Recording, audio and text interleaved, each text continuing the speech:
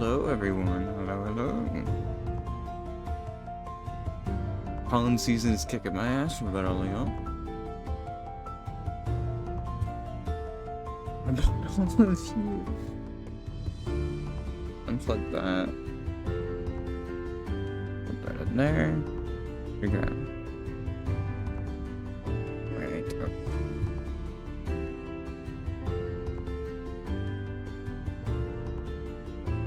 Here we go. Okay. What?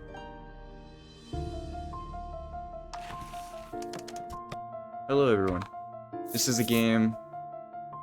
This is kind of like an RPG card game, basically. It's an RPG done through cards, as well as a little board game.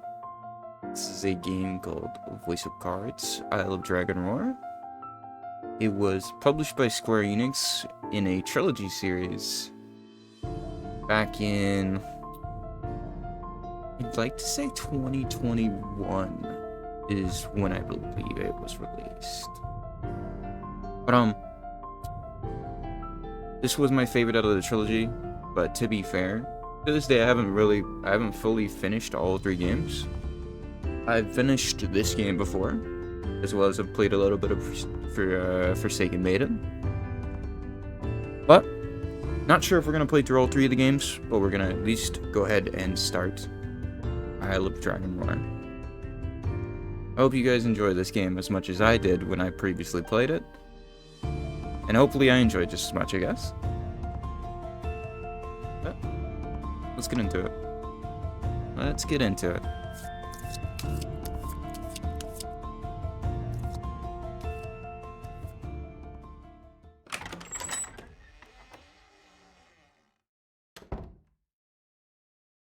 Good afternoon, or should I say evening, morning. Morning? At any rate, I'm the Game Master. Pleased to make your acquaintance. Before we begin, there is something I must tell you. You see, my job is to draw you into this world with my voice and cards, which is why I believe it best for you to play with the sound on. In fact, I insist on it. However, Yes, sir. as you can see, my voice is subtitled, so you can always read along as well. I don't remember if he literally says every piece of dialogue. But yes, we'll have the subtitles on for anyone who might play with sound off, stuff like that.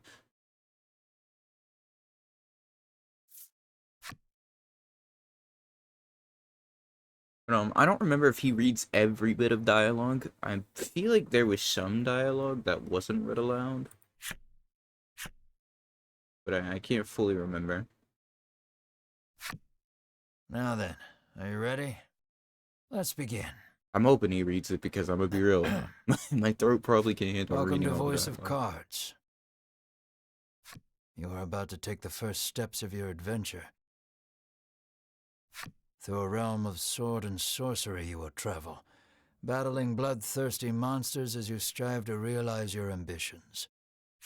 I have every faith you will accomplish great things here.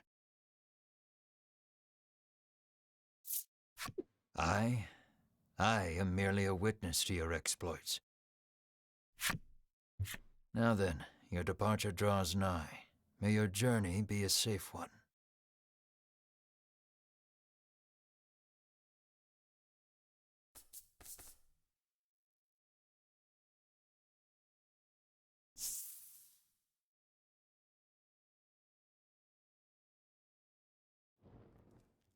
I'm not sure how long this will last as a series, because I believe I remember beating the game in around like not even 20 hours, so it'll probably be a few The streams. surrounding rocks are slimy with damp.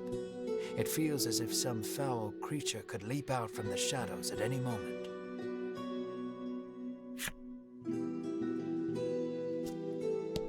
Yet in this horrible place gathers a fellowship of 3 adventurers. One is a young woman. You can tell just by looking at her, she enjoyed a good upbringing. Wild narrator, wild. Another is a stoic warrior. He stands at the ready, scanning his surroundings for any sign of threat. Last but not least is the old man. He has a sagely air and gazes into the darkness stretching out before him. These adventurers seek a certain treasure hidden in this cave.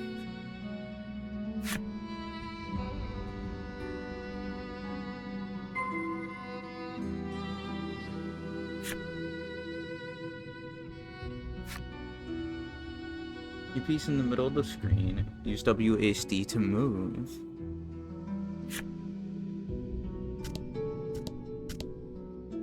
Is there nothing to discover? Okay, there's nothing at this point. Fair enough. An iron door towers before you. It has rather conspicuous handles.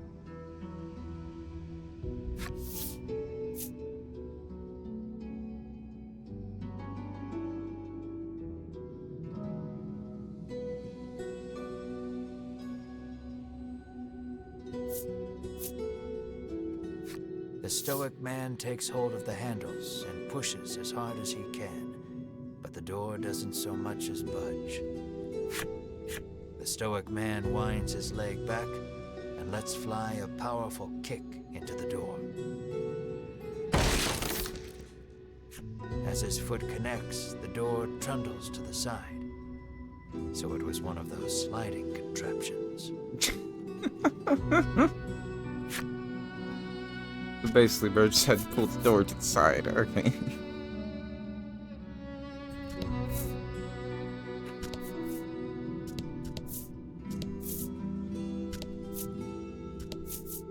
Something leaps out at the Fellowship from the darkness.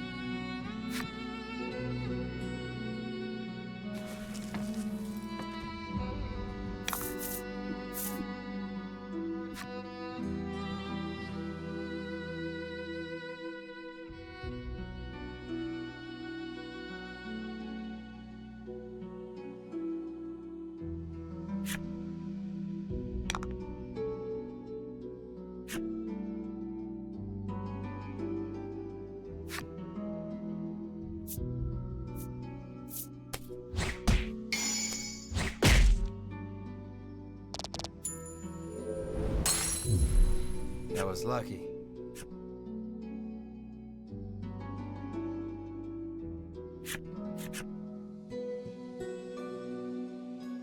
Card's attack is indicated in its lower left, and defense in its lower right. Give a careful consideration your and your opponent's values before acting.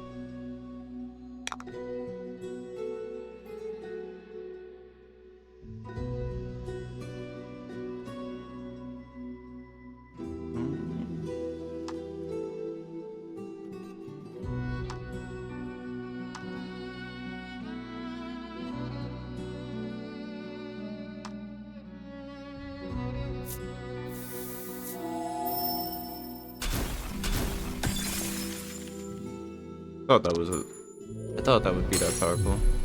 You did great.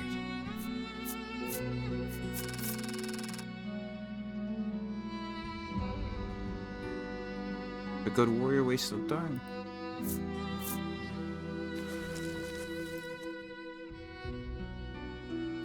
These adventurers have seen their fair share of battle and defeat their attackers with ease.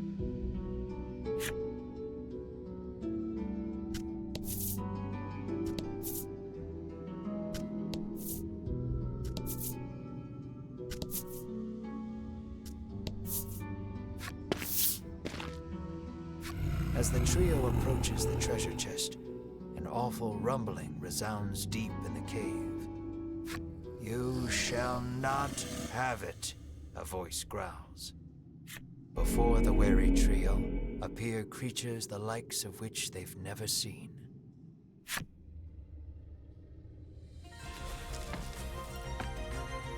Something tells me they're not beating me. Oh, 23, okay. Another 23, 26.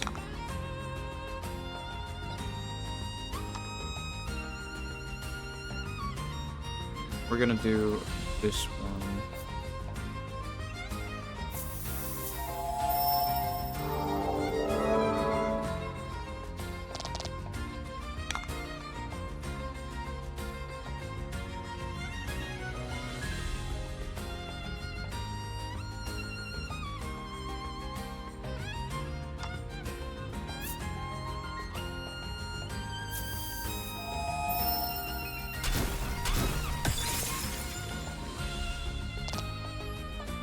No freeze.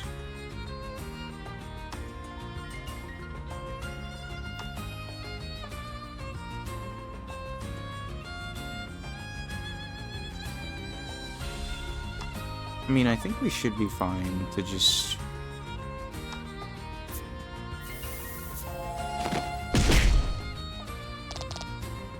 Goddamn, alright.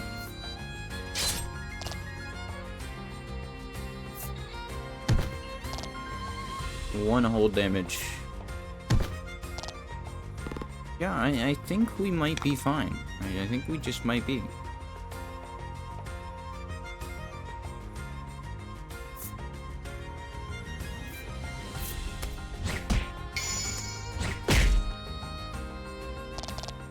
That was lucky.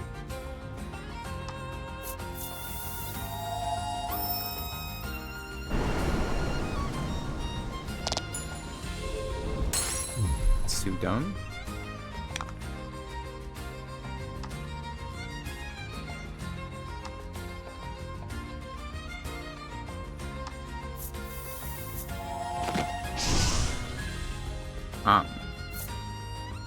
Bro missed.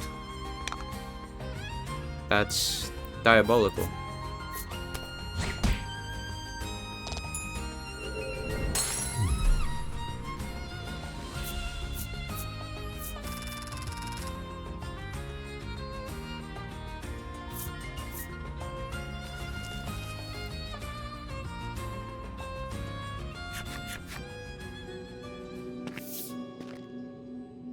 The young woman edges around the monster's bulk to stand before the treasure chest.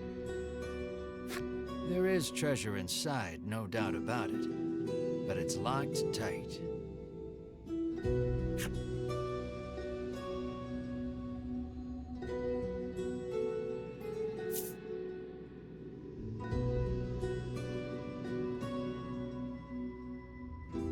Oh, simple key. The woman slides the simple key into the lock. The chest clicks open. Inside is what appears for all the world to be an ordinary medicine bottle. At last, we've retrieved the royal treasure, the old man says. The woman and warrior exchange a nod. Alright.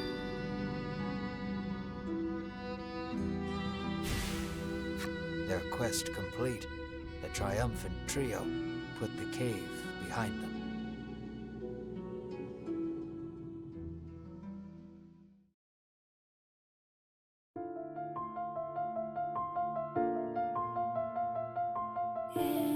I love the music of this game, man.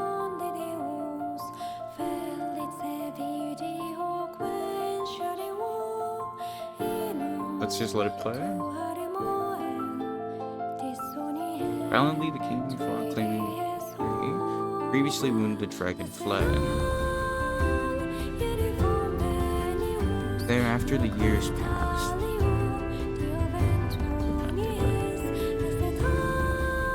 People again knew peace. Until the dragon returned.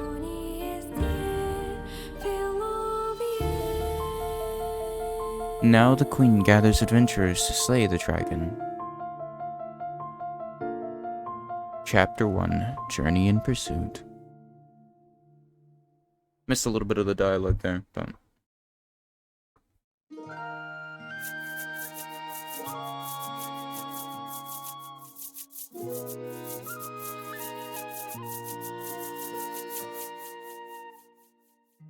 It's laid out. This is Castle Advent. Yeah. Queen Nilla reigns over the kingdom from within its walls.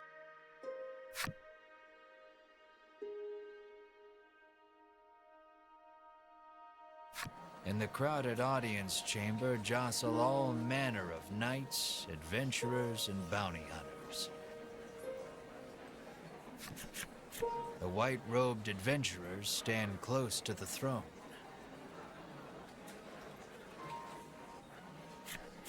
A palace guard calls over the tumult. Be silent. Her Royal Majesty graces us with her presence.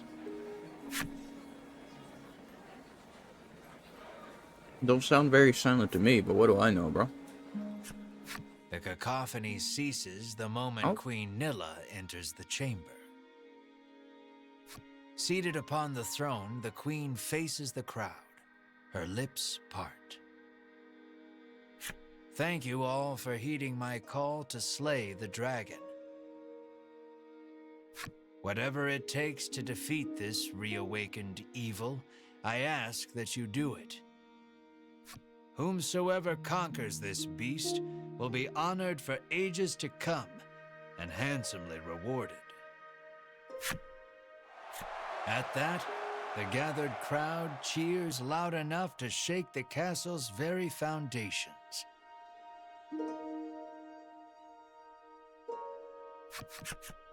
Leave the dragon to us, Your Majesty, say the white-robed adventurers, as if the beast's demise at their hands is assured. Indeed, you did well to reclaim the royal treasure, the queen replies. I thank you, for my stomach becomes most upset without it, so the treasure is a staple of the royal medicine cabinet.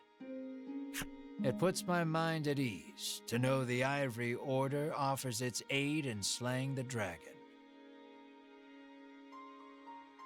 The trio are disciples of the Ivory Order, a charitable organization beloved the realm over. Makes sense.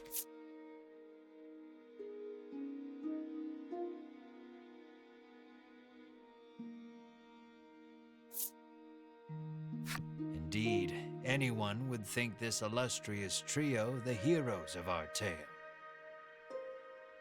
But they'd be wrong. Well, switch it up. So we just gotta slay the dragon and we'll be drowning in gold. The man trails off, drooling over unknowable fantasies.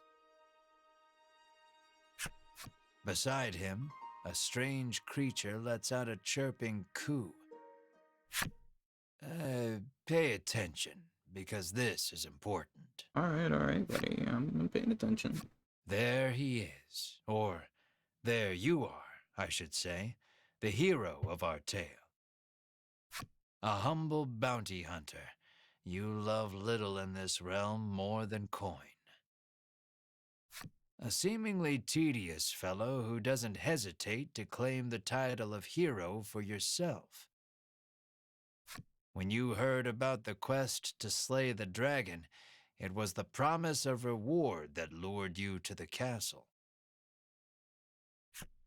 Now then, if you wish to officially register for the hunt, see me so I can get your signature. You wonder why you need to sign anything, but head for the guard anyway.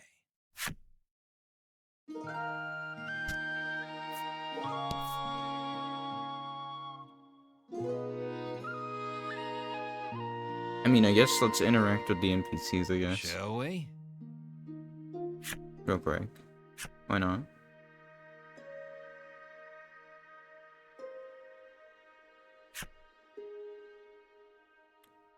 You'll see cards with glowing edges on your adventure. Step onto one to trigger an event that will move the story along.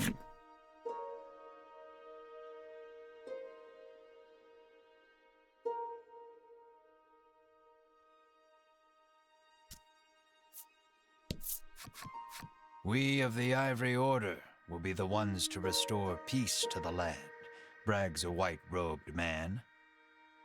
My colleague made me come along, but he didn't mention we were going on a quest to slay the dragon, she says, trembling. Oof.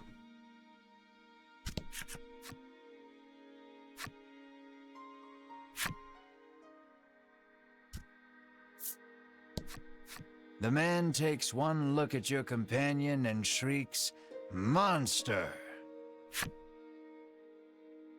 Yeah, that's wild. You think the dragon's really as tough as they say? Asks the man, his knees knocking together. Probably it's a dragon. Probably, my guy. That reward for slaying the dragon is as good as mine, barks the man.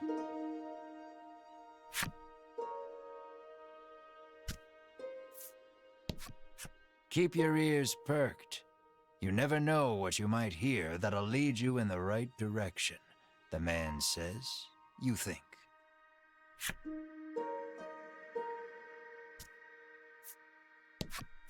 If the heroes of the Ivory Order are hunting the dragon, he's as good as dead, says the man, relief spreading across his face. The Ivory Order trio stands before you. They seem not the most approachable of parties, but...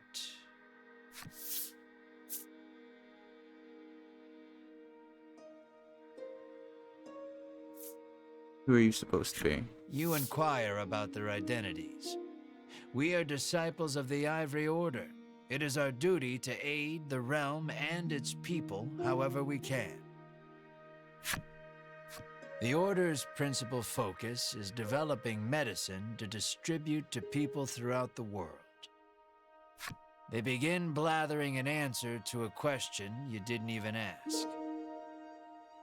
Sensing a long lecture ahead, you seize on the first chance to extricate yourself from their presence.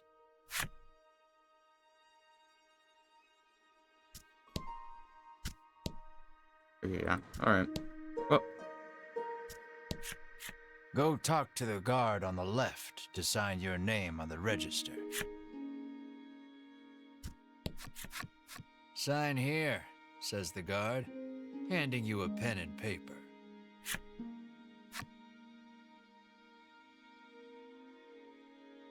I think we'll actually keep the character's canon name. When I previously played through this game, I put my name, but it doesn't really make sense on a male character. Now, does it? I mean, it can if you pronounce it as AIM.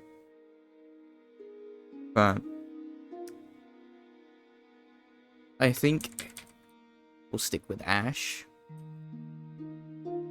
Actually, nah. You just don't ask. Don't ask, okay? Don't ask.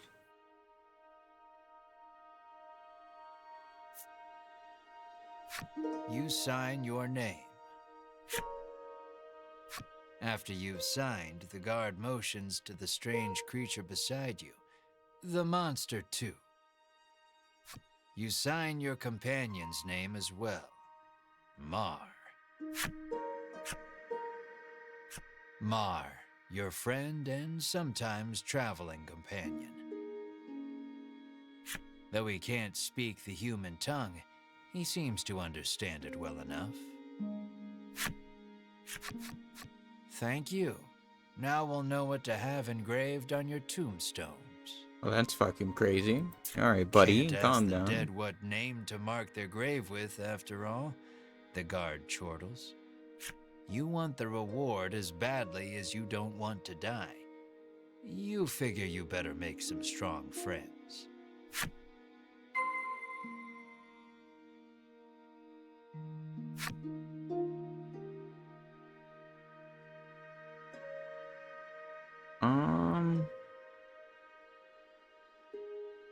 I'm pretty sure we can ask them, but they're obviously Offer gonna to say join no. forces with the Ivory Order trio?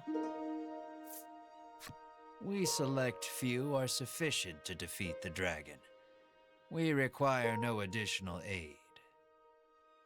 I think the part that sucks is someone who's fully played this game.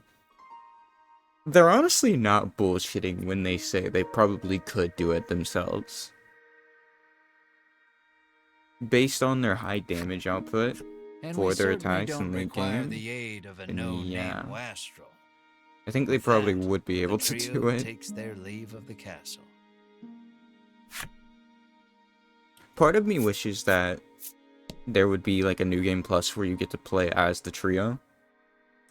There is a New Game Plus in this game, but it's just you going through the adventure with all of your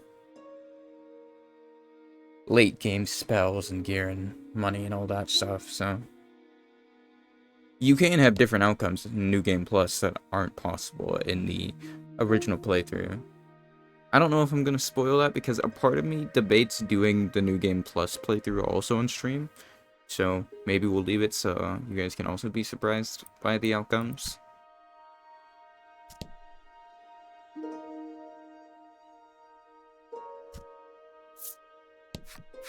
You'll need tough gear, the man says, wandering off.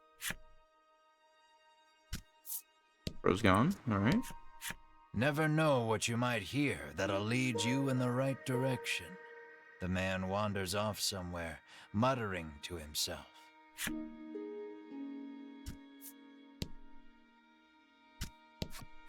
You ask him to team up, but he refuses angrily.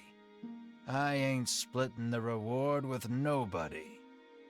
You weren't planning on sharing either, so you don't try to change his mind. Before you even open your mouth to ask him to team up, he cuts you off. Thanks, but no thanks. Well, fair enough.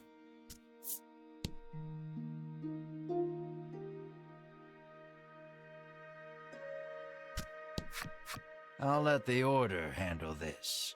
Me, I'm heading home.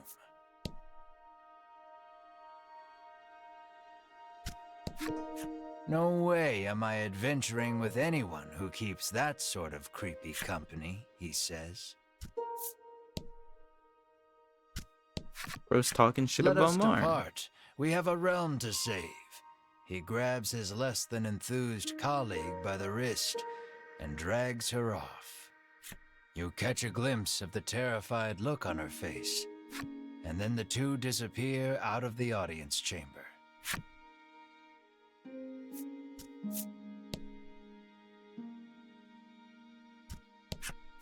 I am one of the guards charged with the castle's protection. I take not a single step from my post. I don't think there's anyone else we can talk to in here.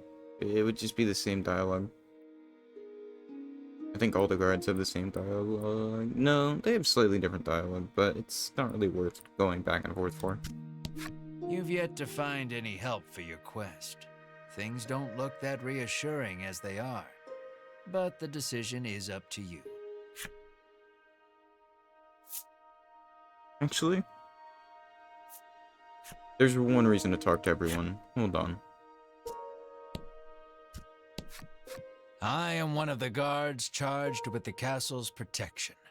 I'll leave the dragon slaying to you adventurers.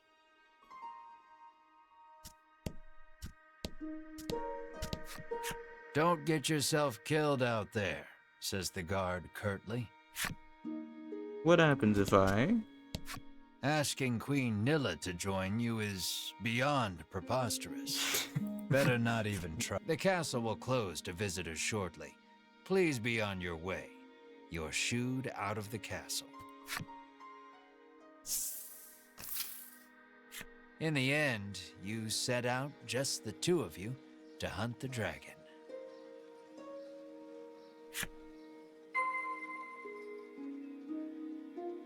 Well...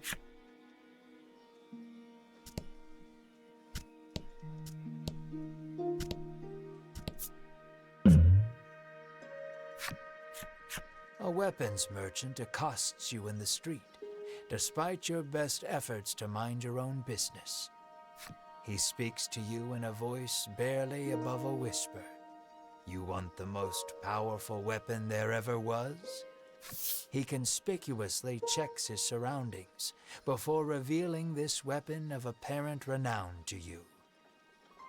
To hear him tell it, this is a legendary weapon, and one of its kind at that. It can be yours for 20,000 gold pieces, he says. You can smell the scam a mile away, and yet the aura of this weapon does have something of the legendary about it.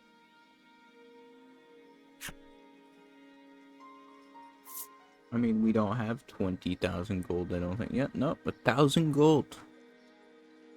What happens if I try to and I don't have the money? You open your coin purse only to find you don't have 20,000 gold pieces. No money, no sale. He tucks the weapon away once more. Rip.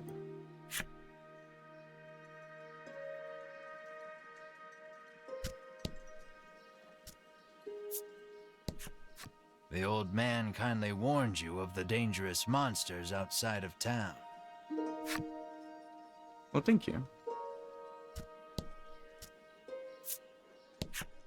The child says you should see Nexton as soon as you leave the castle town.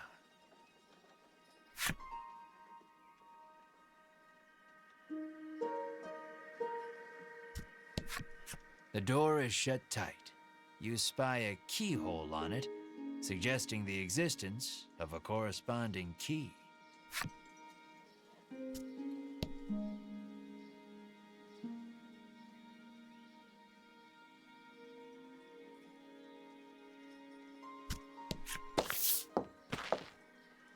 Before you stands a sign calling for people to join the hunt for the dragon. Earlier, you saw the bit about the handsome reward for whoever slays the dragon, and hightailed it to the castle. A woman stares at the sign, transfixed. Her face curls into a scowl as she notices you. "Monster!" the woman cries, and flings magic at Mar. Startled by the spell, Mar grows dizzy.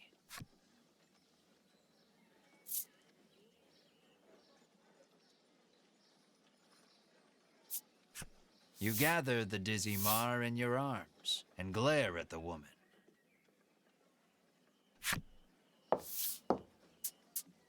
"This ain't a monster," you growl, as the woman snarls over you, "I hate monsters." The two of you bicker for quite a while.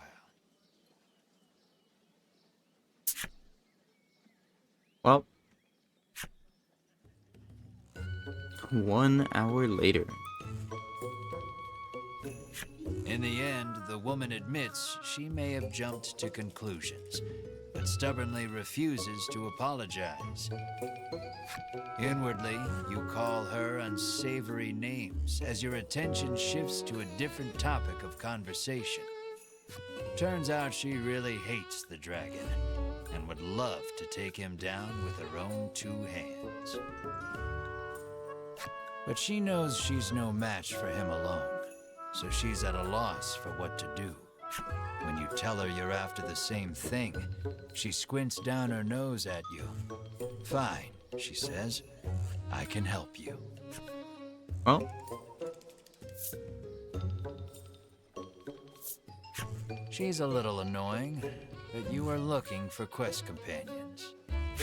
"I only want to see the dragon dead. I don't care about anything else," she mutters. I don't remember all the party companions, but You overhear her remarks and grin without thinking. Then you don't care about getting a share of the reward. That suits you perfectly. You happily join forces with the black-clad woman. She introduces herself as Melanie. She tells you she is a witch, but says nothing of why she hates monsters or what grudge she bears against the dragon.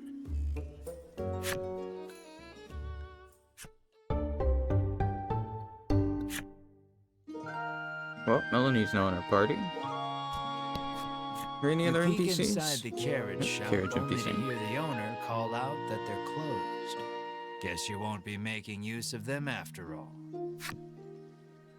I think the only way to save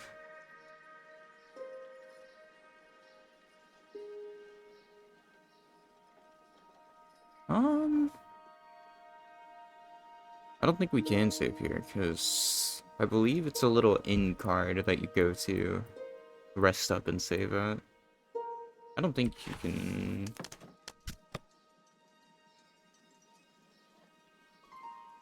Ability skills...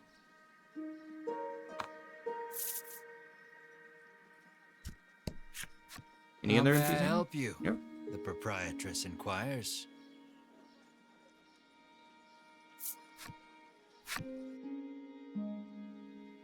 Alright.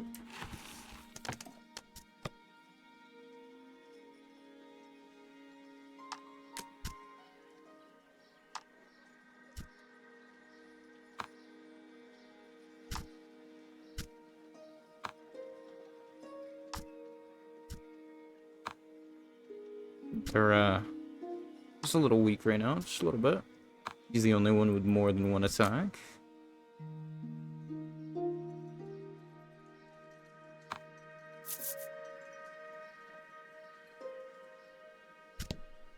Funnily enough, I would say the main character doesn't really become super useful till later in the game, I'd say. Because by then, bro starts to get better attacks.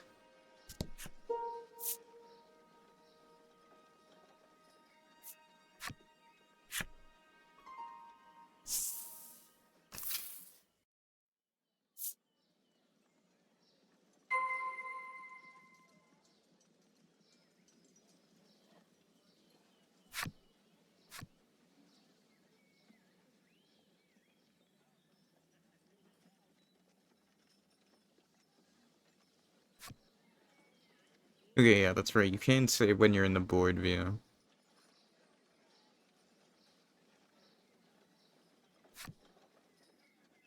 Admire your cards, illustrations, or play movies you've unlocked.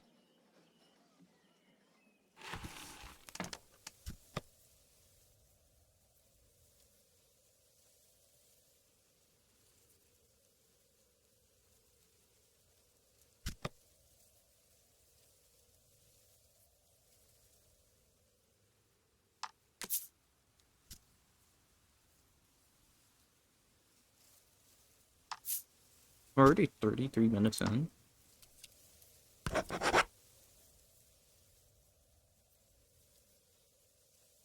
was not expecting that, okay.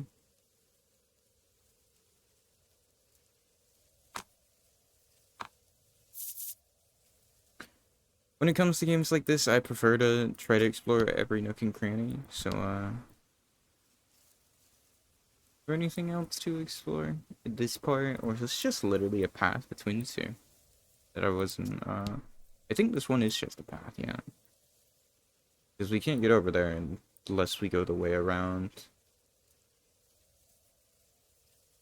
More specifically, I think we need to go left to right, maybe?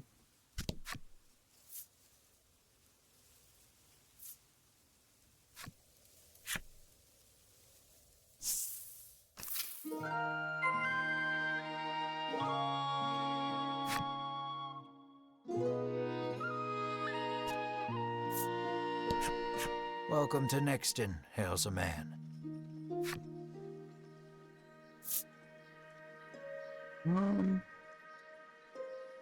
Ask about the town. The man doesn't respond to any question except to parrot back his original greeting.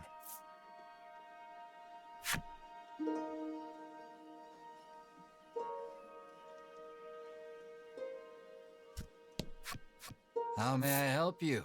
The proprietor inquires.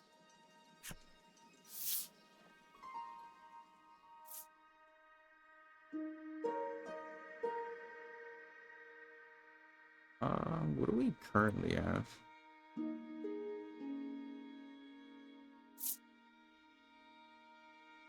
Will that be all? The proprietor asks.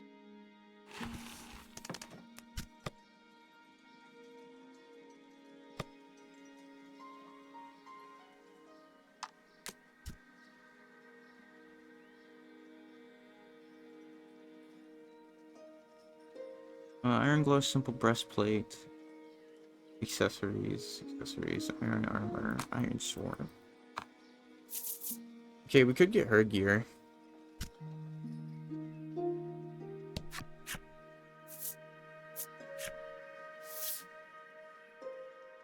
How much is it?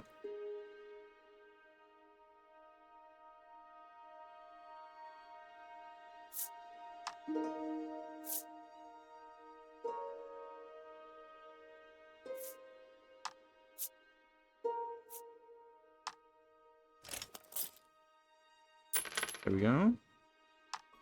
Now, I believe we can get armor for her as well. I don't remember.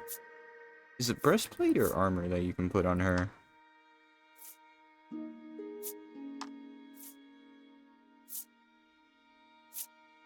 Okay, I think she wears breastplate. Fair enough. I mean, she is a witch. I don't think she'd want to be walking around lugging armor around. Wait, neither. Okay. Alright. She doesn't want to wear any... Doesn't want to wear breastplate or iron armor. Okay. That will be all. Thank you. Thank you. The woman tells you she's so terrified of what might happen if the dragon attacks the town. She hasn't been able to eat.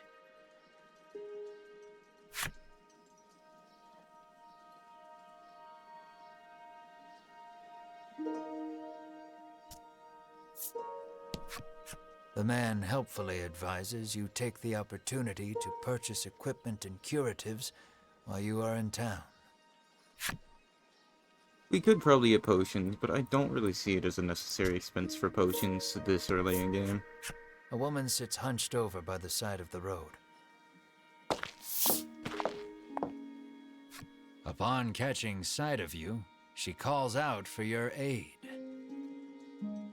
She's sprained her ankle and needs you to take her to the nearby apothecary.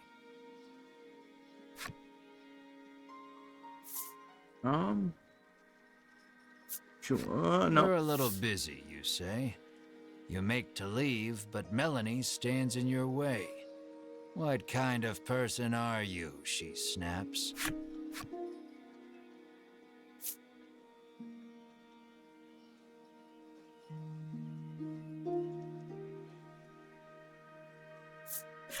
We've got the dragon to worry about, you say, like an insensitive jerk. Ignoring you, Melanie gingerly helps the woman up. Mar bends so the woman can get on his back, and the two of them head off in search of the apothecary. You watch them walk away for a moment before following, complaining to yourself about what a waste of time this is.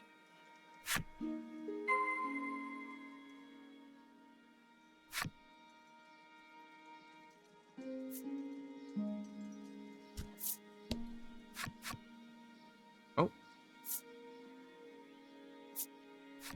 Oh, this is already what we've been doing, the jumping thing.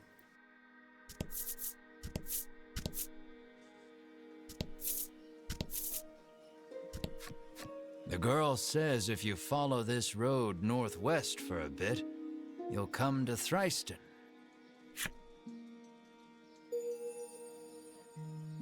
You fulfilled the necessary requirements and unlocked Plain Girl's Flipside story.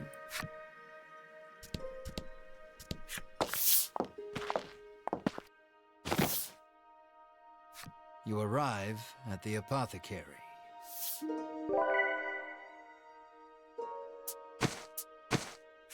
After taking a curative, the woman begins hopping up and down. Nothing holds a candle to Ivory Order medicine, she beams. Did she just heal a sprained ankle with a sip of medicine? She thanks you and pulls something from her breast pocket.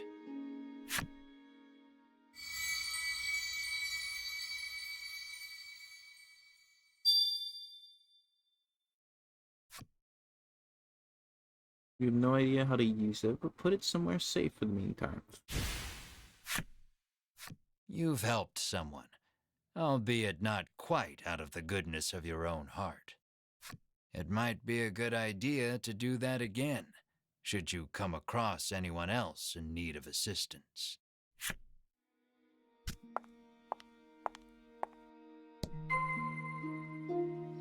Now the streets of Nexton for more information on the dragon. Filled the necessary requirements and unlocked the mature woman's Flipside story. You can read special stories about the characters and enemies among your collect cards. Progress through the adventure and defeat the myriad enemies in your path. Select every special story. I think we'll go without doing the collection for right now. Maybe we'll take a peek at it before I end the stream tonight.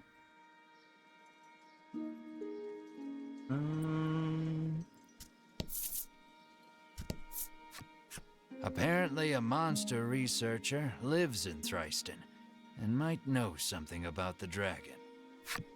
Okay, well that's actually a good lead. Dope. Good lead. It seems the majority of the world's medicine is made by the Ivory Order. Many people depend on it. That's probably part of the reason the Order has so many ardent supporters. It seems you've learned all you can here. Time to move on. Nothing holds a candle to Ivory Order medicine, proclaims the woman, swigging this curative and that.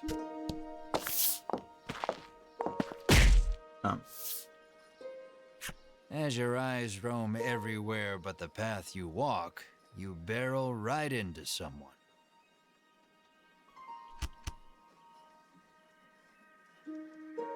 When you turn to see who it is, you see the Ivory Order trio from the castle.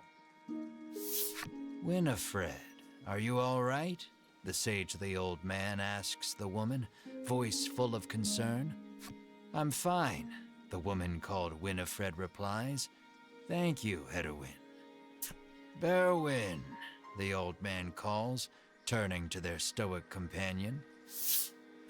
He jerks forward, as if to defend Hedwyn and Winifred. The trio advances on you. How dare you treat disciples of the Ivory Order with such disrespect?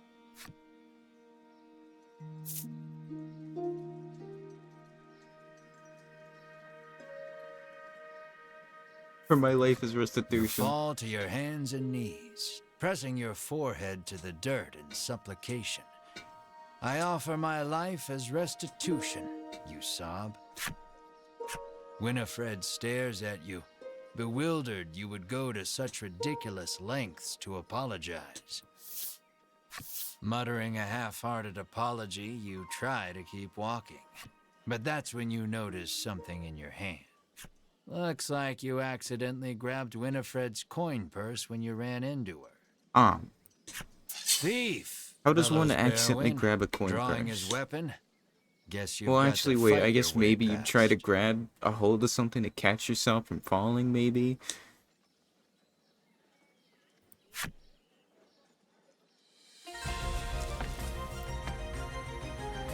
Yeah, I don't think there's any hope of Don't us hold back. here. 1922. Oh. Mar just lost half of his health in an instant. Alright. Just lost half of my health in an instant. Okay. Fucking Don't worry. Melanie is just Often gone. guards down, but they're still alive.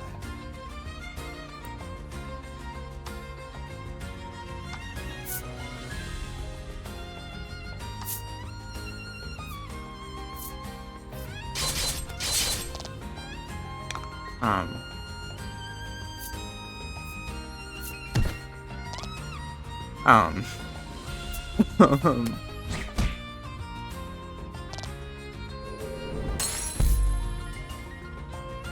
I wasn't sure if we still fought them, if I apologized profusely. But, yeah, it's a scripted thing. We grabbed her hand back. What the fuck, bro?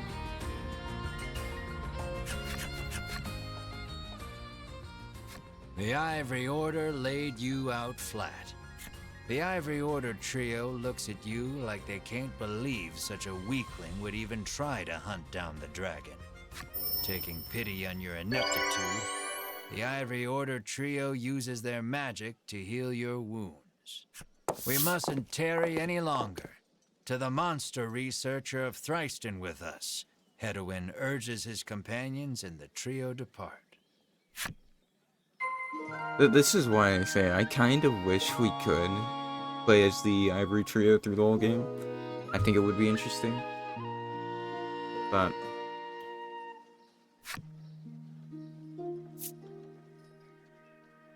I don't think there's anything else for us to interact with here.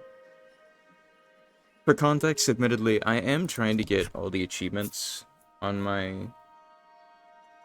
the account. I've fully played through the game, and I think did everything you could do on my original playthrough on the Switch, but obviously Switch doesn't have achievements. So I want to achievement hunt the game in my new playthrough.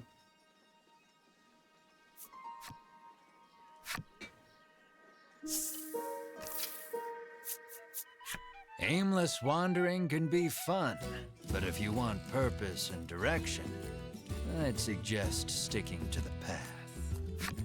If I recall correctly, there are chests spread throughout the areas to find loot, so...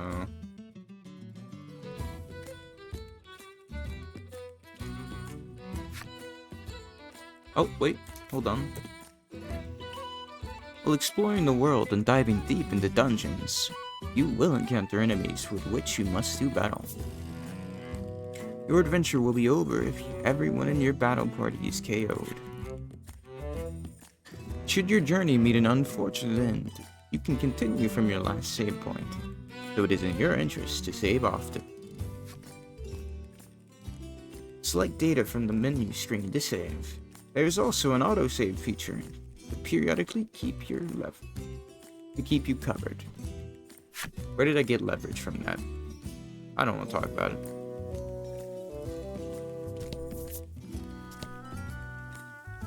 Okay, nothing there.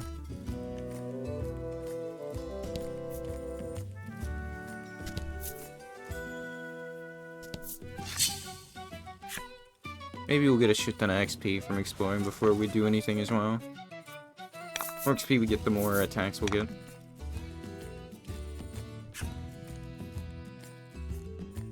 These are gems.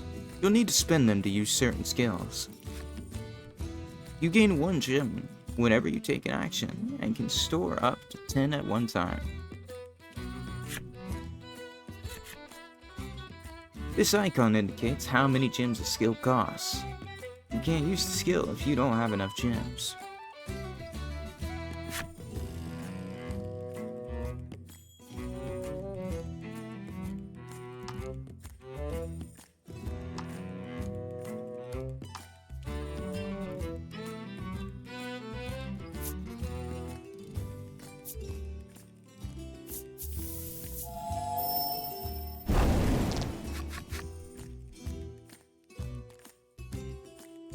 Some of your attacks are elemental in nature.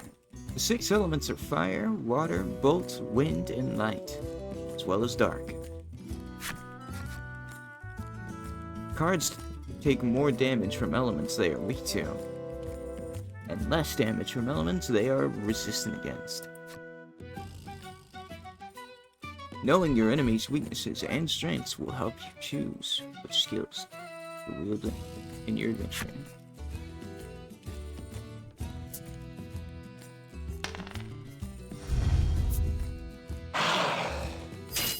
Well, that's a defense debuff. Cards inflicted with defense lower have lower defense. Ailments last either a set number of turns or until the end of battle.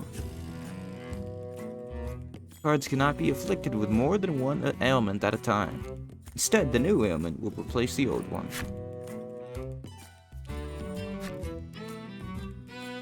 Check card ailments with the B key. Not B, with the E key.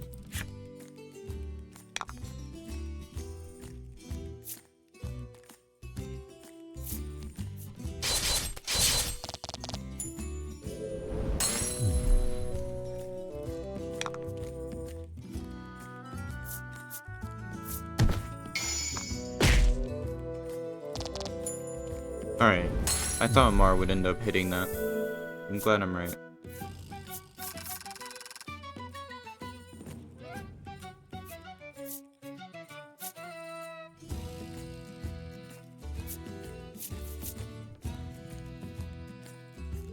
Let's go with the right.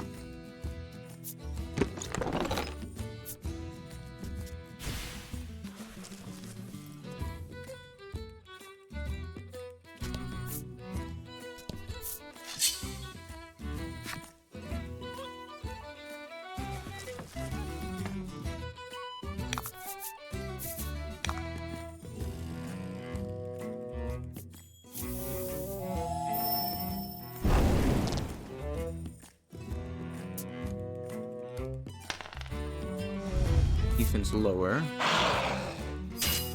Or more. I guess theoretically, I think Mars Ram is actually our highest attack currently. I'm pretty sure these enemies can literally only do that attack.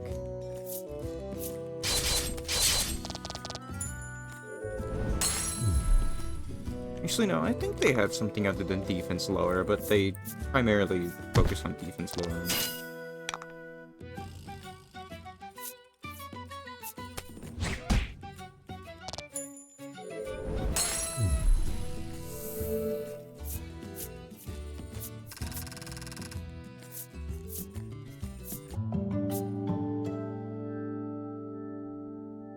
HP up and attack up. We now have heal.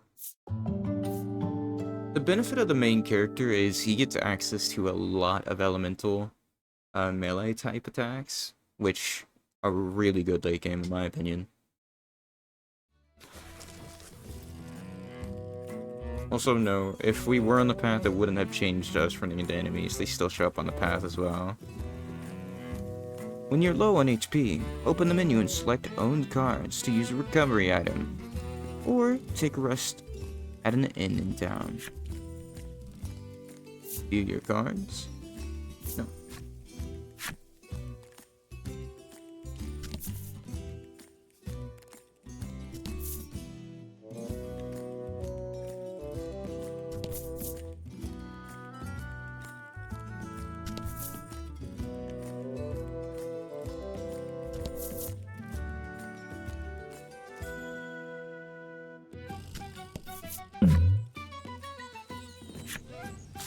Trees bearing very solid-looking nuts whip to and fro in the force of the gale. This doesn't bode well for you.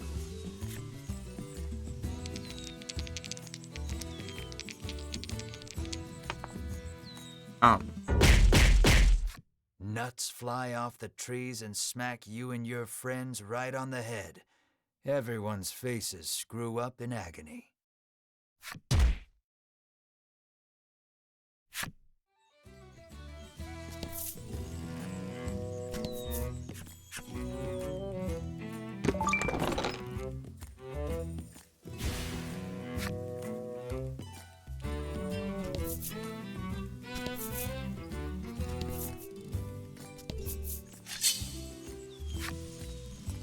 How's our health looking? Because we also did just take all of that damage. Oh. Select items with the R key. Make sure to use items when you need them. While carrying many items, press the N key or the M key to scroll.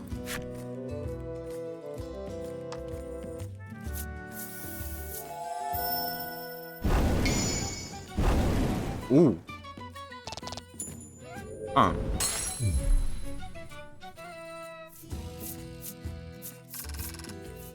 I was honestly hoping I could drag that out to heal within Body Slam.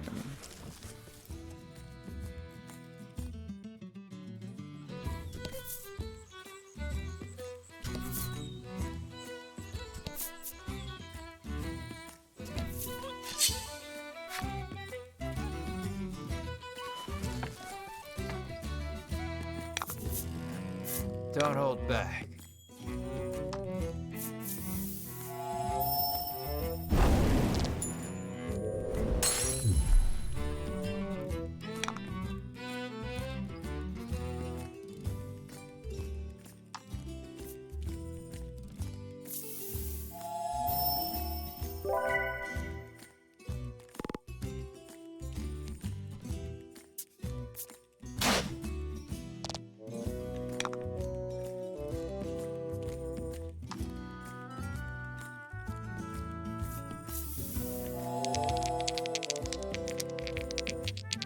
Where are the dice?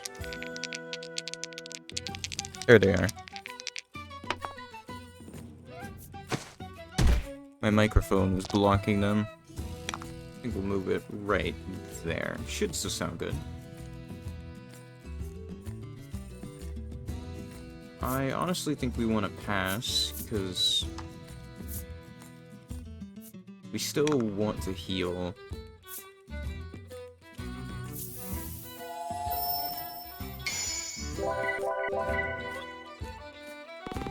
Excellent.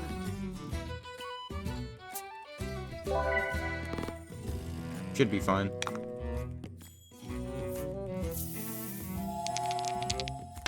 No.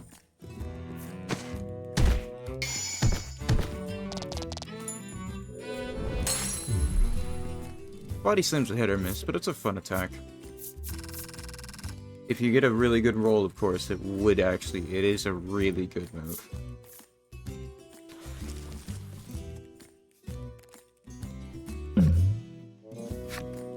You pick up a scrap of paper dropped by some manner of monster. It has a message scrawled on it in crude lettering.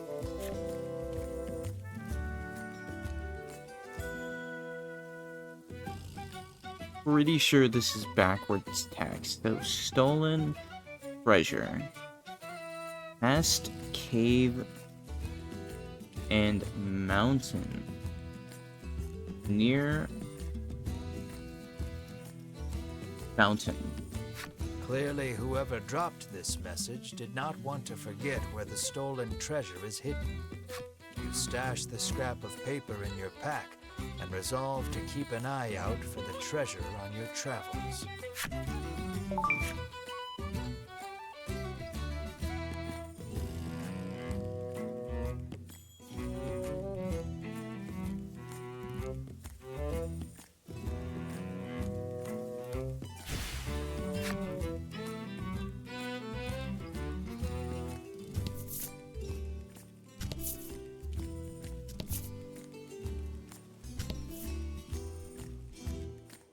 There's the fountain.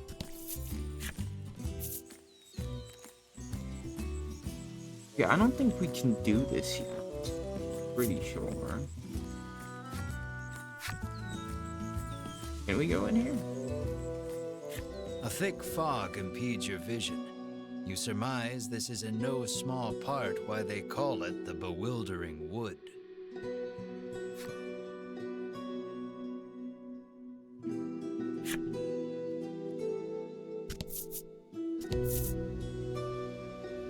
I don't think we want to go in here yet, because we're going to go through here later anyways, pretty sure.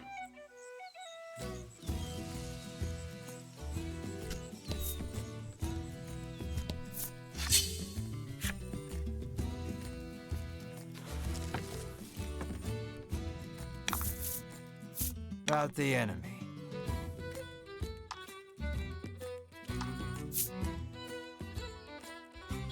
No ailments, no buffs.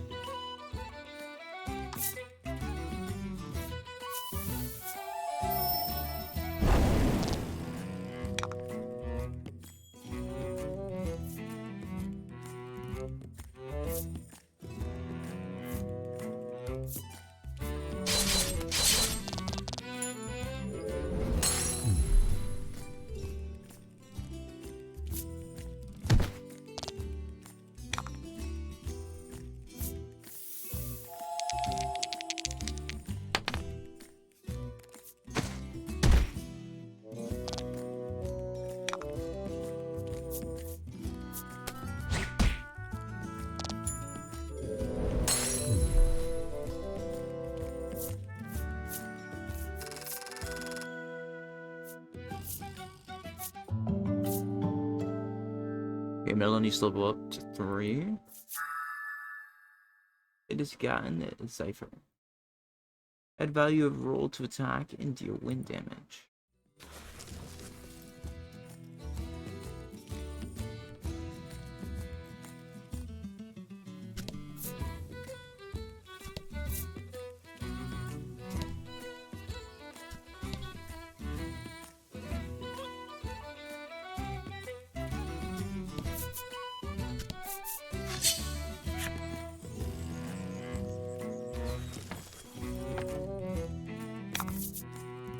Don't hold back. It's not weak to wind, pretty sure, so we just insta-kill it. Well, you could argue we could have healed Melanie there, but odds are Melanie just would have been attacked in the next turn before Mar anyways. Lightning Strike. This is a pretty good one. Add value roll to attack and deal bolt damage.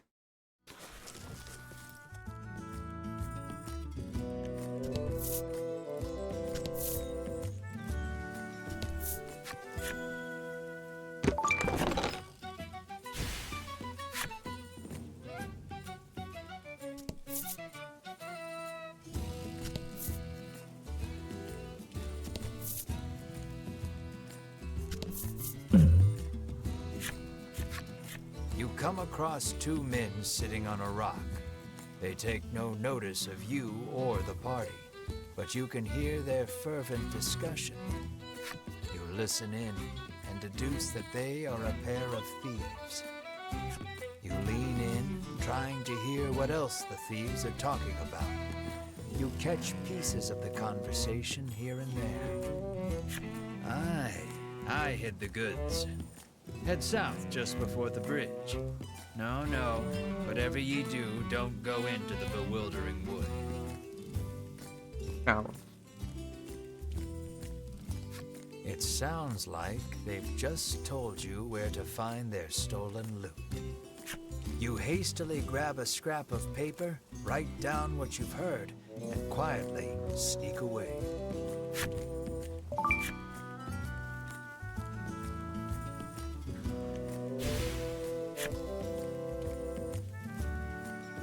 Directly south from here?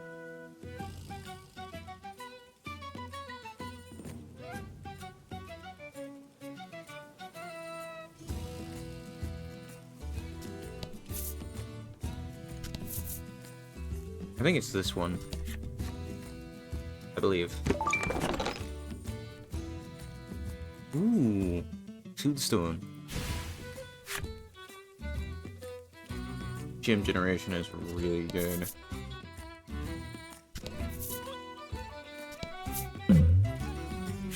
Event. You come across a gaping hole in the ground. A sign beside it depicts a piece of armor, followed by, "Do not drop this in the hole." It's only human to want to do exactly what you're told not to.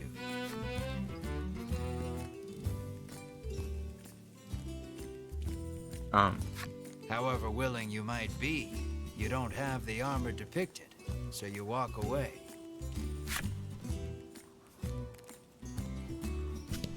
I don't actually think I've ever seen that event before. I don't know what would have happened if we would have had it. Does this always happen here? No. Okay.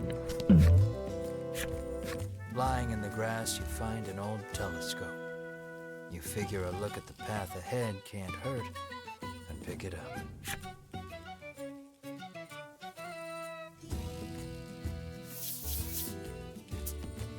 Peering through the lens, you see something in the distance, but you can't tell exactly what.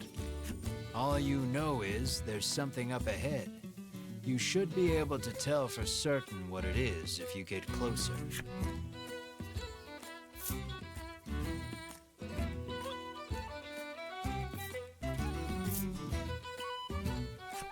You leave the janky telescope where you found it and make your way cautiously toward what you saw.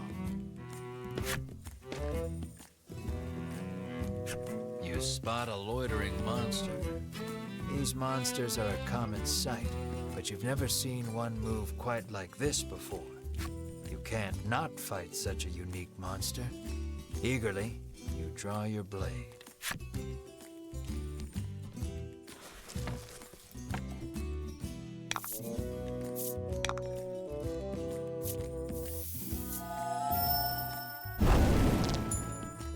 Oof.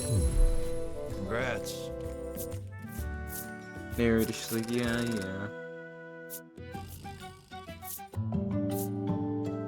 Look at how much XP you get for those random event ones. That's 2 whole levels. Here, cure target of poison, deadly poison. That's another good one. Deal damage to all enemies. Yes. Roundhouse.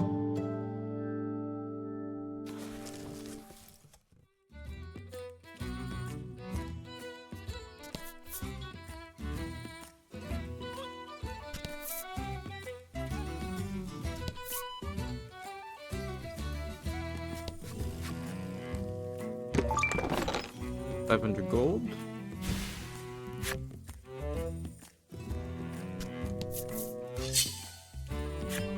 An enemy has appeared.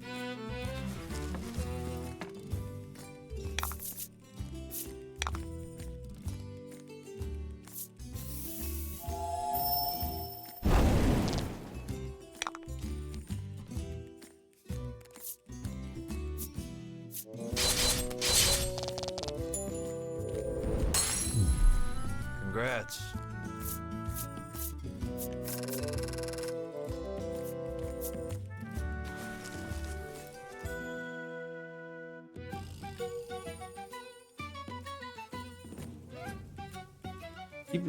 You've fulfilled the necessary requirements and unlocked the Goblin Enemy story.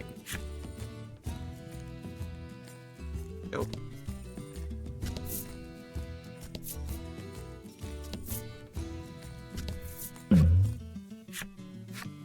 You gradually become aware of a voice calling out to your party. Looking around, you spy an old man, a traveler like you, perhaps, stuck in a hole and flailing wildly. You yank the old man free. Oh, while you're here, would you mind taking me to Nexton? He asks. It seems an old friend of his lives in Nexton, and he'd like very much to see this chum. He says he'll make it worth your while. Will you show him the way to Nexton?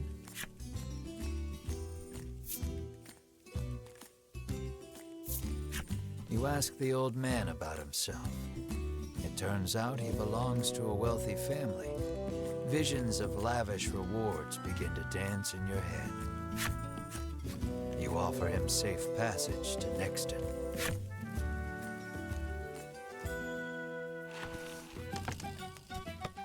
I don't remember if we can just keep dallying around before we take him there or not, so we're going to just do this real quick.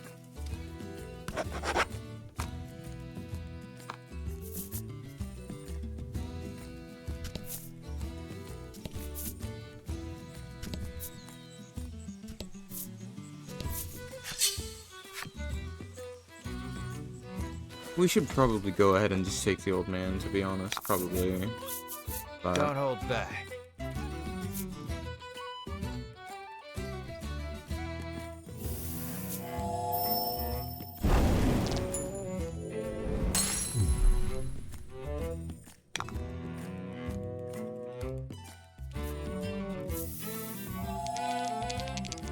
and no. Oh, it's a 2 roll.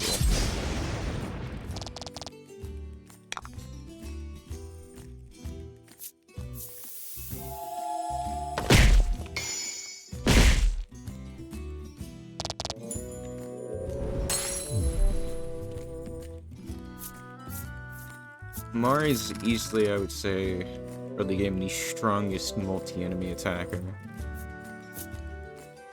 The downside is just how late Mara starts in fights, but at the same time, I think that might not be a downside, because the way the XP works, at least from what I recall, I think someone has to attack in the fight to actually get XP. Unless it's guaranteed XP. We've unlocked the slime story.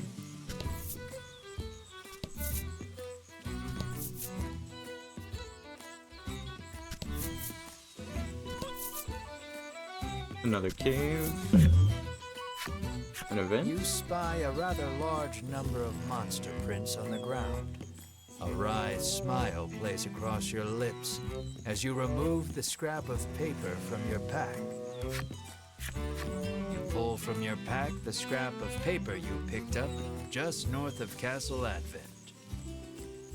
You feel around in the grass for a few moments before your hand strikes something surprisingly firm.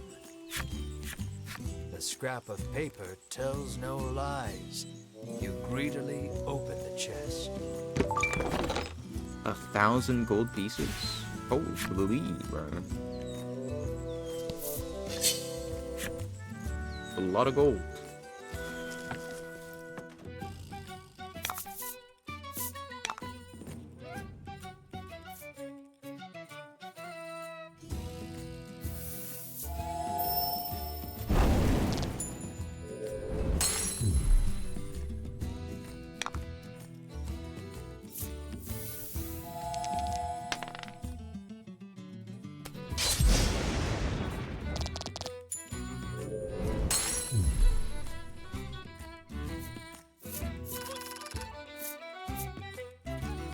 mean, we're already getting pretty strong.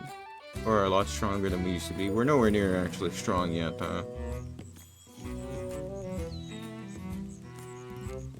Gotten the furball enemy story.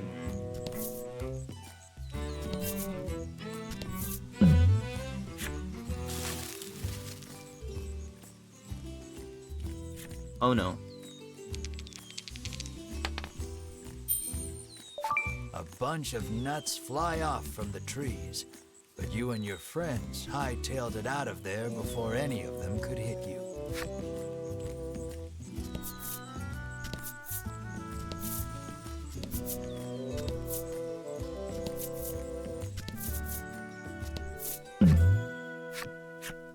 You are beset by bandits, and you cannot help but feel they are not after you, but rather the wealthy old man in your care. Protect the old man at all costs.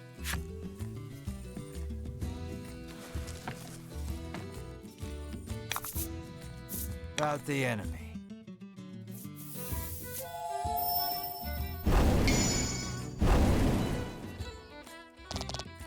Nice work.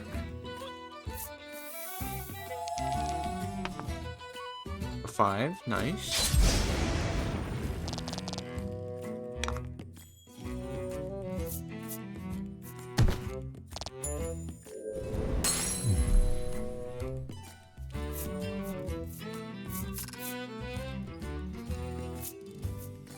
Nice. Well, and he's gotten freeze. You attack plus 4 water damage. It also inflicts freeze if roll is 5 or greater. Freeze is a really good debuff. If you can't guess what it is, freeze is a debuff that makes it where an enemy is frozen and can't attack for the amount of moves it is frozen. Dabbing the sweat from his brow with a luxurious-looking handkerchief. You would best deliver the man to next him, lest any more bandits decide to try their luck.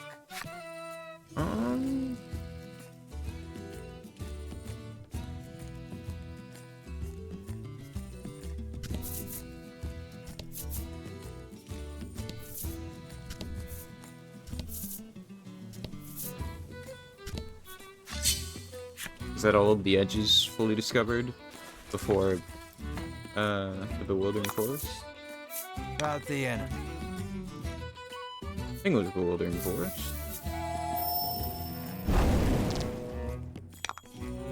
Oh, actually kind of tanked it. Nice. A 1.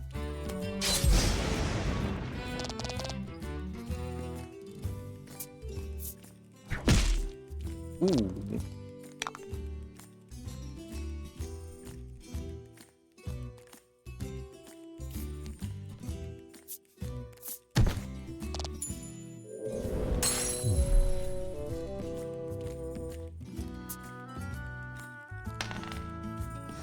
Defense debuff on Mar again. I mean, it makes sense they'd target Mar. I think Mar has the highest defense of the party. We're gonna pass. Now we're gonna heal.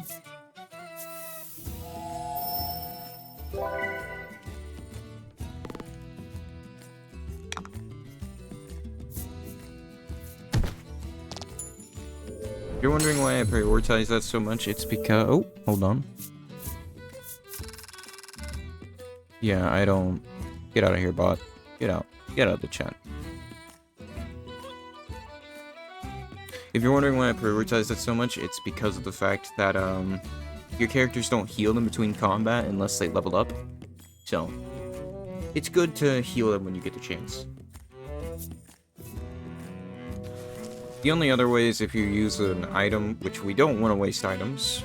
It's just not worth wasting items when you can just, you know, heal with the healing thing. I really need to buy a new chair, man. Have you heard that? It's my chair, like, just going down slowly.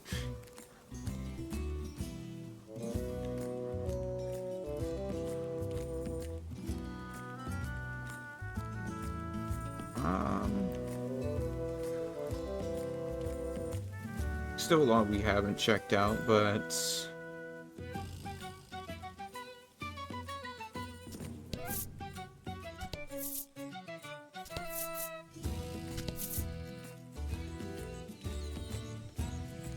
Here's the cave.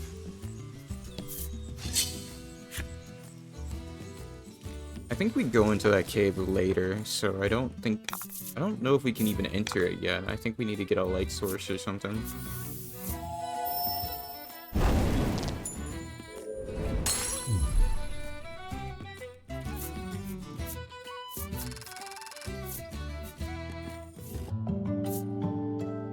Okay, no, everyone does get XP. I thought it was specifically everyone had to fight.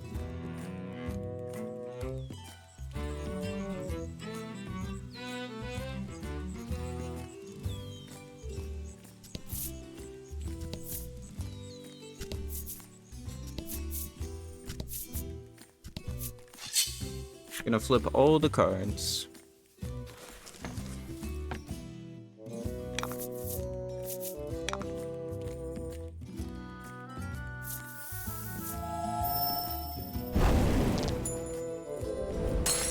Bro is dead, okay.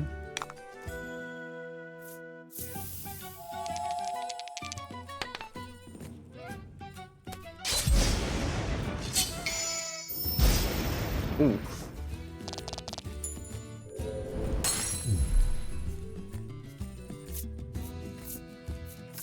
Well, that's a way to go.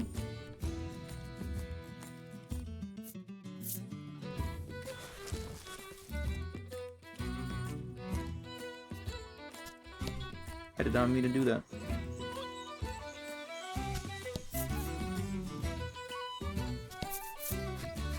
You kick a rock down the road, muttering about what jerks those three from the Ivory Order are. Cut it out, chides Melanie. She warns you your anger will only come back to bite you in the rear. You grumble, but your sulking is cut short when out of the thicket leaps a monster. The rock you kicked must have hit it because it is really mad. Brace yourself for battle. Right, fair enough.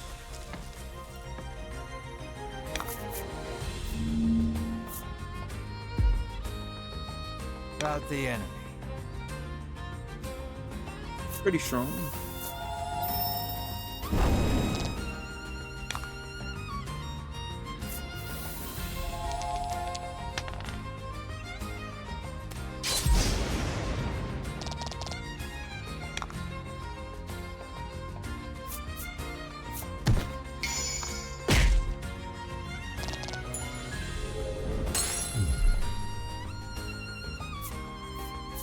Holy nice.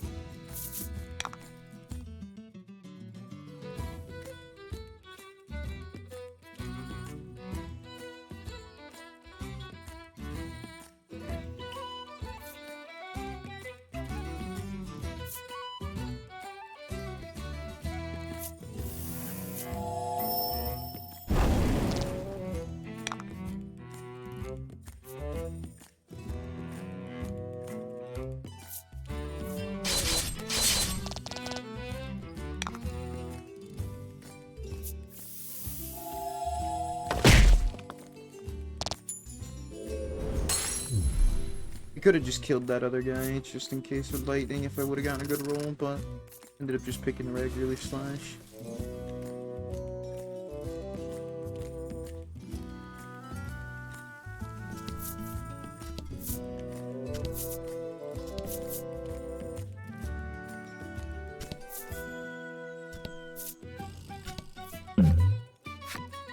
You were surprised to find a merchant selling goods in a place like this. You decide to take a look, and the merchant, you're in luck. I have some rare items for sale, she remarks, lining up some goods before you. What do we got? Protects against water. Protects against fire. Imbued with protective magic. And then protects against bolt. We're going to get this. And we're gonna put this on.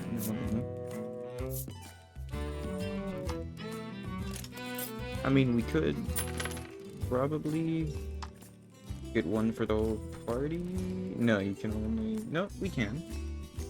But it's 500G. And I think we can get better armor at this next place. I think we'll hold off. I think Melanie just needed it though. Because Melanie didn't have any form of protection. Saying she needs to stock up on wares again. It seems you won't be able to do any more shopping here.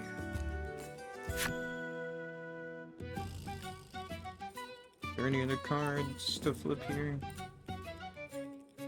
Doesn't look like it.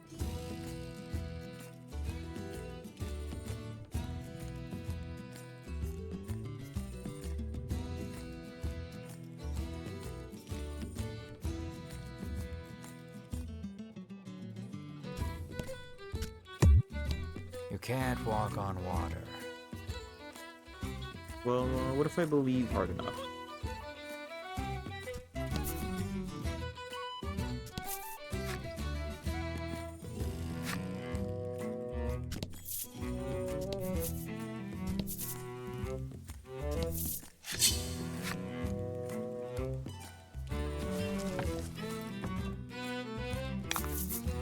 I know we've done Let's more do exploring this. than anything at this point, but bear with me. I like to try and discover everything in games like this.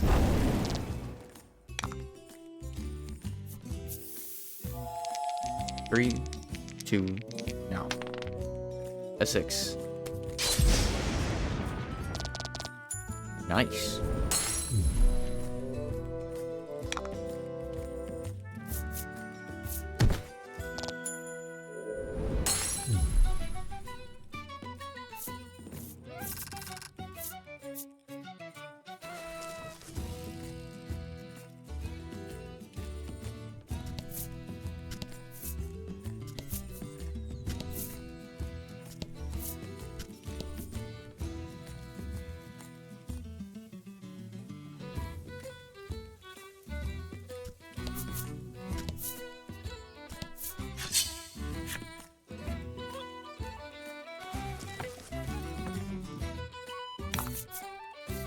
Let's do this.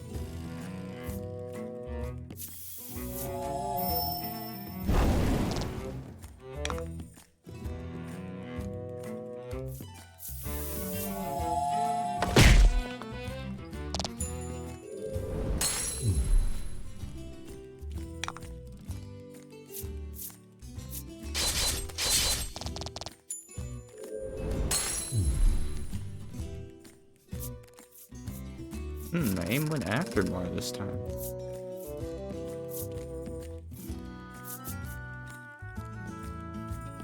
Let's go with the left. You know what? I'll take it. Plus 20 HP. It will be really good if we end up in a boss fight that doesn't go too well.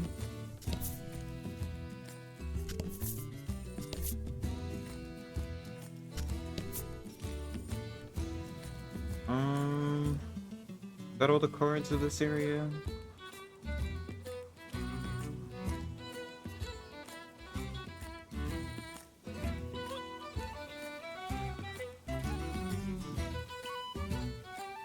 I think we've looked at everything we can look at on this side of the board before Bewildering Woods.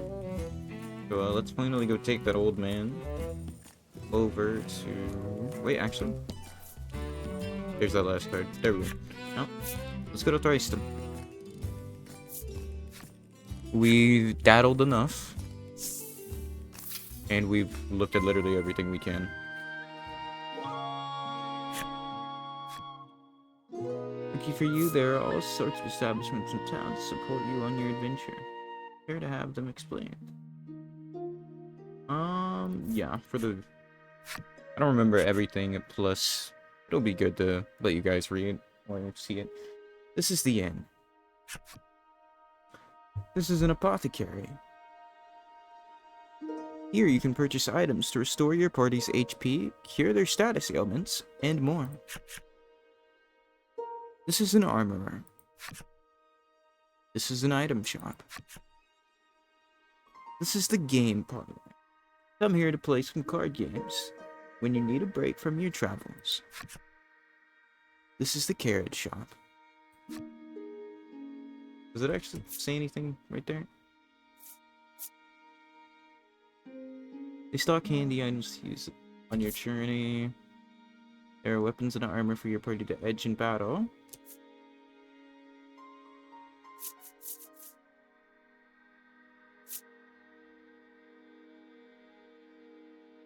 For a nominal fee, its driver will take you to any town you've already visited.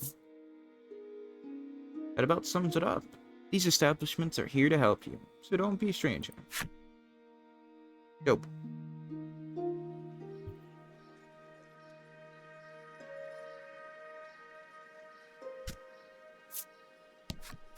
It seems the sound of a flute could once often be heard coming from the doctor's house. His neighbors complained about the noise, though, and all has been quiet since.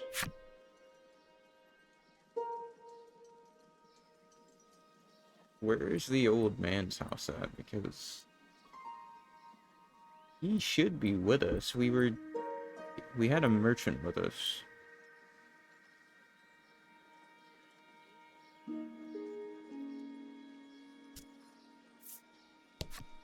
The man says you'll need a torch to explore caves, and he adds, it just so happens you can buy them at the item shop. You get the feeling he probably works for said shop.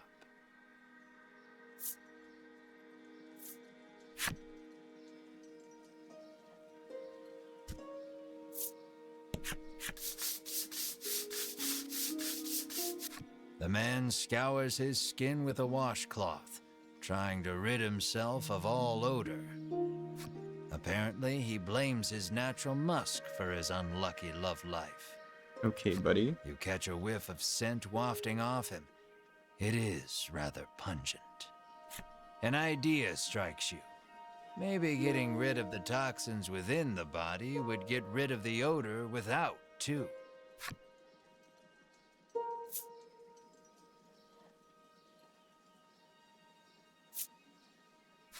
You hand him an antidote and he chugs it down. As soon as he's finished, the odor completely disappears. Okay, interesting. Overjoyed, the man resolves to tell the person he likes how he feels. From his breast pocket, the man pulls out something to give you in thanks. Oh, we got mystery card too. Nice. I guess all the strangers to help are pretty obvious. I didn't even realize we were, I guess, technically helping him.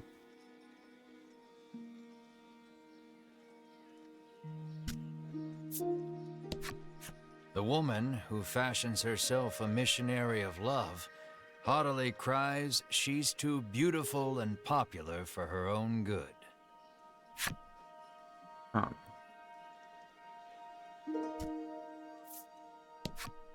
The woman tells you a monster stole something very valuable from her. If only someone could get it back for me, she sighs. What did it steal, you ask? Medicine, says the woman, to give my skin a lustrous glow. Maybe we'll find it, I guess. Apparently monsters have been mugging people along this stretch of road lately. The Ivory Order is searching for where they're stashing the stolen goods. I would probably bet the cave, if I had to give my 2 cents, not gonna lie. There's a random cave. I don't think monsters would go in the bewildering forest. I don't think they would.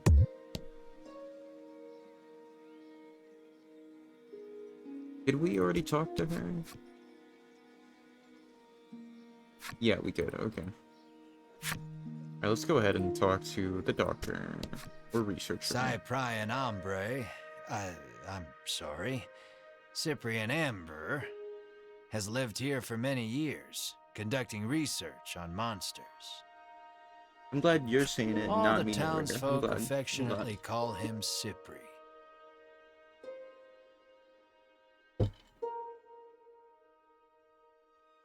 If anyone knows anything about the dragon, it's him. He's a veritable monster expert.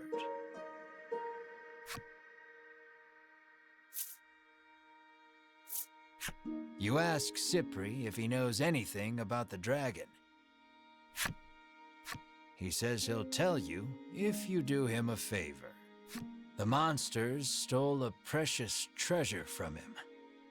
If you reclaim the treasure, Cypri promises to tell you all he knows about the dragon.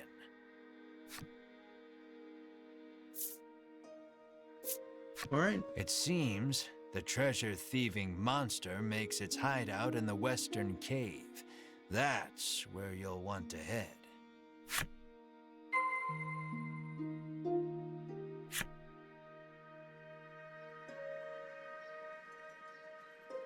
Oh yeah, the guy wanted to actually go back to Nexton, I think.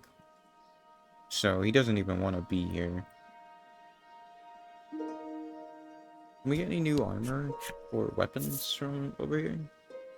Is there anything new?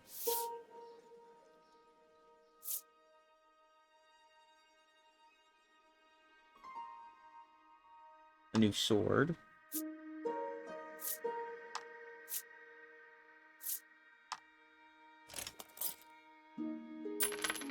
Nope.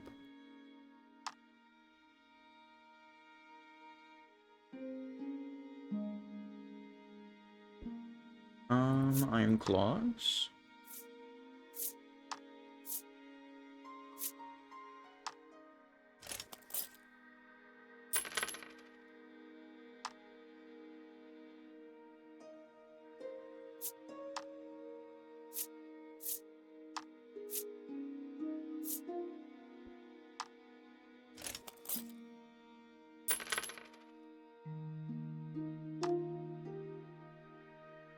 Um,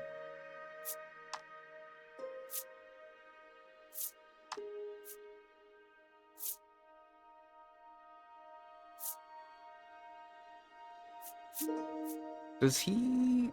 Okay, so the breastplate actually is better defense. Okay. This chair is gonna drive me insane, man.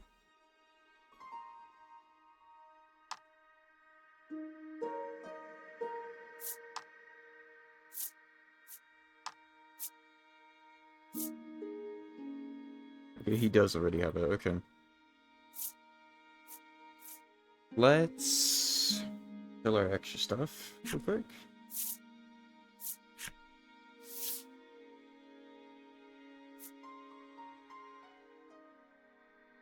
Equipment.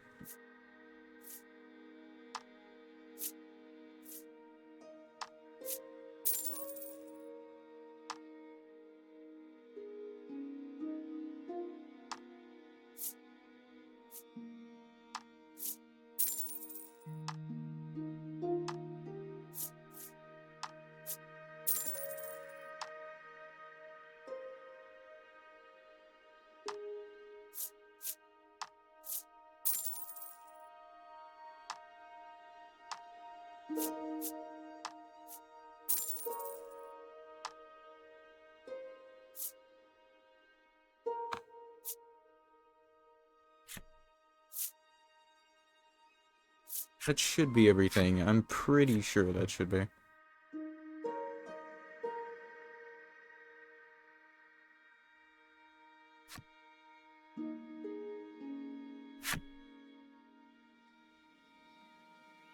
Alright. So, real quick, before we set out, let's go ahead and just get a torch.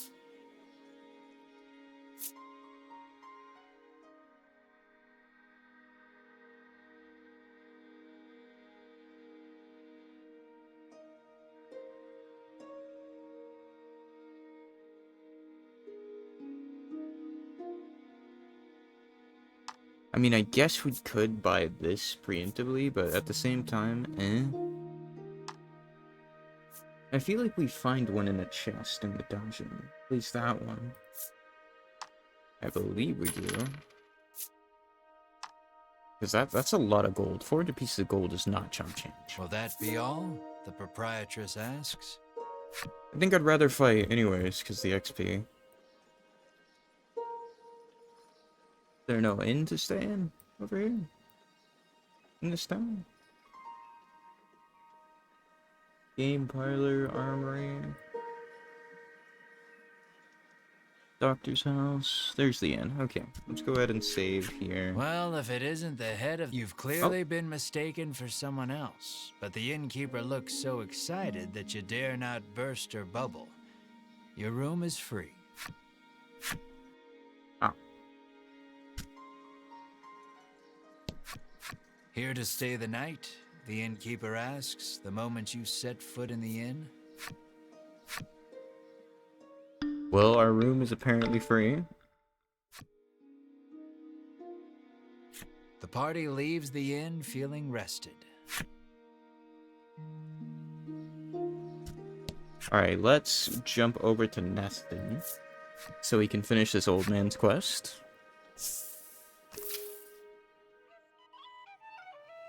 So that is...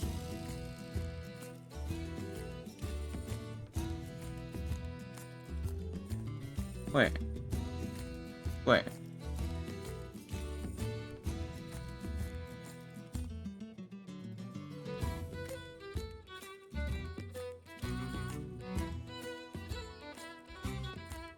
Where even is the place we need to... Huh? I'm pretty sure the place you needed to go started with an N. Pretty sure. Or am I just losing it?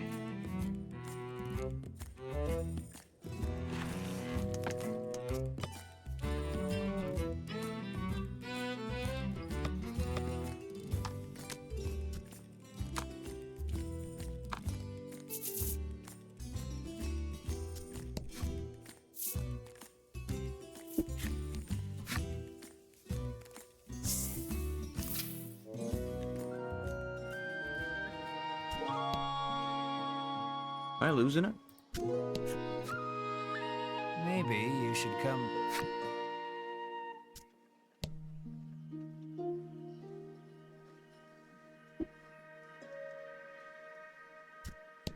The guard stops you, saying you aren't permitted to pass.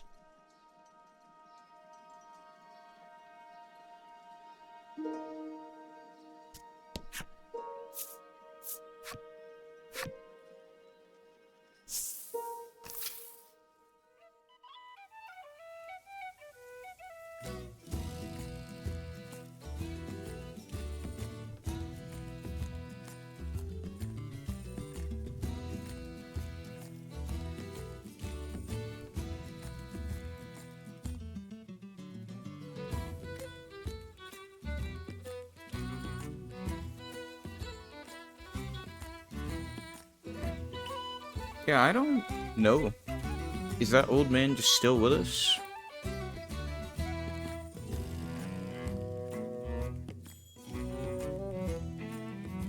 Did I accidentally skip his dialogue or something? Because we didn't get a reward. Because I don't think we've been to the place he's taught. We went to Thriston, but where's Nexton? I'm pretty sure that little kid also mentioned the Nexton. There it is. Wait. Yeah, okay, it is right here. It was below. I went back to Advent. It's this place, alright. I was so confused. I'm like, I know for a fact we've been to a Nexton already. He reaches into his pack and hands you a pouch full of gold. This is to be your reward, he says. The next instant, he takes off for the center of town, shouting, "I shall be there soon, my love." 1,500.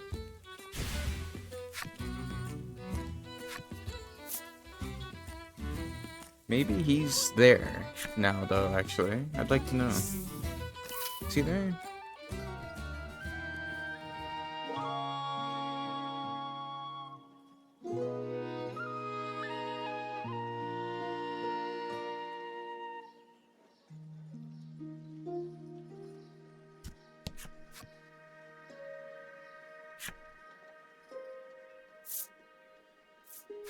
You try asking the man if he knows anything. The man's eyes widen.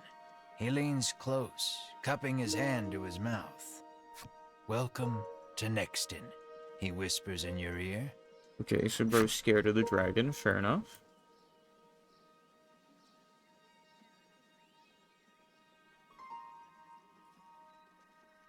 Okay.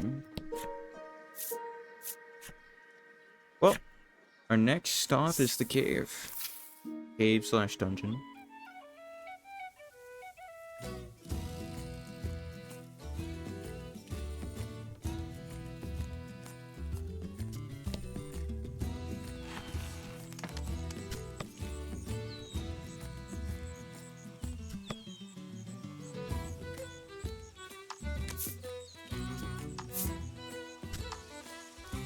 We are now going to venture into the cave.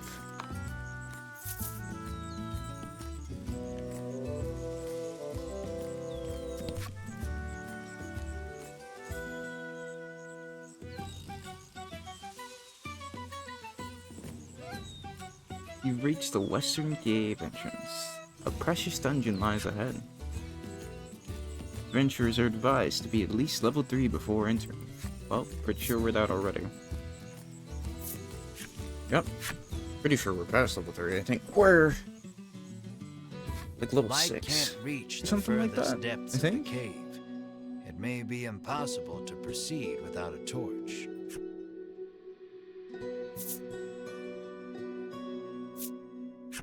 Just a Light torch. the torch. It'll be much easier to explore now with your surroundings better illuminated.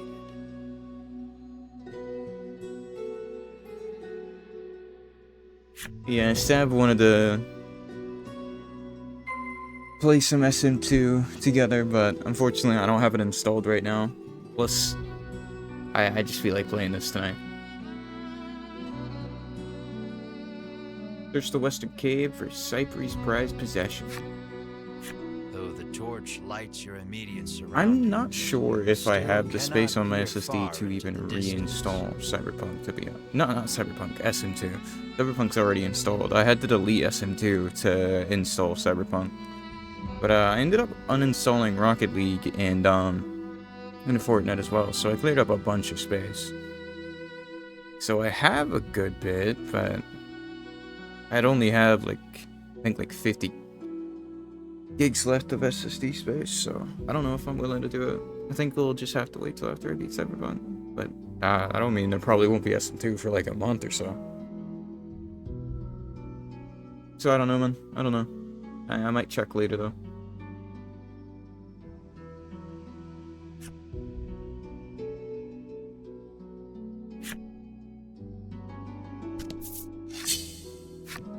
Brother, I just got here.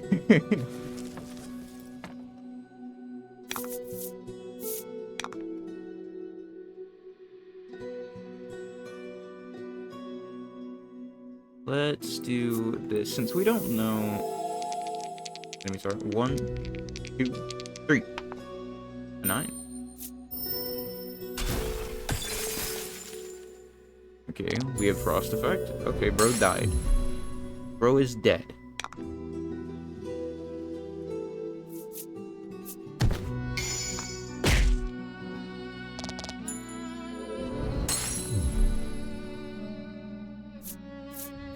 Okay, I think we've gotten to that point where aim is actually significantly slower than every other character. Well, not slower per se, but he just doesn't have turn order priority. The turn order changes depending, like, moves and all of that.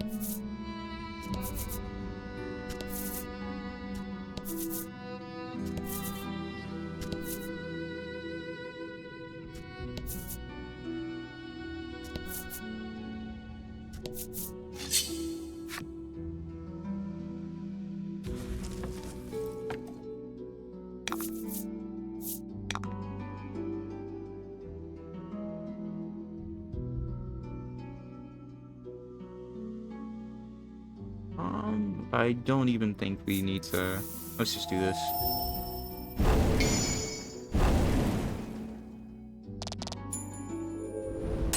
Yeah, I think we might just be a bit, above the level for the cave, you know? Just a little bit. Only a little bit, though. Only a little bit.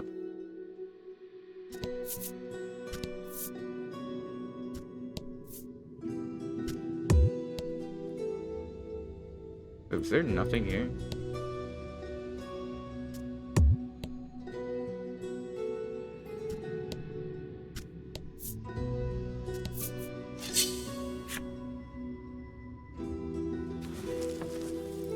I might be confused because that's a whole side room, but there's nothing in there. Alright.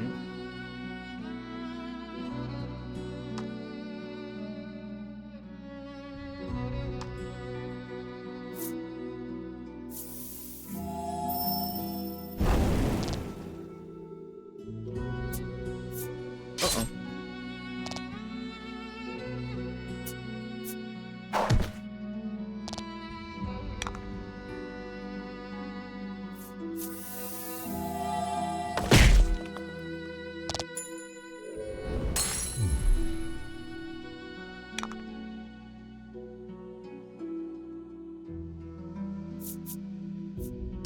There's no point in using heal at the moment. He's not that much lower. Congrats. He's only 5 below, so...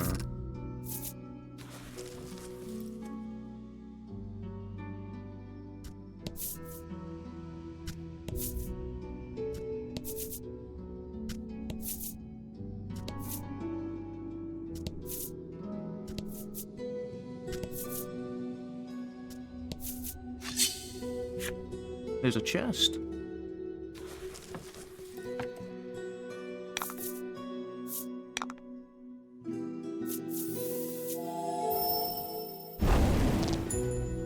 Well, I think that might have been really effective.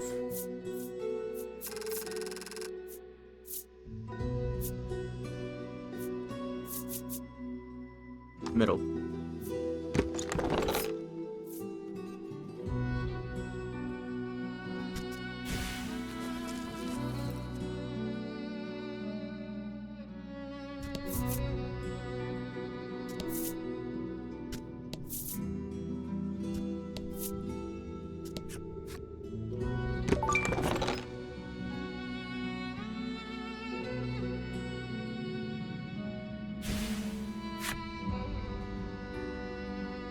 I did want to experiment with that, so at some point maybe we'll actually use that.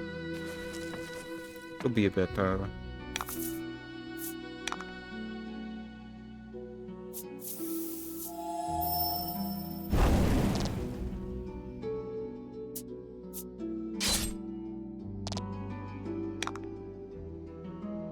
Let's pass.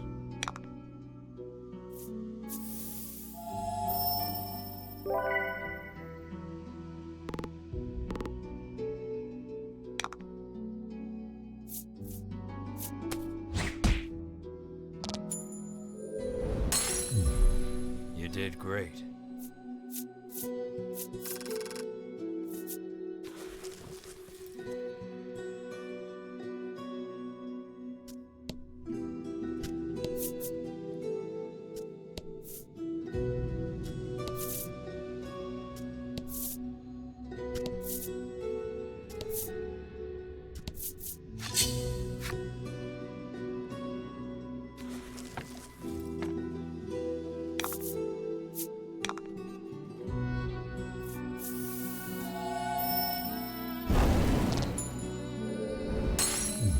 I guess we know what's really effective against those mushroom guys.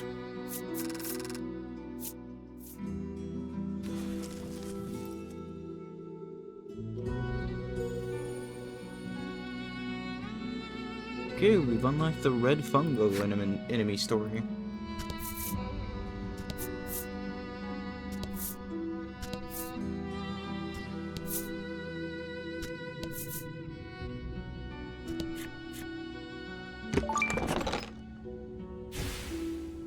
I will gladly take 400 gold. Are there any secret passages in the walls? No.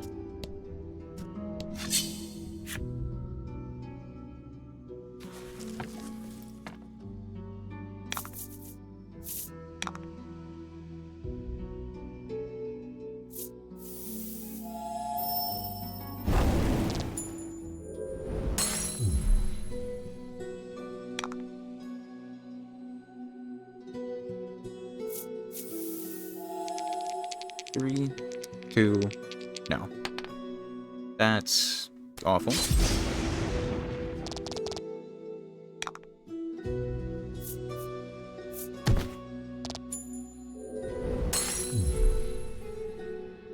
I think if it would have been higher than I wanted, I actually would have just killed. What's the downside about that move? Is that specific guy I never seem to have really good luck with.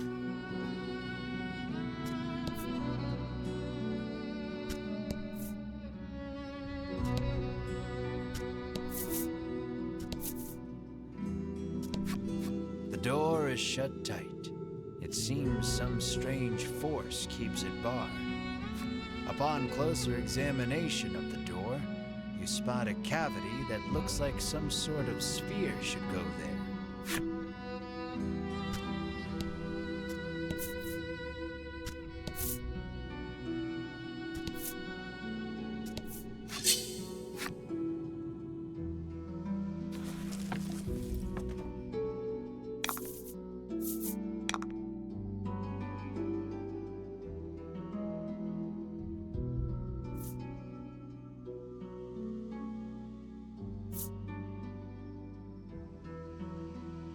Okay. Yeah, we're just going to go ahead and take out this one.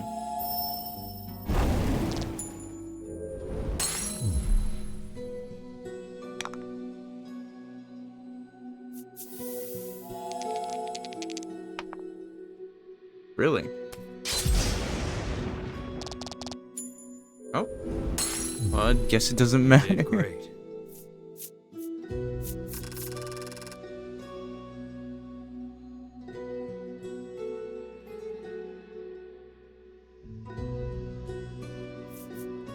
Also, thank you, narrator. I appreciate it.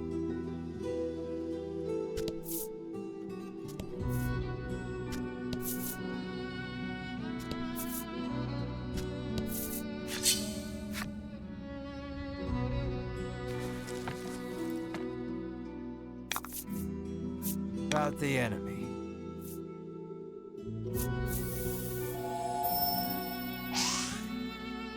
Ah. Oh. Well, that works out.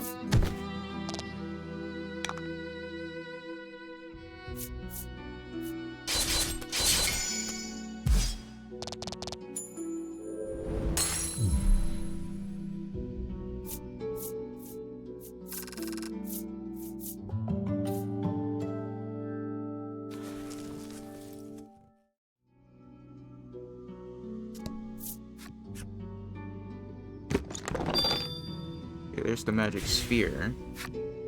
But we'll wait a sec before we actually go any further.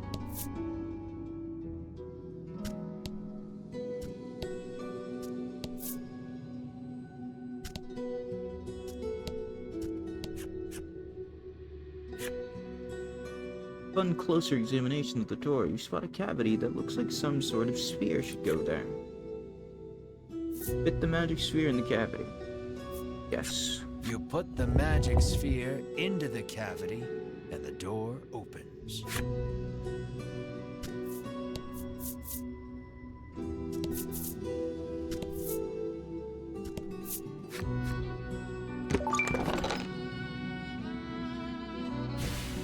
Revive potion, okay.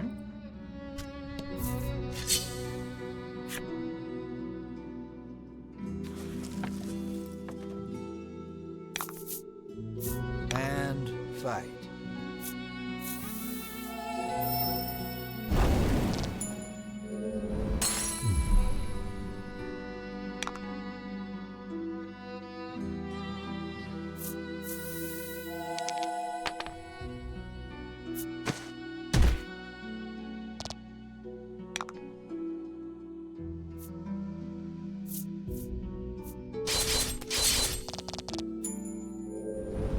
There we go.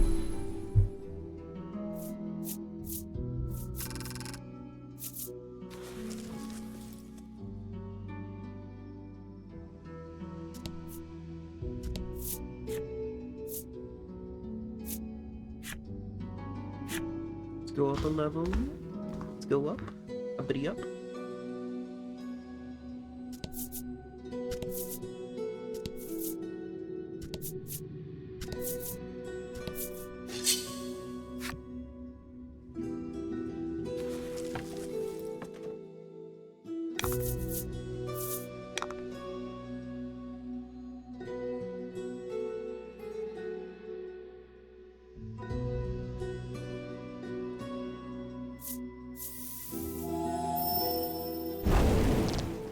Uh-oh.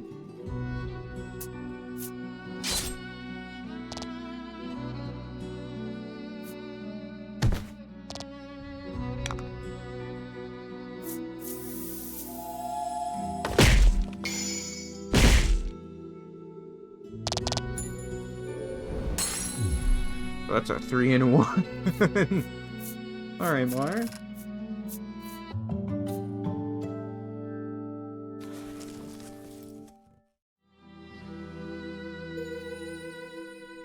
You fulfilled the necessary requirements and unlocked Skull Soldier's enemy story. Unlocked Orc Child's enemy story.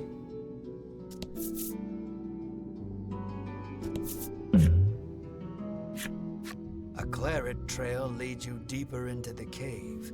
Was the walking wounded a monster or a human? A knot forms in your gut. You raise the torch to get a better look at your surroundings. The walls have been gouged and scarred as far as you can see. Another message comes into view, written in tiny letters among the scars. I will find you. Horrors transpired here.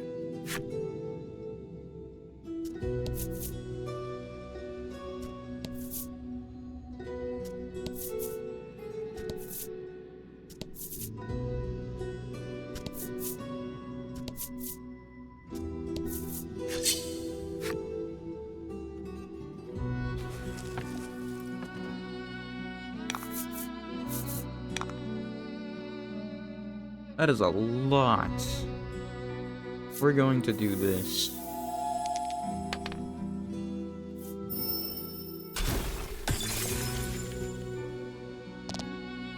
No freeze.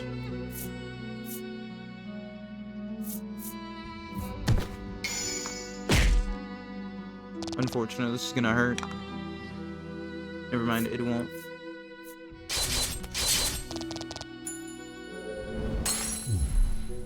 We probably could have did way more damage if we would have burned them, but that much health I wasn't confident we'd kill.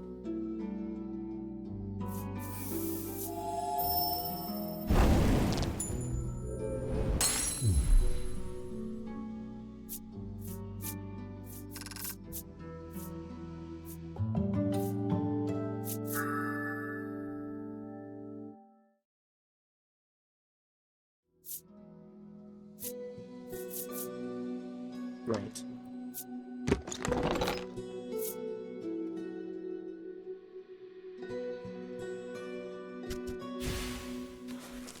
I'll take a revive. I will take a revive.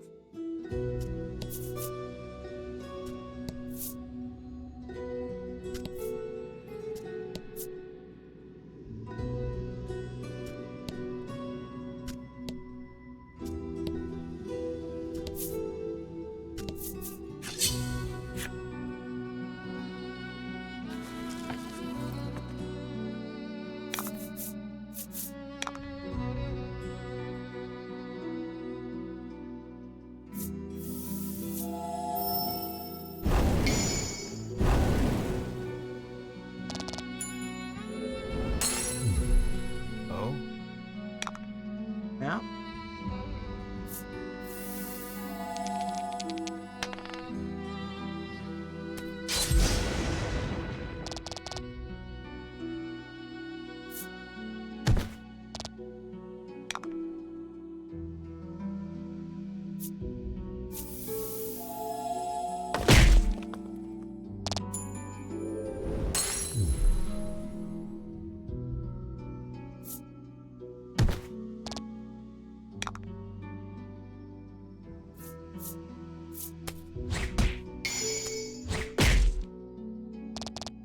It's a lot of damage just to finish.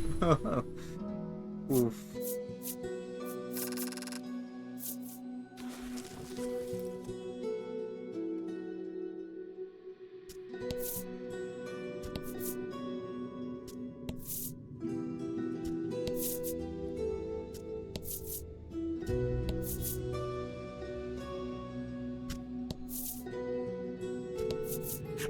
make to open the chest, but an ominous voice echoes around you. I will not relinquish my hoard. The next instant, something leaps at you out from the darkness.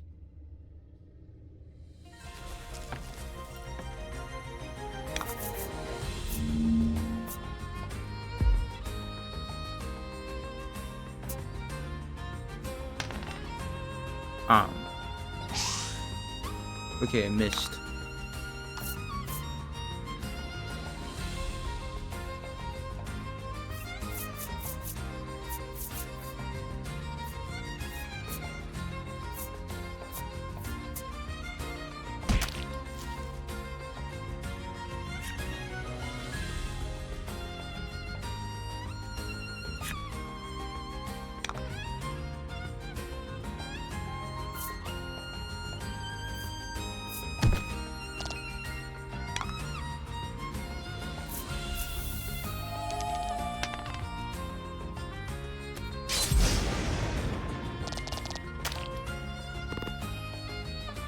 Oh yeah, okay, I'm glad I did that. Because he does have regen. Ooh.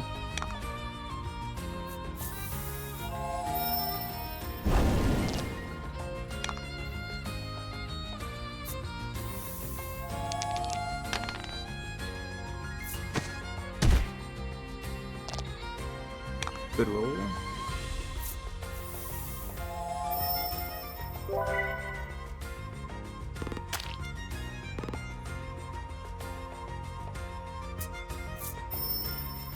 Oh no. If he gets a crit, he might just one-shot her.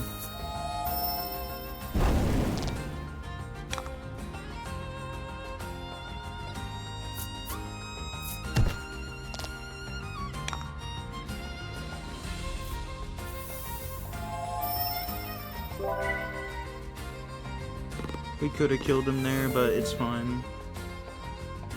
Preferably he hits Mar. Yeah, that didn't do anything. Goodbye.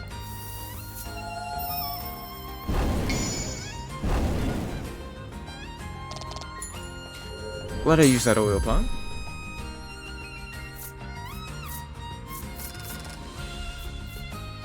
We still had it in the bag, but it just made it take less turns. The monster defeated, you turn toward the treasure chest. And see those Ivory Order jerks rooting through it. You rush over, but you're too late to stop them. Sweet of you to take care of the monsters for us, trills Winifred, favoring you with a smile. Tugging the spoils from the chest safely into a bag, the Ivory Order trio stroll away whence they came. Knowing you couldn't stop them if you tried, you can do nothing but stand slack-jawed and watch them go.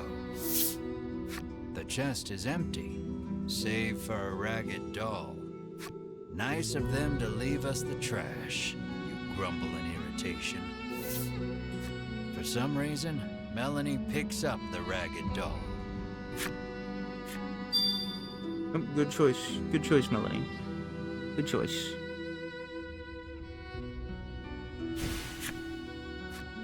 Your shoulders slump. All that effort, and this is all you get to show for it? You find nothing else even close to treasure. Hope Cypri is ready for bad news. Leave now would be the fastest way out.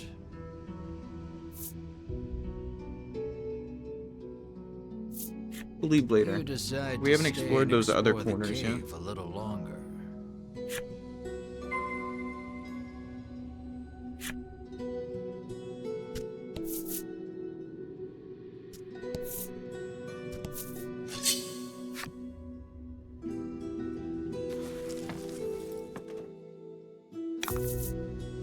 And fight.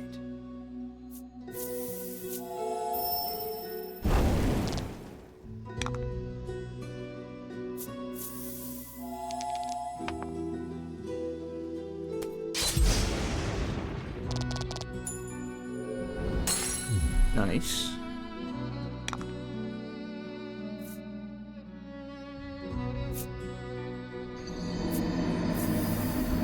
Oh. 4, of course.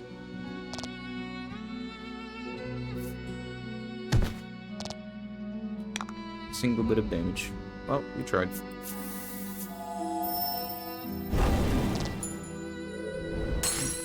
Welcome, Sav.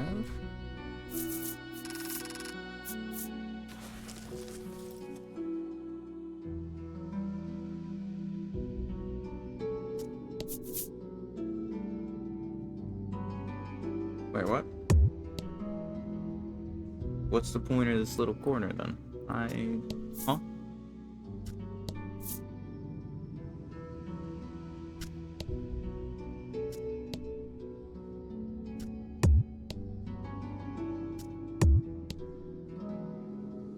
No secret wall? Alright.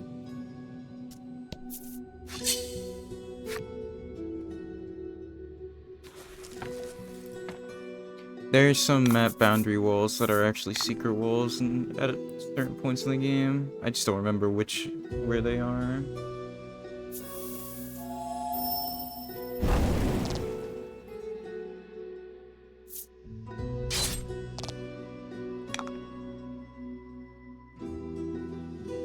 And us.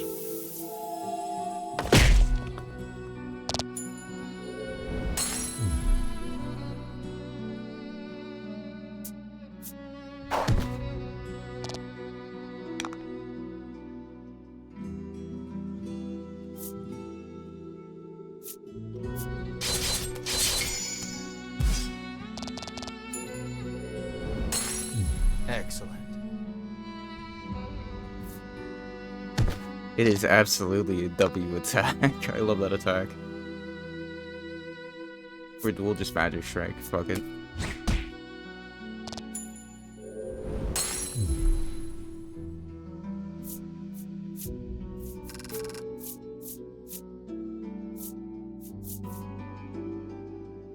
We'll go middle.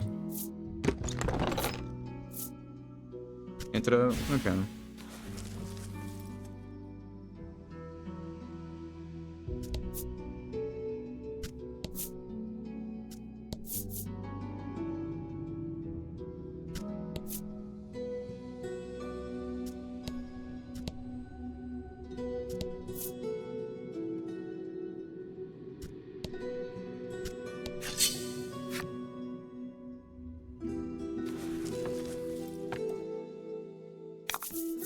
Got a bunch of sounds on the stream today. Super excited for people to use them. Did you add more since the flip stream I watched yesterday?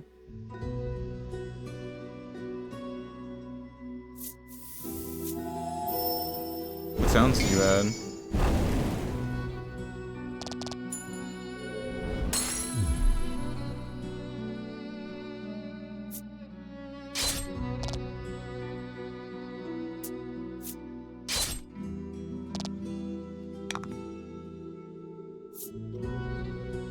I'm honestly partially hoping this doesn't kill both so I can use heal. Okay, it doesn't. Alright. Let's heal Mel.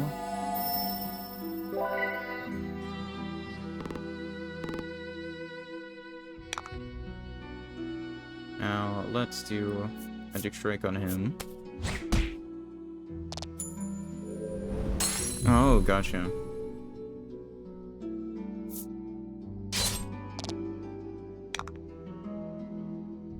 Honestly, actually, I'll look forward to seeing that, because I did not add any, like, gifts or anything for mine.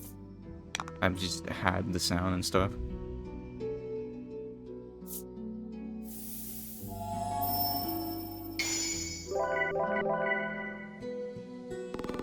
Oh?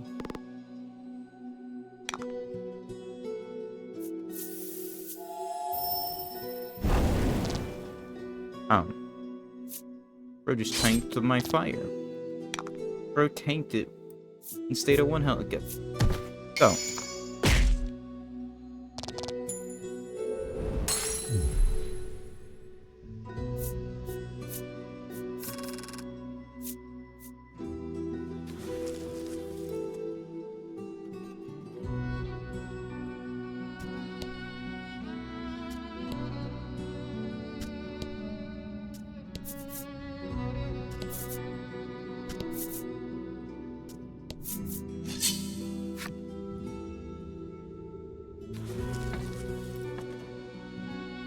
I know.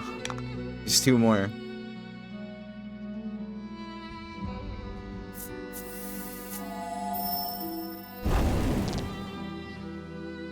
Hopefully we get there soon. Hopefully.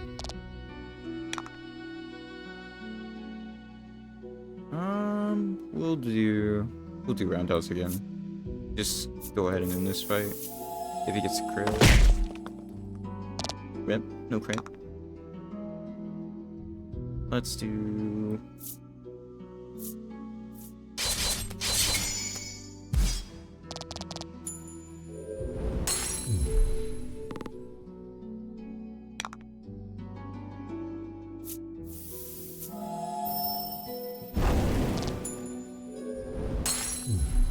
Congrats. I knew I'd like replaying this game, but I didn't think I didn't think I'd get hooked this much again. So I might end up changing the Friday stream to this as well instead of playing Risk on Friday. I don't know, we'll see though.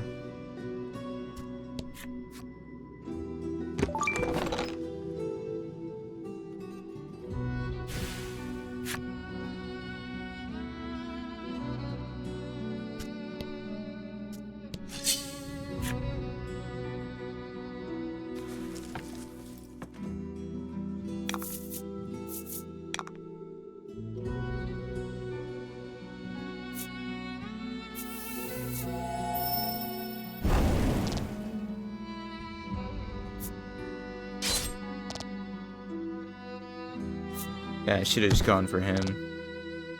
But it's only 2 damage, so it's fine.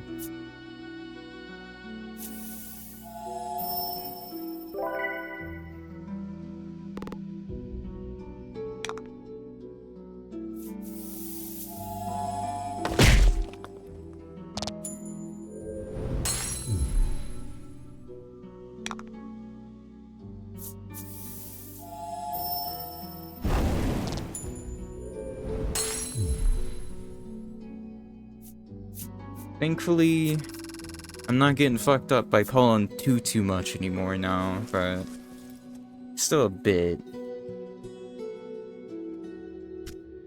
Here's hoping my throat feels better sooner rather than later. Why is that card there? Okay. You press on, deeper into the cave. Light floods into the chamber, illuminating a scene so startling, you nearly drop the torch altogether. 2 mummified bodies lie close beside one another, their hands clasped together. Beside them, a message written in blood.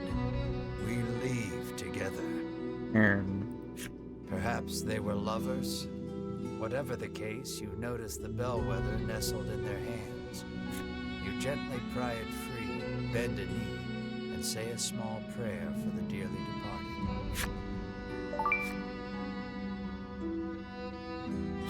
Yeah, there's the thing to escape if we want to, but there's that one passage down at the very bottom. I want to see if there's anything there now.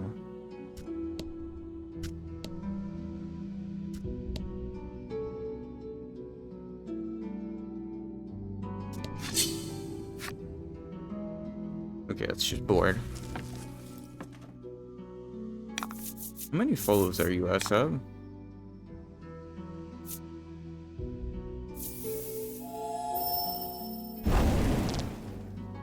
Hold on, I think I can just check.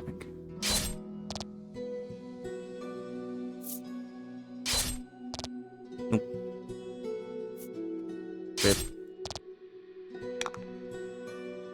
I'd have to go on the actual Twitch window. 38.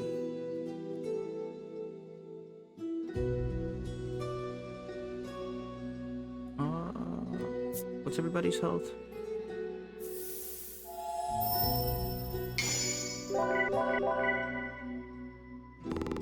Oh?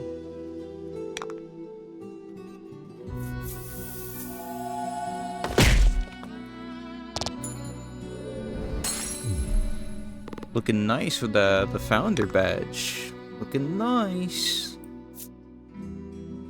I must say, no bias whatsoever. Looking pretty snazzy.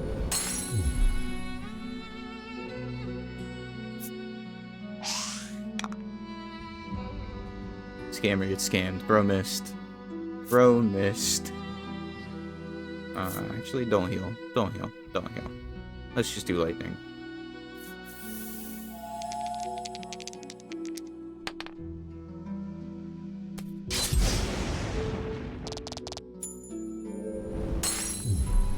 Good work.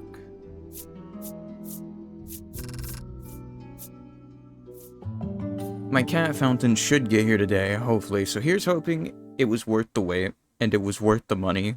It was pretty fucking expensive. But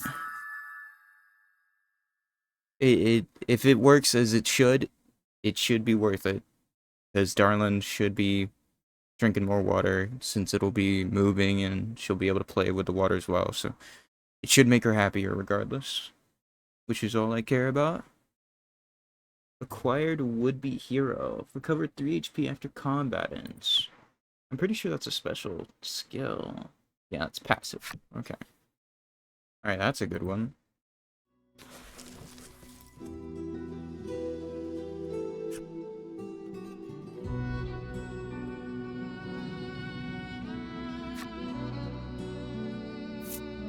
I don't think so. I think it's fine.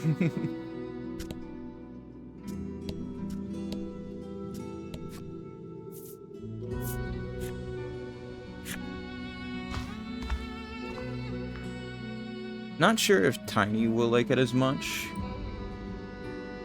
Because he seems to prefer like a non-moving water situation with just a regular bowl.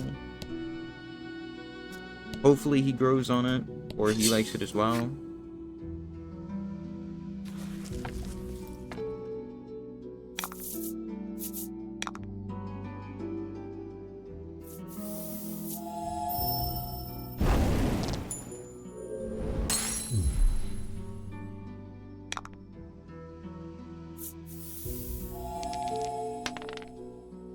Four. We'll take that.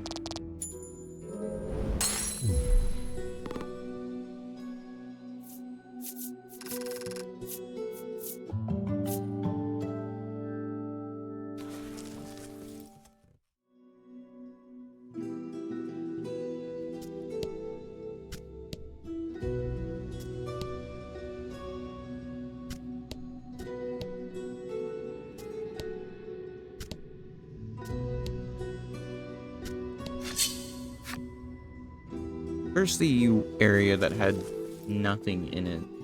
I don't remember if it's something that we go back to, because I think we revisit this place later in game. I'm thinking maybe that's where the item we come back for is, and I'm just not remembering. Let's just kill. Versus taking twice damage.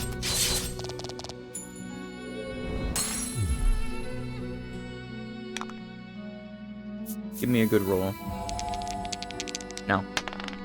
A 6. Nice.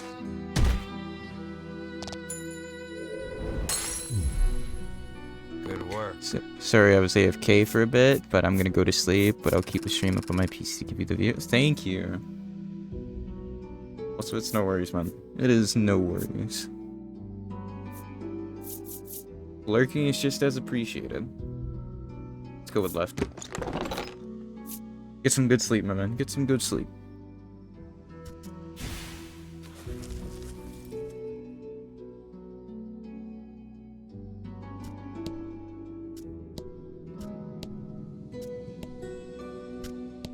Okay, there is nothing in here. I'm thinking this is an area we come back to later.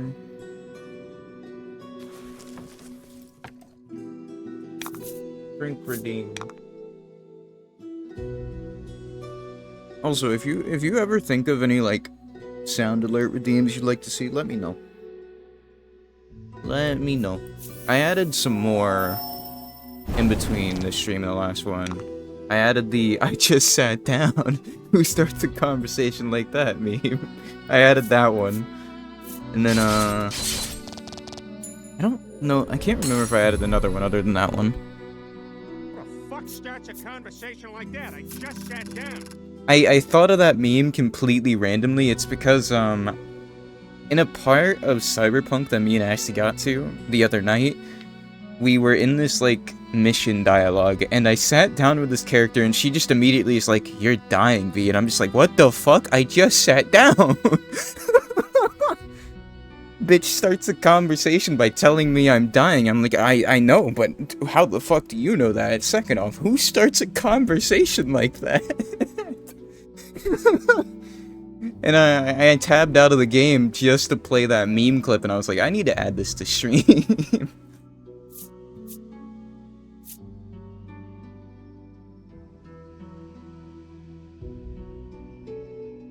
I should move that one. I should move that one. I'll probably try and move it down to the middle, or to the bottom of the screen. Put it down there. The only reason that one's kinda in the middle is because I think we set it up rushed, because the first ever sound alert we, like, properly set up was that, the Dark Souls Dead one in the middle of the Terraria stream. I just never went back and moved it. Hold on, I can move that right now, actually. But I don't know how good it will be being moved.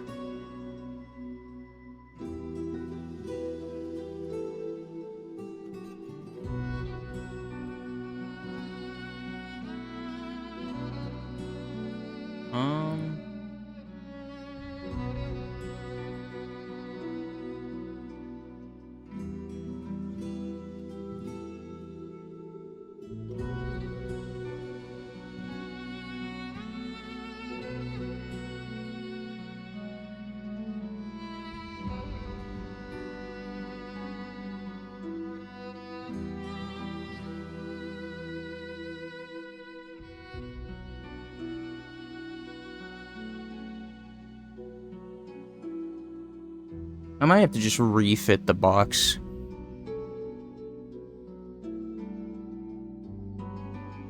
I think I'm gonna put it over here on the right, because I can't perfectly put it at the bottom middle right now.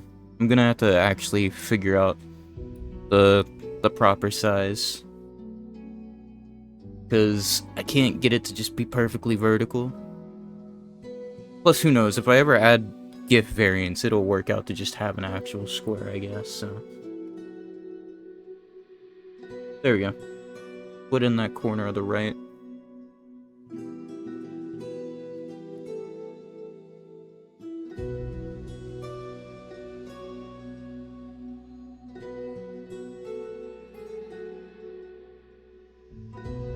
Alright, now lock that there. Lock that back.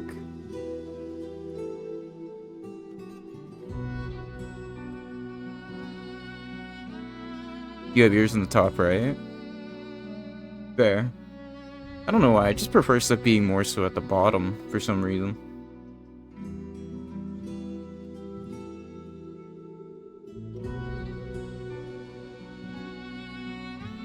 There we go.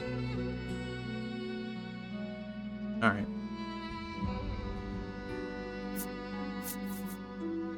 Middle. I don't think we have any curatives, so you know what? I'll take it. I will take it.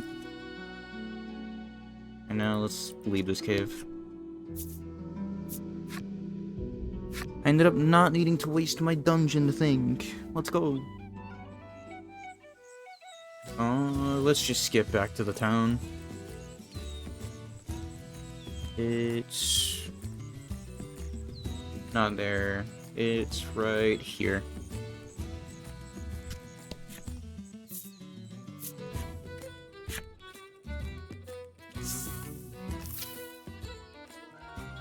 Thank you, thank you. ETYL. No idea how much longer we'll be going, but I'll probably still be going for a bit.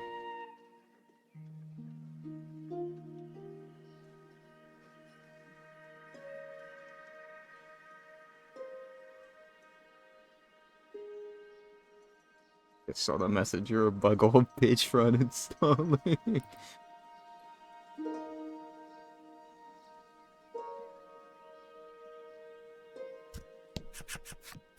Were you able to find my treasure? Cypri asks. This is all we found, says Melanie, withdrawing the ragged doll. Cypri's eyes widen as soon as he sees the doll, and he reaches out to take it. Without breaking his gaze away from the doll, he begins to speak. Cypri tells you he gifted this doll to his young daughter a long time ago. But she fell gravely ill and died. Well, no wonder why he treasures the doll. Since then, Cypri has treasured this doll as he treasured his daughter. Then the monsters took it from him. Cypri turns to Melanie, his head bowed deeply in gratitude. So you reclaimed the treasure by complete accident. You step closer to Cypri.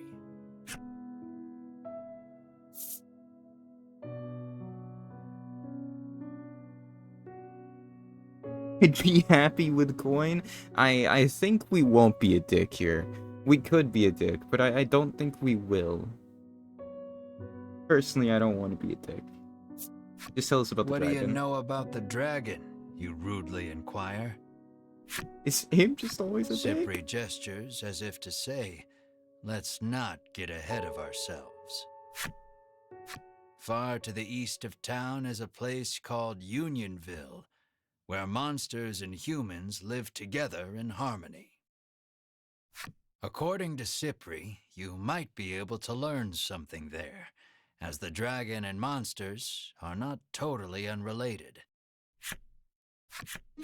Upon hearing that, you turn on your heel to leave. Cypri calls out to stop you. Journeying to Unionville entails traversing the dense expanse of the bewildering wood. You'll need this, he says, and holds out something for you.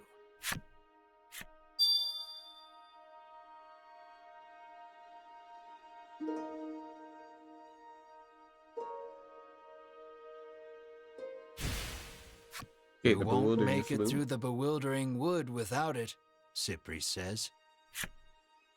Your sights set on the distant Unionville, you resolve to navigate through the bewildering wood.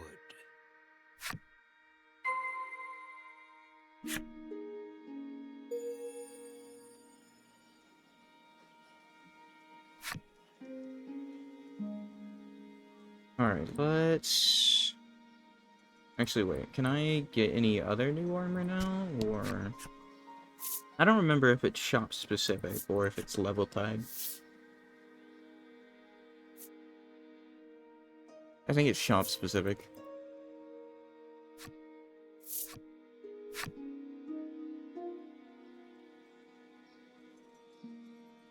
We could play a game in the game parlor, but it's...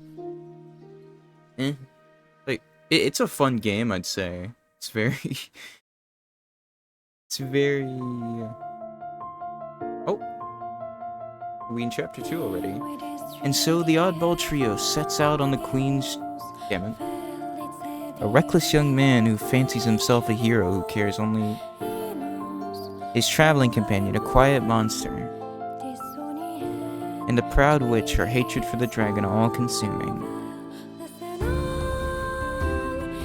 Each hunt the dragon for a different reason, but unite to travel.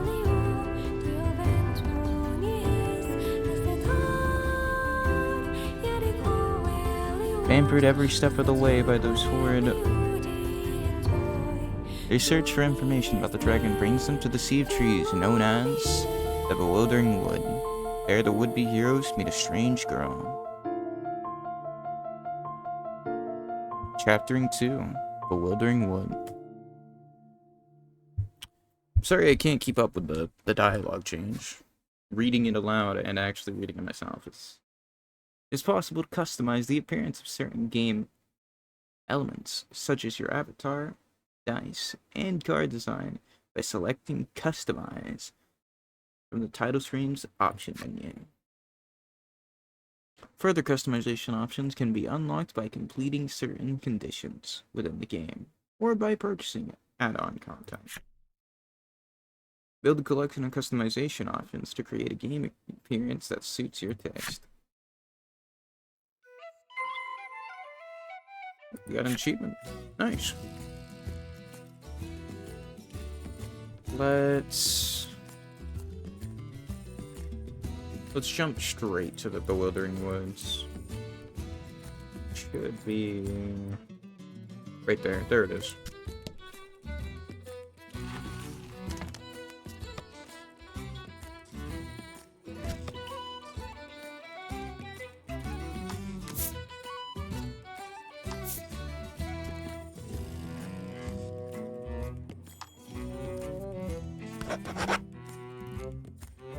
We've been in for 2 hours and 30 minutes.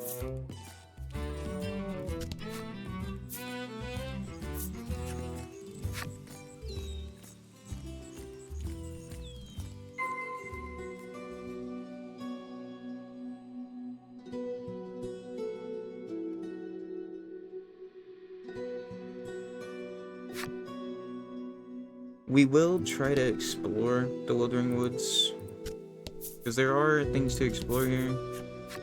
Many a brave soul has set foot in this wood, only to be swallowed up and never seen nor heard from again, the traveler intones gravely.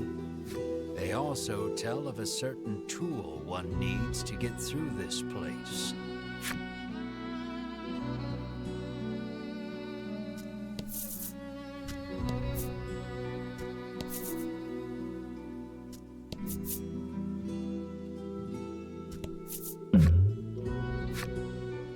You hear a beautiful melody flowing from the forest depths.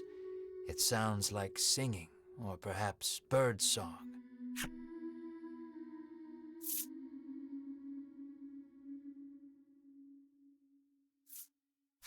As you listen closely, you are struck by a sudden dizzy spell.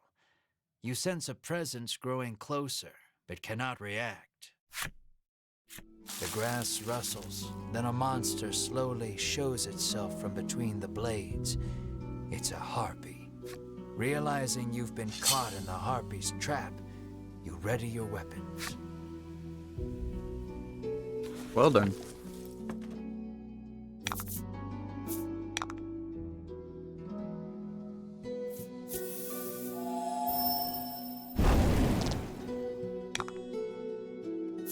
Seems fun.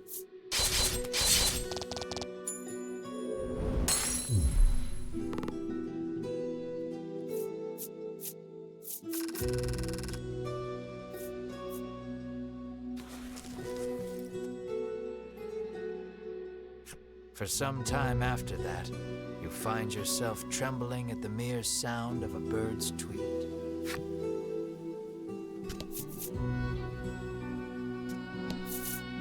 A message is written on the sign. Seek out the four stela hidden deep in these woods. I think we play the flute at the 4 things, if I recall correct.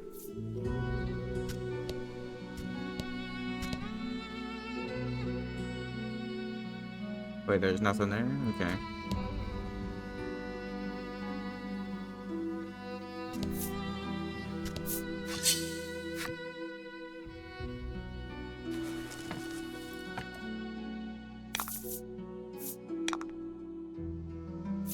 I mean, it's a tree. I'd imagine fire would be effective.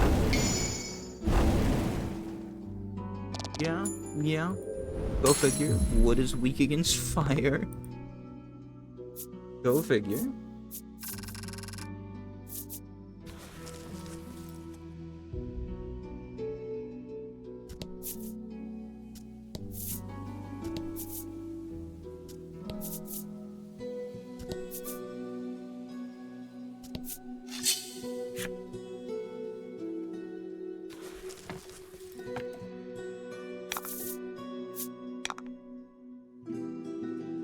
What even are you? Is that a fairy? Or a fae? Also, 33.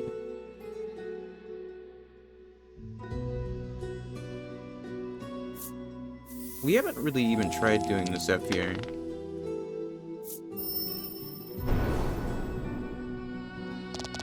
Yeah, I remember why I haven't used it. I don't remember if that hits everyone. I think it works as an AoE. But I'm not sure if it's that move or if it's a later wind move.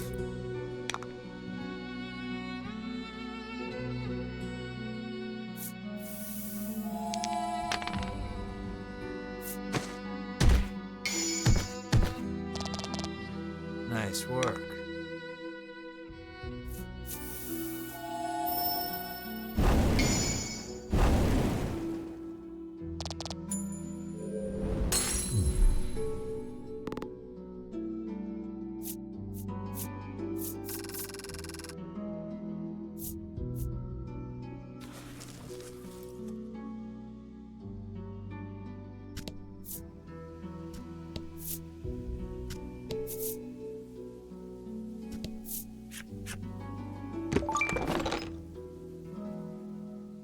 Quality salve, nice.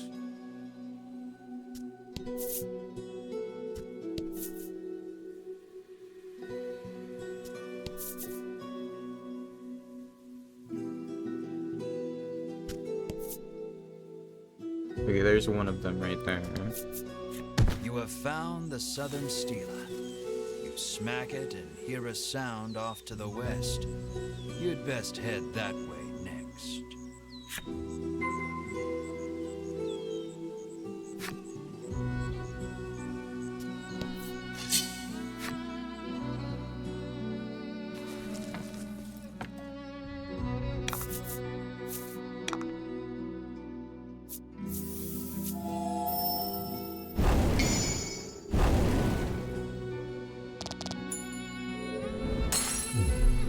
That was lucky. Was it lucky?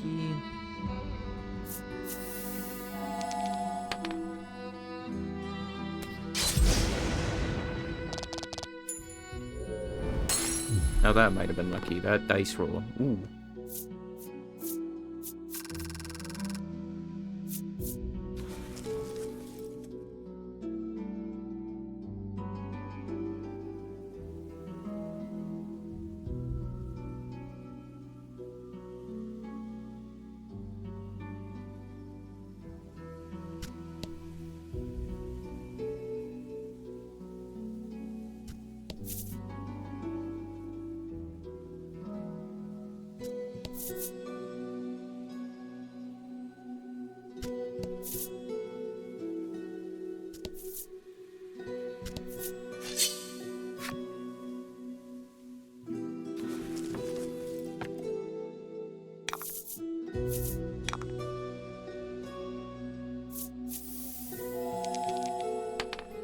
I want to see, is this an AoE?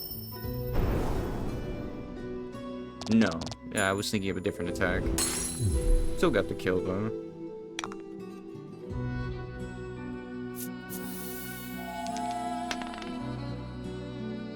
Five and a 6.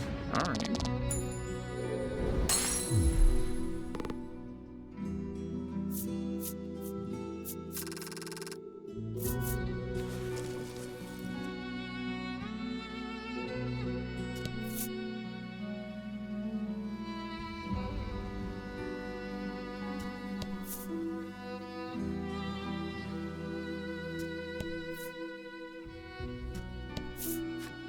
The man sighs, realizing he may never be able to escape with his current tool set.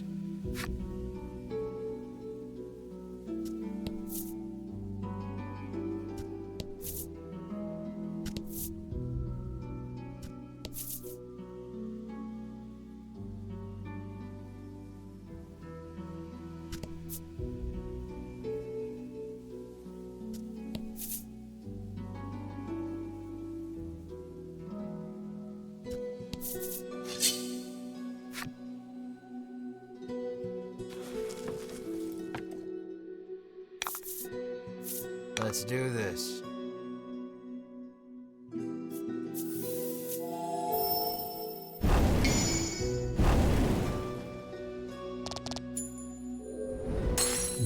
Noted. So Fortune that's not a favors the bold. guaranteed kill. It's a guaranteed with a crit though.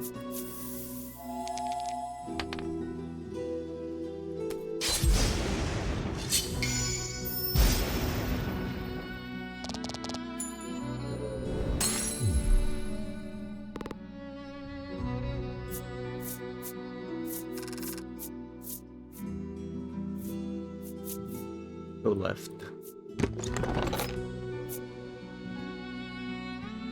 Okay, an attack or defense debuff cure.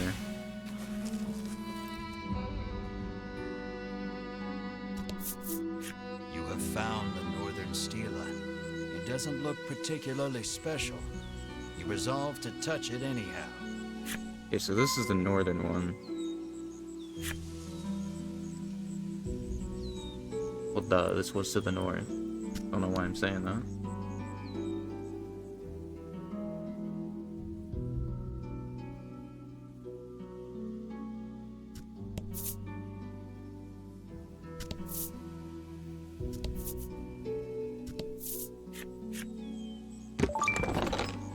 $500 gold.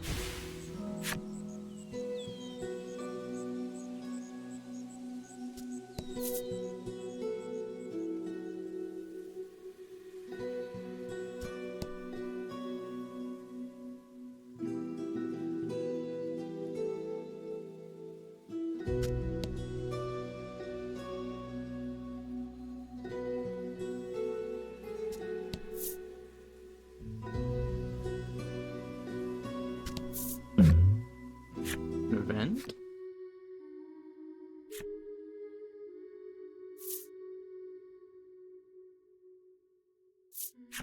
As if drawn in by the voice, you head deeper into the forest, where you find a woman playing. Why won't the right words come to me? She laments, her fingers stopping on the strings. Hearing her sigh, you offer to help her with her song. Very well then. Please finish this verse, she responds, then begins to sing.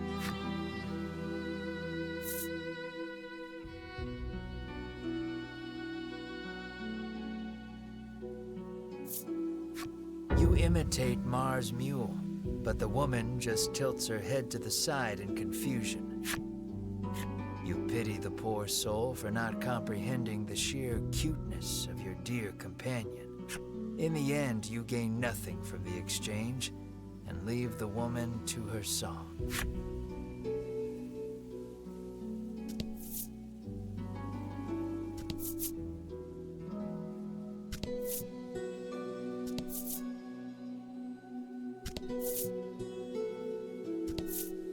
You have found the Eastern Stela. You see the words Melody of Fortune chiseled into the corner. Last one should be... I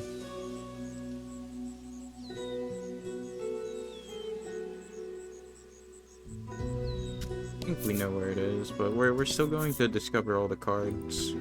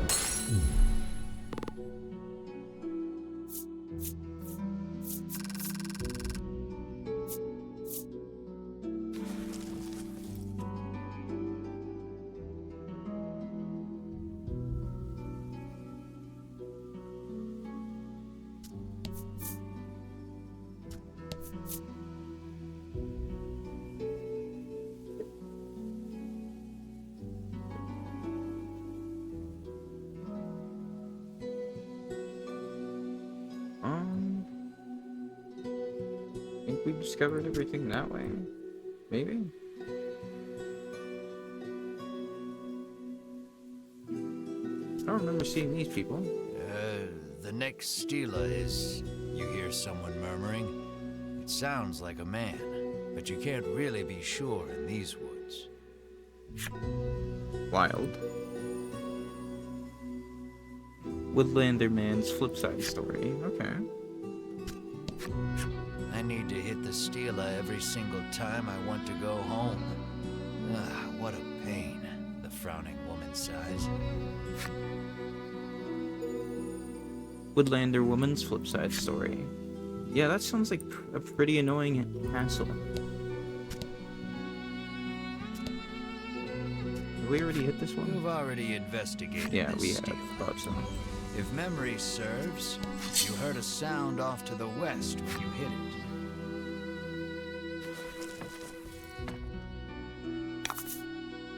Don't hold back.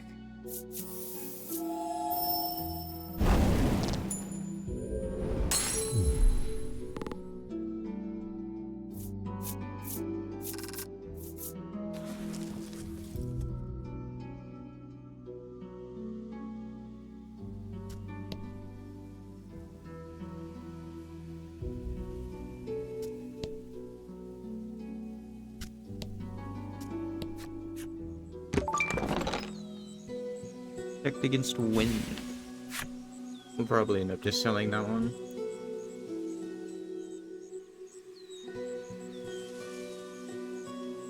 Oh, there it is.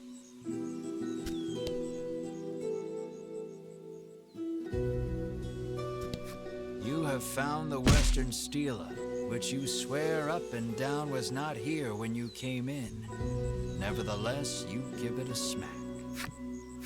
You have found all 4 of the Stela in the Bewildering Wood. On a perhaps related note, you hear a sound emanating from the east. I think we discovered where we checked every nook and cranny here in the woods, so I think we should be able to just move on now. I don't think there's anything we've missed. Go all the way here.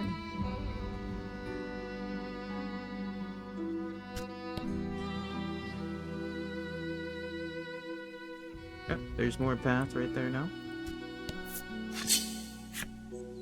Enemies.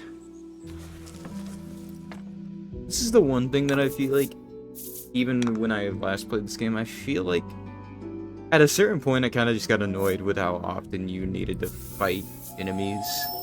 But it also is really handy because honestly, if they made it where you didn't fight enemies as often as they do show up,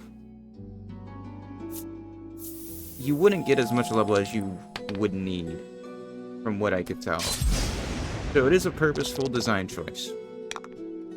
And it does work out as a good design choice, in my opinion.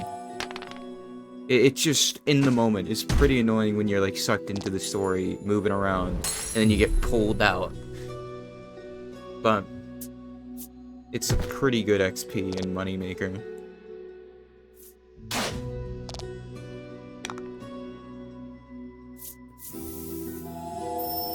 So it's kind of worth it, especially since you can also get treasure off of them too, I guess.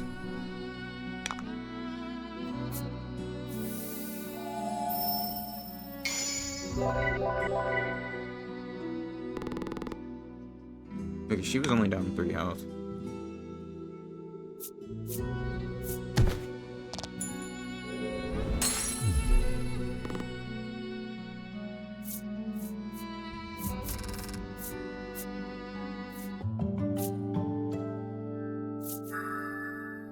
Thunderstorm. Deal attack plus 4 bolt damage to all enemies. This is the move I was talking about. The one I was thinking of.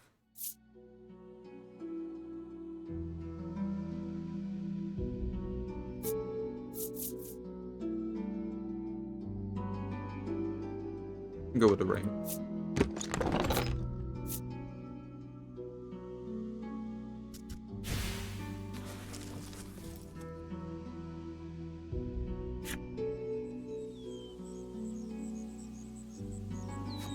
Each character in your party can set up to 4 types of skills. Open the menu, select setup, and then the skills to choose, and set the skills your party members can use in battle. Set up your skills? Yes, because we wanna... I think we need to swap Melanie's skills out now.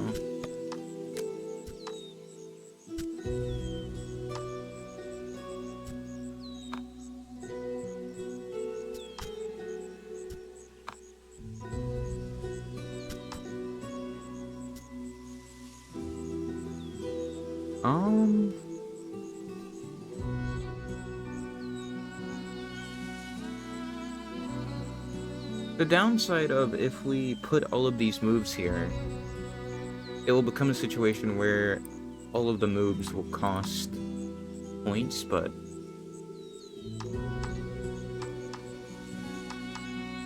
I think this is the way I had things set up in my original playthrough too, actually.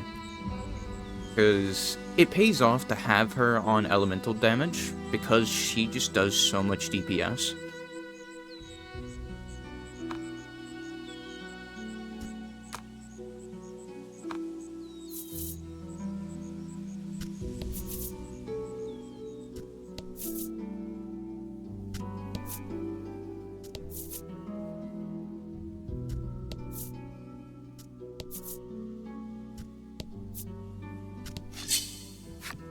Anything else? Obviously we have to hit that stone, but I just want to walk forward a little bit, see if there's anything.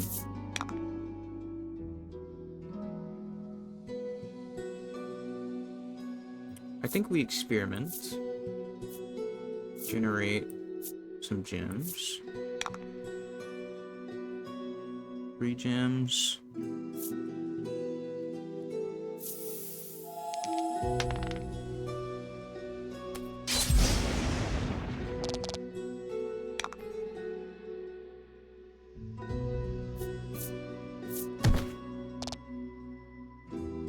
I know we're kind of just wasting and tanking damage, but I want to just test her move out. Okay, they end up going for Mar anyways, so.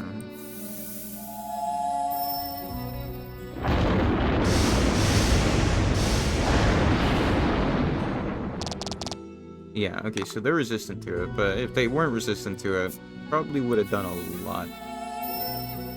That move becomes pretty good later, and from what I recall correctly, moves can actually synergize, so say you freeze an enemy, or freeze multiple enemies, they become, like, weak to the lightning because of them being frozen.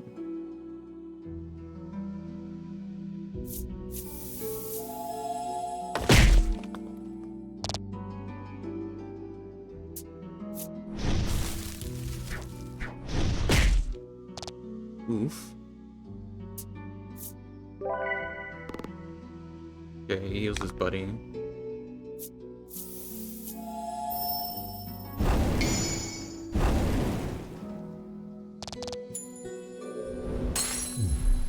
Excellent.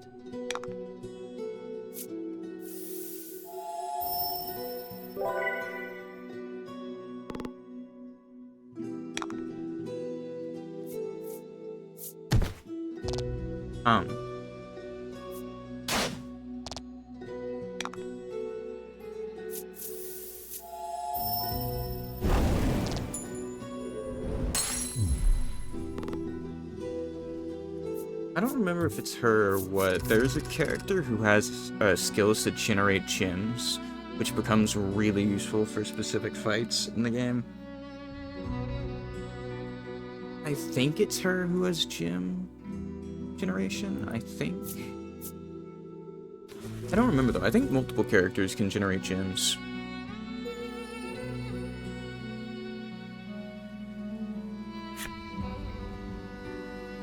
We've unlocked the sapling tree story.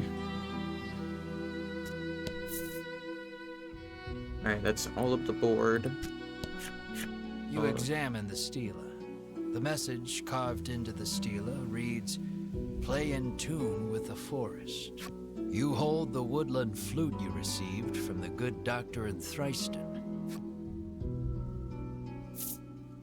Yep. Doot doot doot doodly doot doot doot doot. You blow a handful of pleasant enough notes into the woodland flute. You soon become aware of accompanying percussion, which reveals itself to be a series of impeccably timed footfalls racing toward you. A young woman appears before you. "That was absolutely dreadful," she whinges, her jaunty gait betraying her enjoyment. She calls herself Riddis and declares herself a woodlander, resident of the bewildering wood. By sheer coincidence, the flute on which you played those notes was one designed to call the woodland people to your side. Stunned by your good fortune, you ask Ridis to lead you eastward out of the forest. What luck! She agrees far more readily than you ever anticipated. But, she continues, extending her hand, you'll have to hand over the woodland flute first.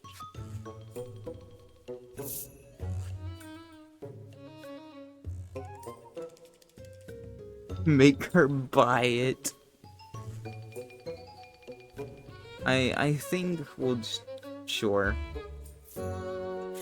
You hand over the flute, firmly restating that she may have it on the condition she leads you out of the bewildering wood. Ridis plucks the woodland flute out of your hands with glee and begins playing it as she skips away.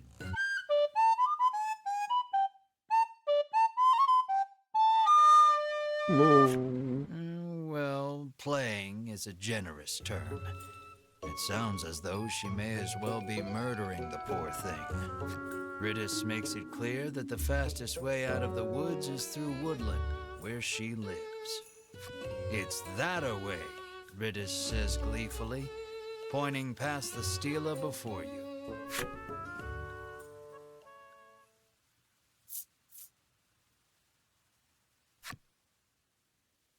Possibly a path to woodland has been hiding behind the steel the whole time. Take the shortcut through bewildering wood toward woodland.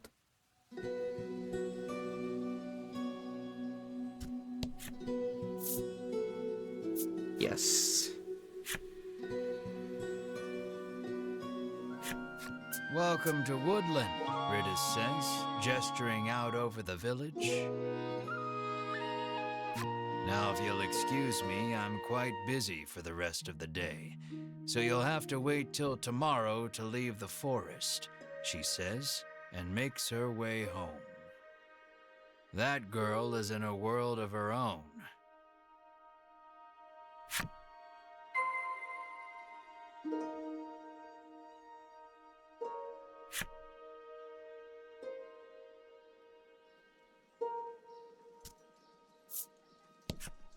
Welcome to the Forest Oasis, the man greets you warmly. Well, thank you. We'll have to check out the armory as well here.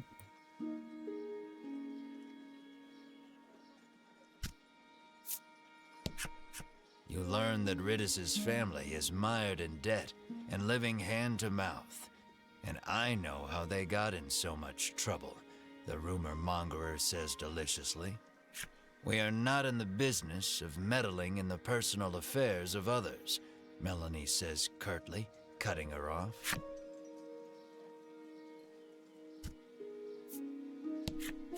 Apparently she's heard rumors of the dragon destroying another town somewhere.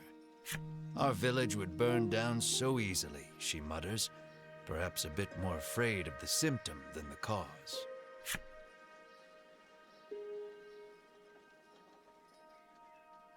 That's Ridis's house. This shortcut is reserved for use by woodland citizens only, the guard barks, clearly unwilling to let you pass.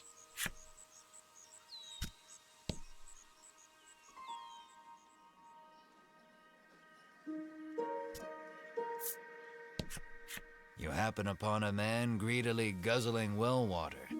Could it truly be that much better than ordinary water?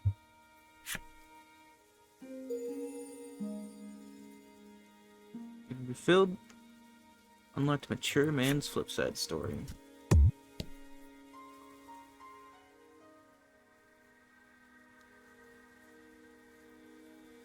Got all the NPCs to talk to? Got all of them?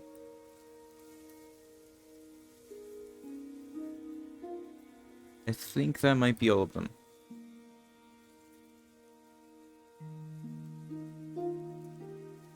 Or even is the Game parlor. Apothecary armory. There's the inn. Okay. We're gonna go to the armorer.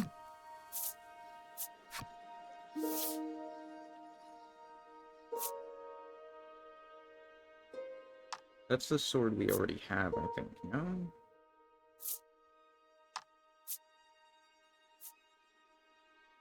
Yeah, okay, so we didn't end up buying it.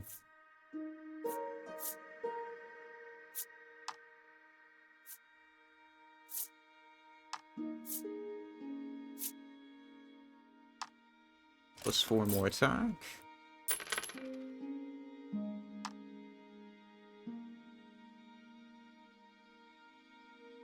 I think we already gave this to Melanie. Unless it's slightly more. No, okay, it's the same.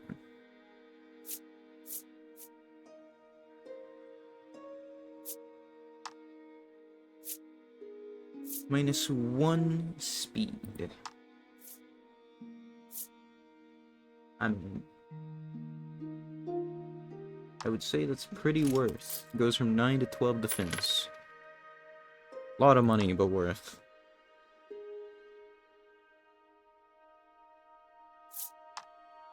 I think we've already...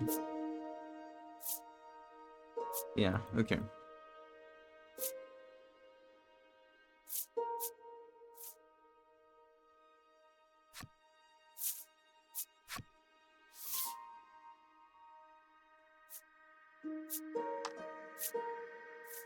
I'm not sure if we stop here or not.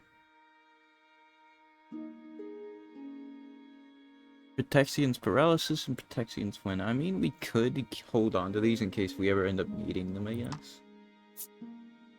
Like, we can always sell them later, because we're not really strapped on cash right now.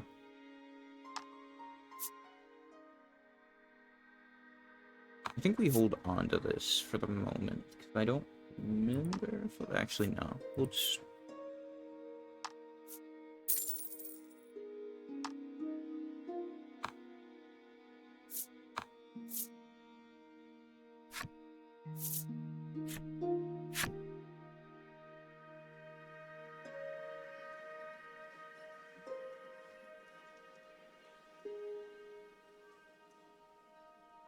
Well,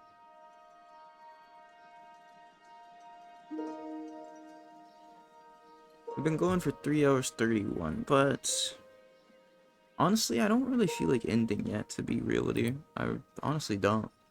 I'm having a lot of fun. Just enjoying the game.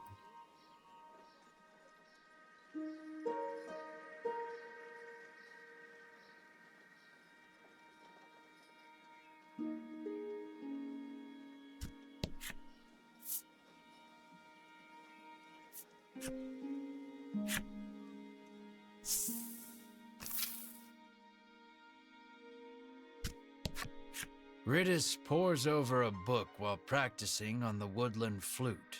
She remains dreadful at it. The instant you begin speaking, she nearly leaps out of her skin and hides the book. She somehow hadn't noticed you. I thought you were the debt collectors. You can't sneak up on me like that, she stammers, struggling to regain her composure.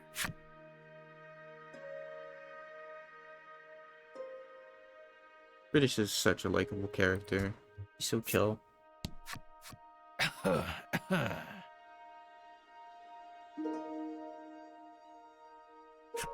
take note of a woman who appears quite ill. As it turns out, she is none other than Riddis's mother.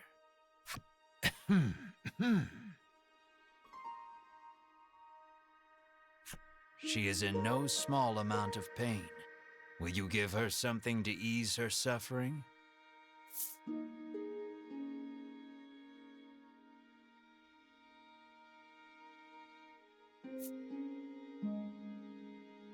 I don't know if this would work.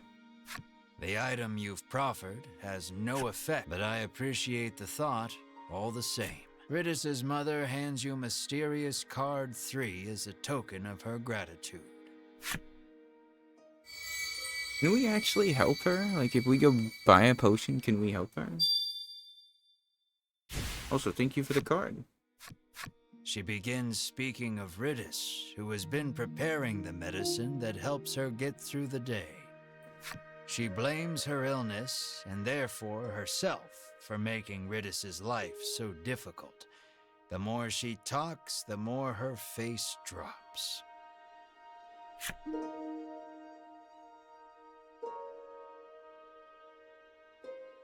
Poor lady.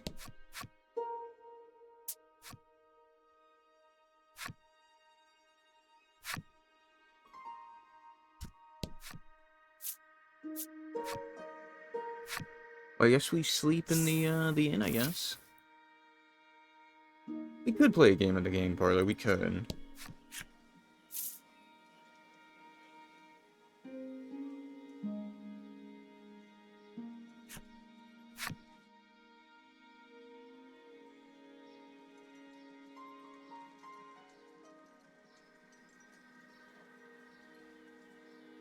I feel like there is an item that can help her mom. I just can't think of what it is.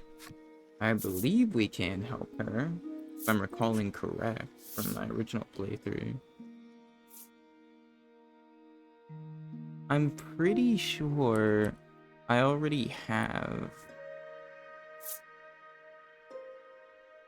potions, but it wasn't an option to give her, so I just don't think we have what it is we need to give her currently. Been a while since we've had any outsiders, the innkeeper says, beckoning the party inside. It turns out this inn is simply a place where the poor, lost souls trapped in the bewildering wood may recover. You may stay as long as you like, free of charge. I think all the inns are actually free to stay in, it's just a different story. The wooden dining table practically groans under the weight of the platters upon it, all brimming with meats and vegetables from the bewildering wood. I've certainly earned this, you say to yourself, as you slide into your seat at the table, positively drooling over the feast before you. Melanie takes no note of your boorish behavior, uttering a small prayer of thanksgiving before reaching for a plate of vegetables. Mar sits, eyes fixed on the food upon the table, statuesque in his stillness. What a good boy.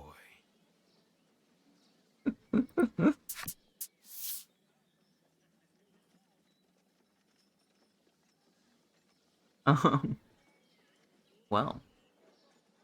Mar clears the entire table in a matter of seconds, even emptying the water barrel in a single gulp. He lets out a self-satisfied burp that sends a small jet of just-drank water arcing out onto the floor. The sun sinks low, and the day draws to a close.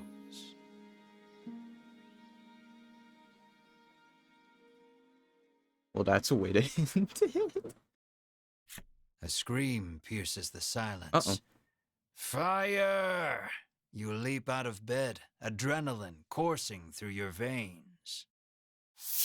The others follow suit, and before long you've burst through the front door and into the street. Riddis's house is ablaze, a nearby villager screams.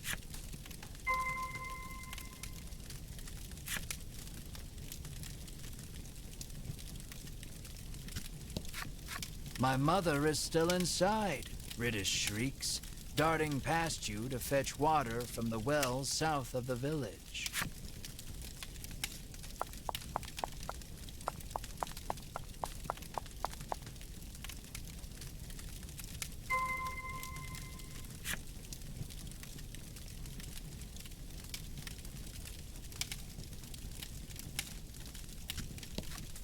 Douse the flames with water, shouts the man. Water from the well. Is there unique dialogue? I feel bad, but I want to know if there's unique dialogue. Fire or no fire, ain't nobody allowed past, says the gatekeeper, stubbornly refusing to let you through. The dragon's going to burn down our village next, cries the girl, as if the world is ending around her. From a distance, the woman watches Ridis's house burn, despair on her face. I've never actually read the dialogue for this situation. Someone save our poor village, prays the man, his eyes fixed upon Ridis's smoldering home.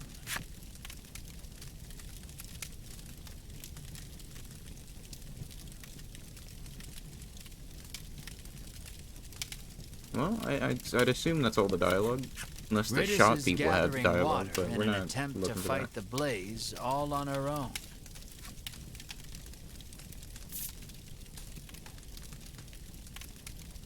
I think Mar is probably the best choice. Mar Mar's can eyes light up. do what? Scrambles over the edge of the well and sucks the well dry in an instant.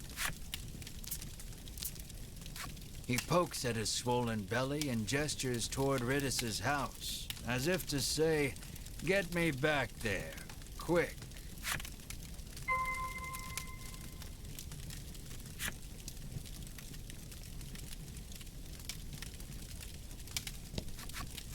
Mar douses the house with the water he sucked up from the well.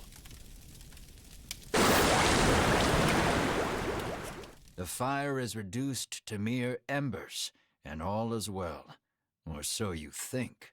Something darts out from behind the house and attacks. Alright.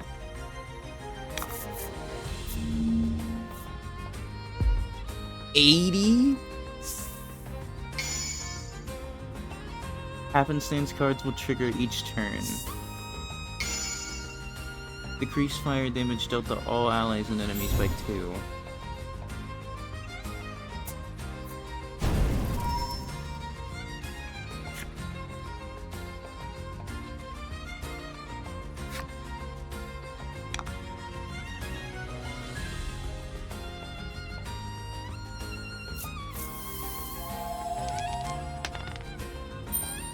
Freeze.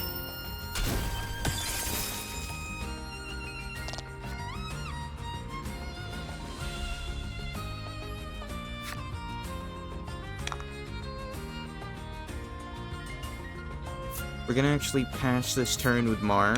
That way we can do lightning.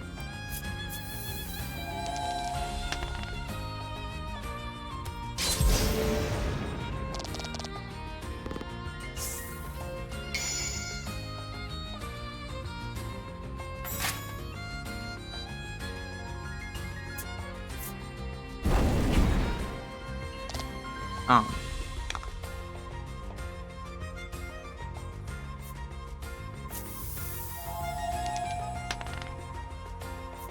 Failed the freeze check.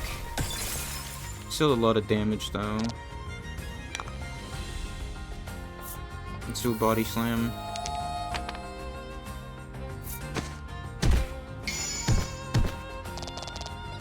Oh?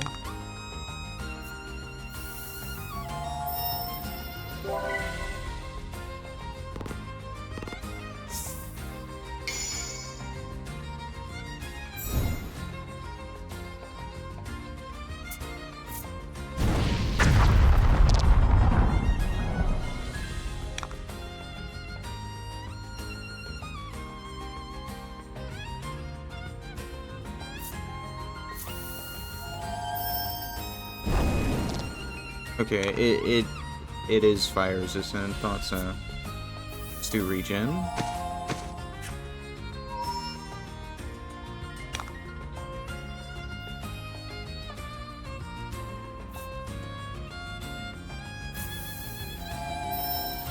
We're making this fight last longer than it needs to, but still.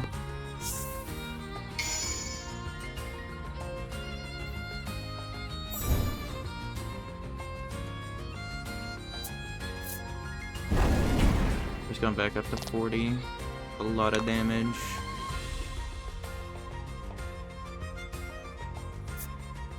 Not good.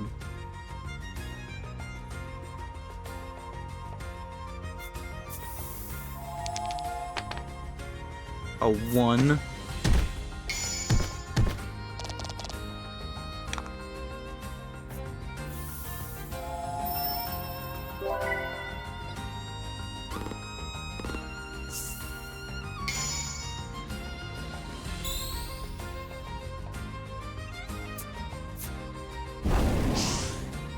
Alright, missed Mar, nice.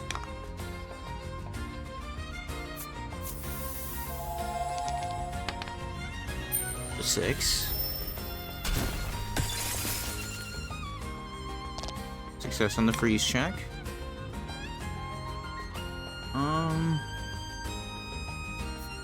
We're gonna pass again to do lightning. A 3.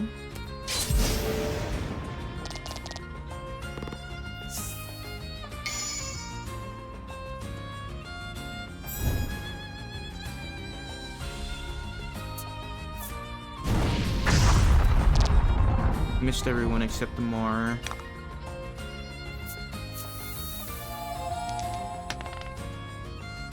Should kill, even with it being a 1. Yeah. We'll just sleep in the inn again afterwards.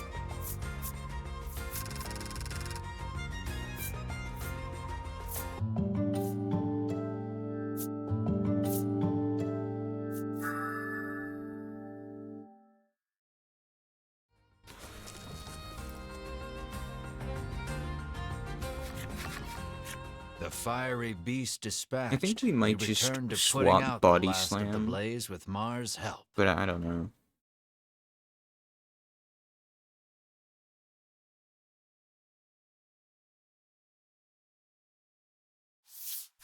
Ridis's mother, now safe, tells you the creature came out of nowhere and set the house aflame. What would bring a creature of fire to a place like this, you wonder?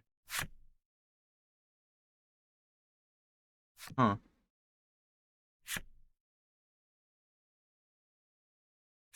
Light breaks on a new day, and the commotion of the fire feels but a nightmare.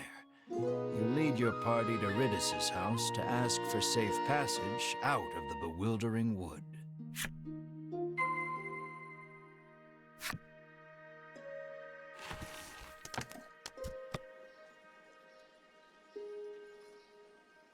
How's our HP looking now?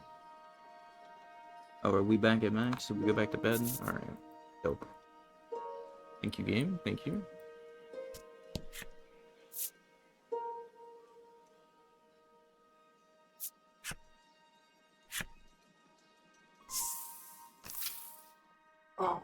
Though spared from complete collapse, Ridis's home has been thoroughly scorched.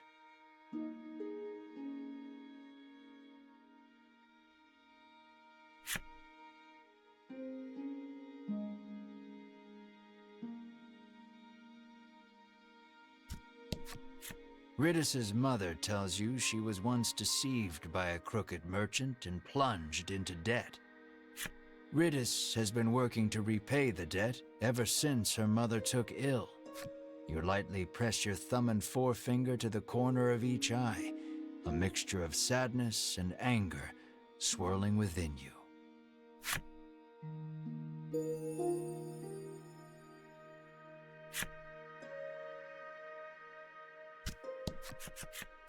Ridis sits alone in one of its rooms. Pretty valid The air response. thick with the It's actually smell of surprising. char. Because There our shouldn't character's be been any pretty fire selfish. creatures for miles, she grumbles.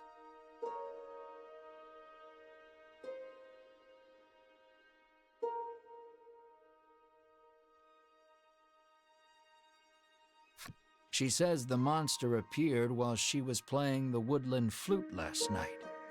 As to why any monsters, let alone fire monsters, appeared, well, despite the circumstances, you ask Ridis to lead you out of the bewildering wood as promised. I did promise that, didn't I? She says wearily, rising from her seat. The poor girl is clearly still in shock. Why do you want to venture out beyond the bewildering wood anyway? She inquires, as she gathers this and that in preparation to leave. The reason will you give her for wanting to leave the bewildering woods? We are in search of the dragon, you say valiantly, adding, the reward will be significant should we defeat him. Honesty is the best policy. Sounds like a real risky way to make a living, she replies flatly, feigning interest. A group of Ivory Order people came through here just the other day, she explains. You connect the dots with malice. Those three, you seethe. At last, Ridis is ready to depart for the edge of the bewildering wood.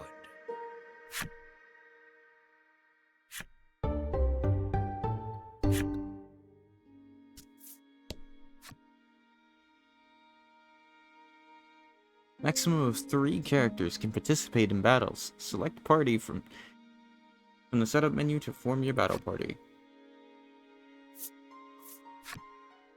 Alright, what are her moves? Is she word swapping?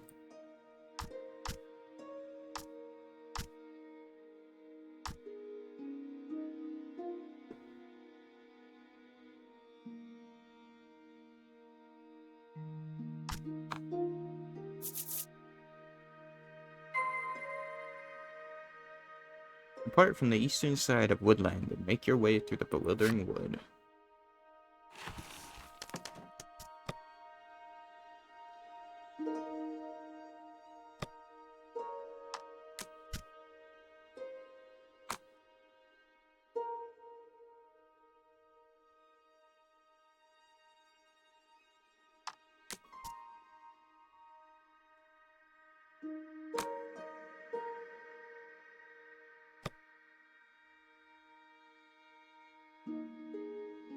Oh.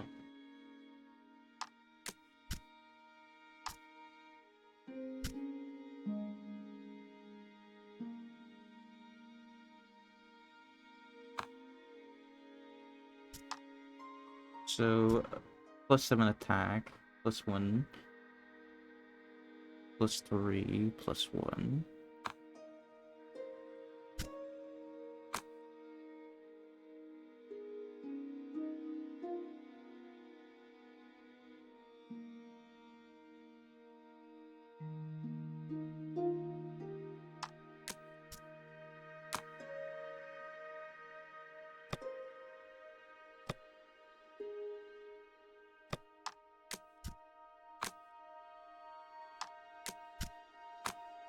Ah.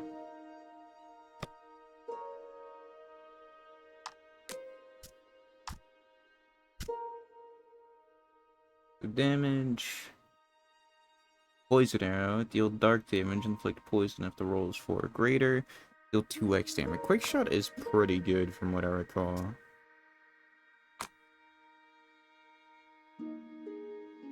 Pack 16.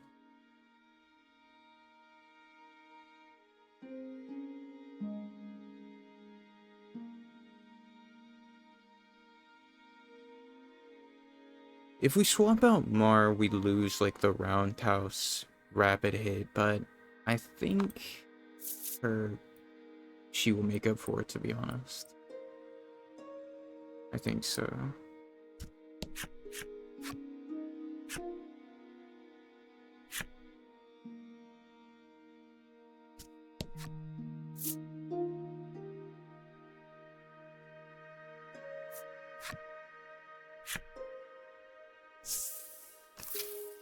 We could give her better armor.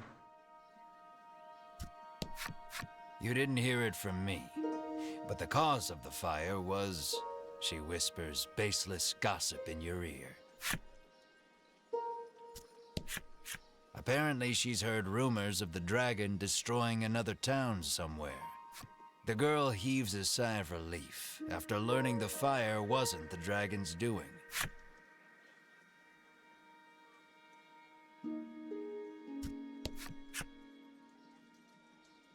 Okay, it's the same dialogue.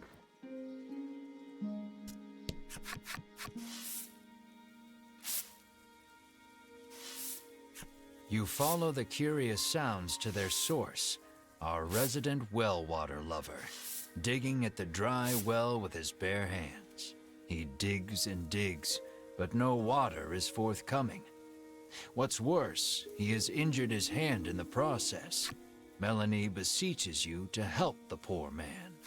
But well digging was forbidden by our ancestors long ago. You've heard the legends, you protest. How is that the best lie you can come up with? She snaps back, appalled. The man turns towards you both, oblivious to the squabble playing out before him. Do you have any salve that might ease my pain, he asks. Pretty sure we do. You hand the man some salve. The instant he applies it to his hands, he resumes his furious digging, this time punctuated with shouts of "I feel incredible." Okay, Not long buddy. after that, water erupts from the ground with a force unlike any you've seen. He sidles up to the jet of water and begins drinking from it as one would from a fountain. He is once again in his element. The man hands you mysterious card 4 to show his appreciation for the salve. Oh, you're welcome, buddy. Thank you for the card.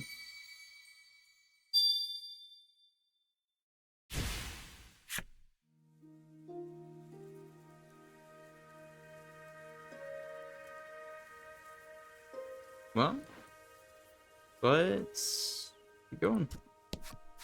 This road takes you to the east side of the bewildering wood, but you'd be hard-pressed to find your... Upon seeing that Riddis is with you, he steps aside and lets you through.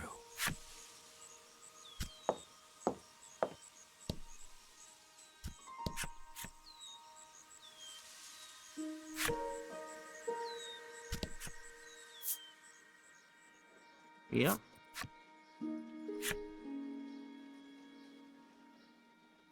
The eastern portion of the woods certainly does not want for thick, soupy fog.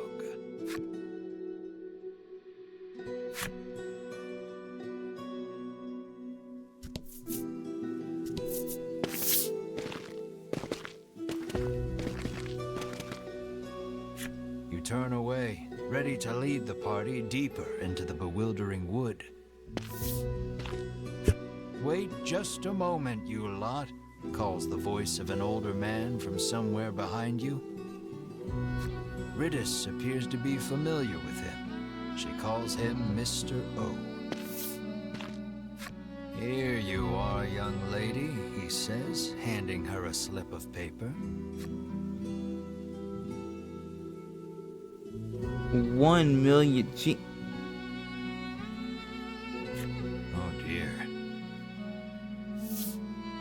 Further, Mr. O explains, Riddis did not have a fire insurance policy at the time of the conflagration, and so she shall have to pay in full.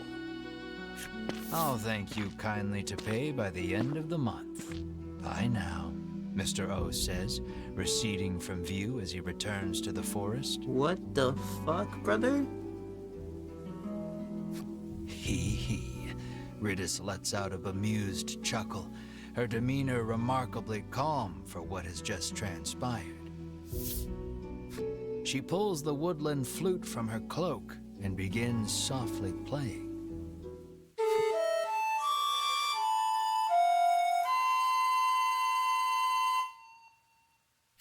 Riddis's ear-splitting performance, shall we say, draws monsters out from behind the trees. Within moments, they are nearly upon you. Did she draw in the monster accidentally with the flute? Is that what happened to her house? Let's do this.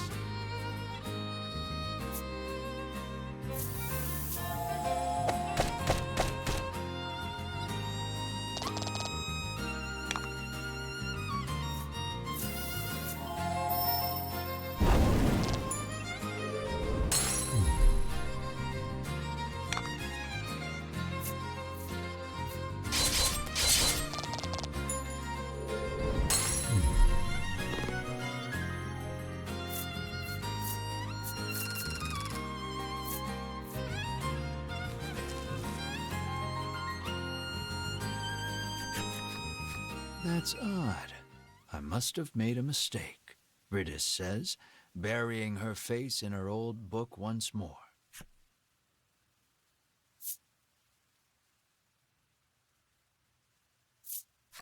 She opens the book to a particular page and thrusts it in your face. You can't tell anyone in the village I let you see this, okay? It's a page of sheet music with a note scrawled beside it that reads, "Play this lucky tune to reverse your financial fortunes and make money woes a thing of the past." No matter how many times I played this last night, our debt never went down, she fumes, incensed. You inspect the page a bit more carefully. Off in a corner, in letters so small as to be illegible, another message reads, "May summon monsters if played incorrectly." You finally see that so long as Riddis holds the flute, this is nothing more than a monster conjuring melody. You snatch the woodland flute from her hands. "You have lost your flute-playing privileges," you inform her. "But I'll never escape from this mountain of debt without it," she cries, clearly still believing in the melody of fortune. Melanie quietly opines that while Riddis is many things, Bright is not one of them. Very real and true. Real and true.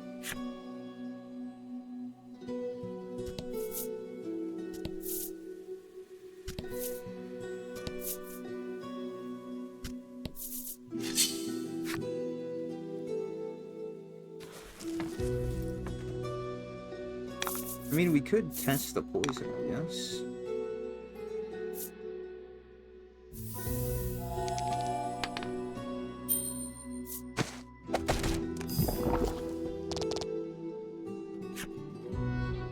Cards afflicted with poison take 1 to 6 points of damage at fixed intervals.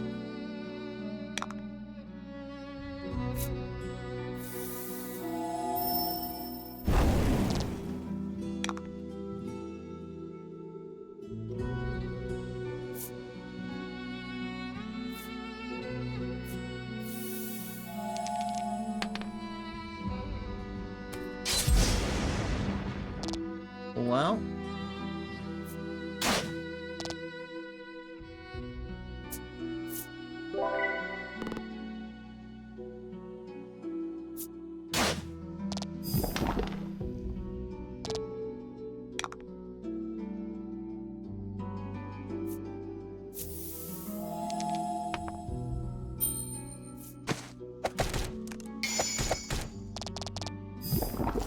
Fortune favors the bold.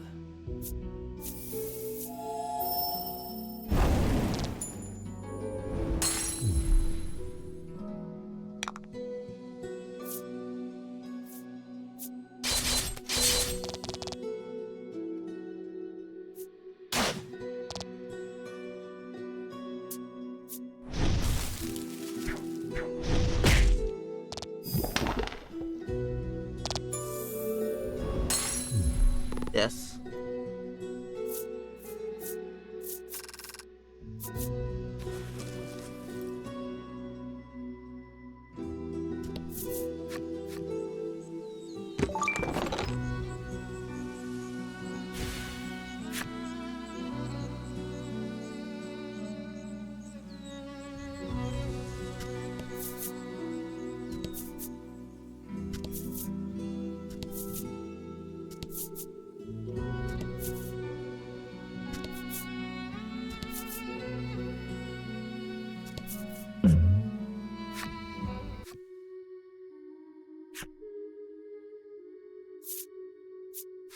You take a peek inside the grass and immediately find the owner of the voice.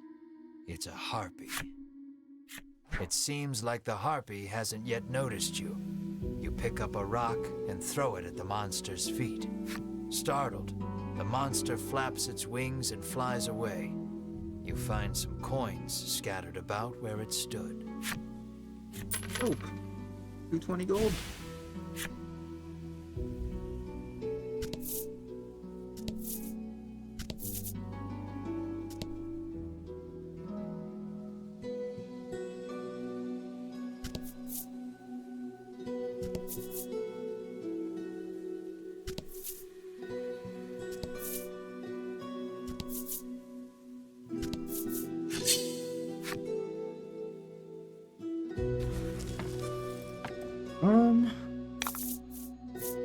And fight.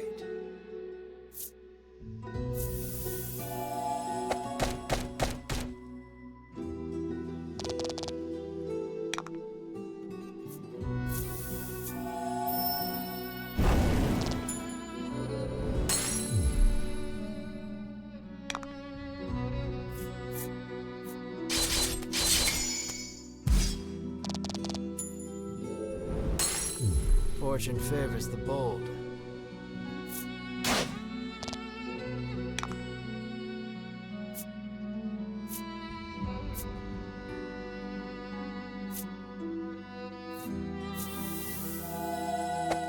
We might swap her back out for Mar.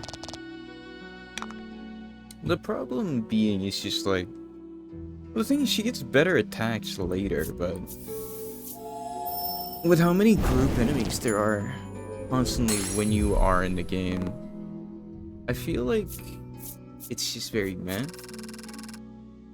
But the problem is I don't remember if characters in your reserve actually get XP. That's the big problem. I don't remember. Either way, I think we swap her back out.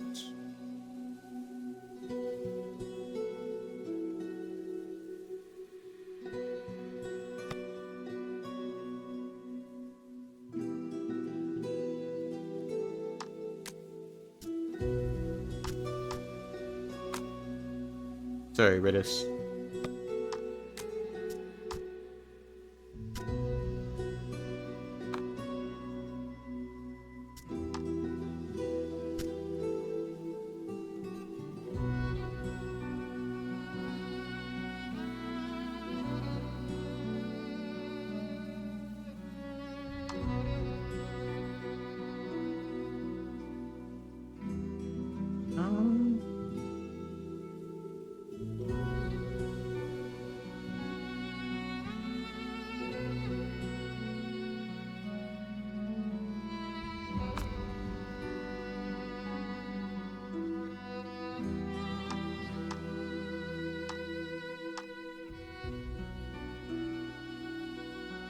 Two dice rolls could theoretically be 2x damage, but we never get it, so I think it's better to go with that, to be honest.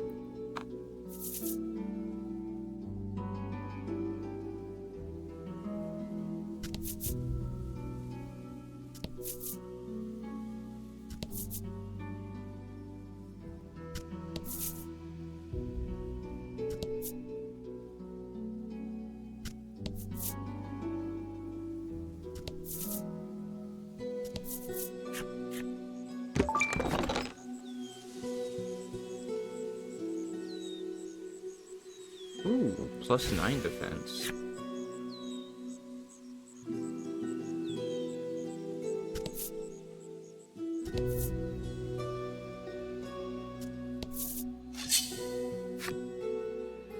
I should have gone on ahead and equipped it.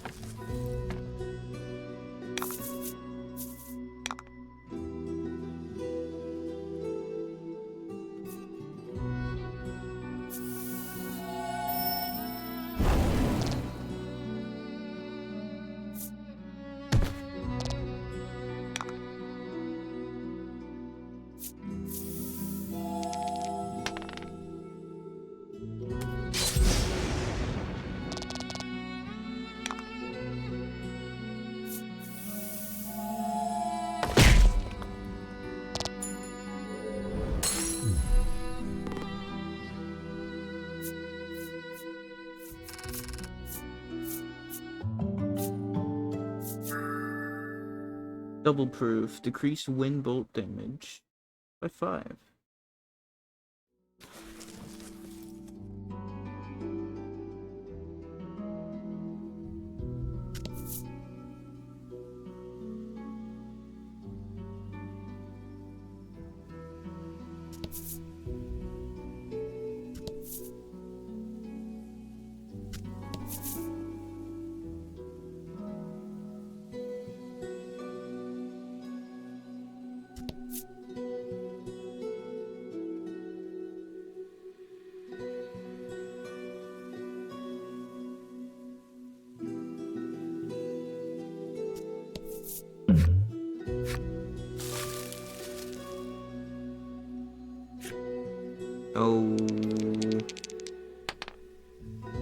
failed the check. Poor Mar clutches the spot, eyes tearing up from the blow.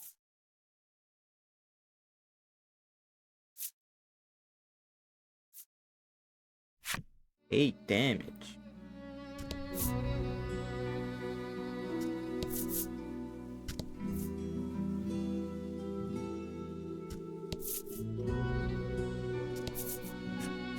Here, Ritis chirps, pushing overgrown boughs and shrubs aside. As she does, a hidden path out of the bewildering wood comes into view. Well, we'll wait a moment. There was that one path we didn't check yet.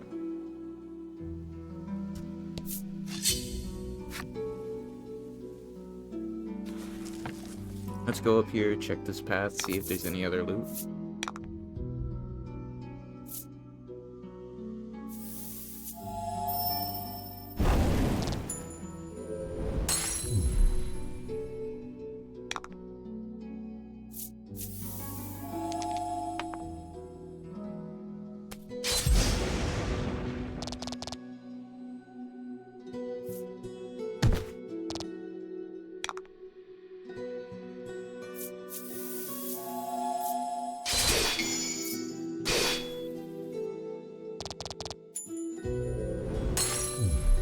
Congrats.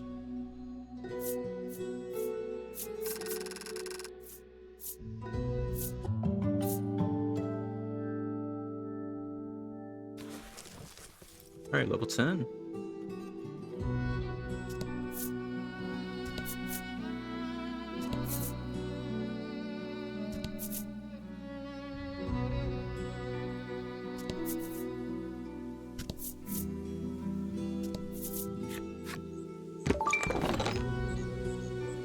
I think that's everything explored here. This was the only other path I saw.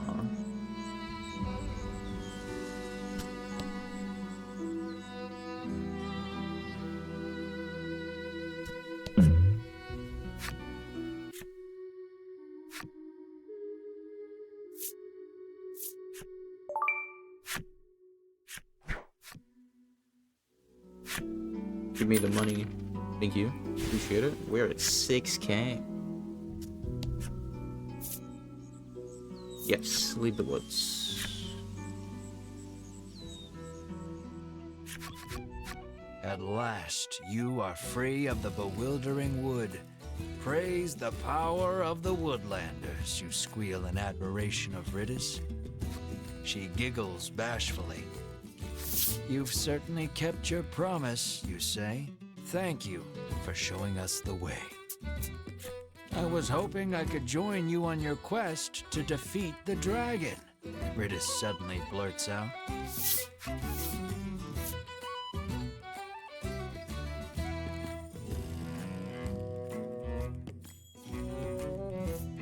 What do you want to?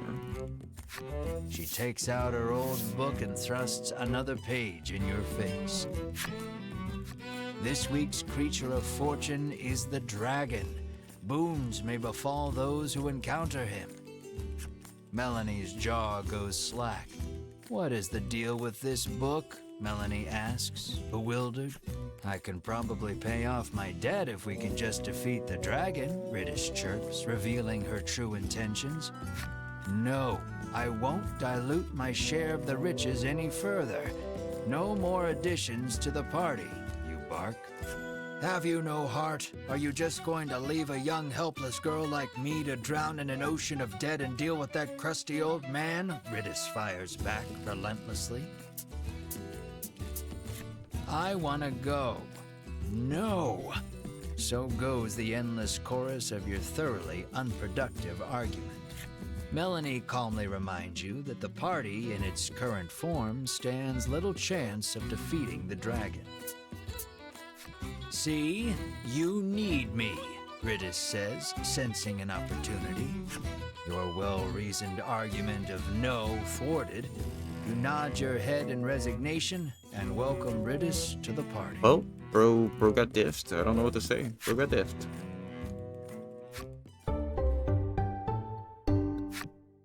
Well, now she's a perma member of the party.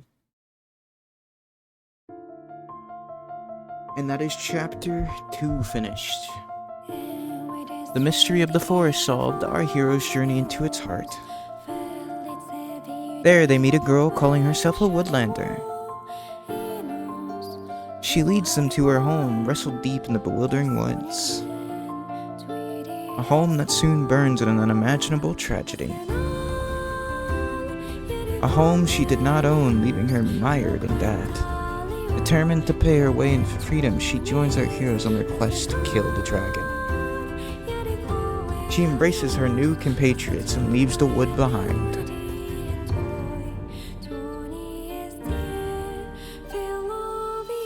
Their next stop, a curious village where monsters and humans coexist. Unionville, Chapter 3. Well, everybody, I do think we will be calling it here, though. Or at least around here. I think we'll be calling it.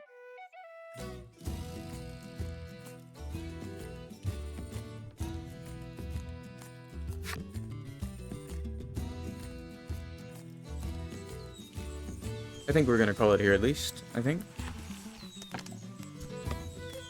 A lot of stuff we can still do, but still. Real quick, hold on.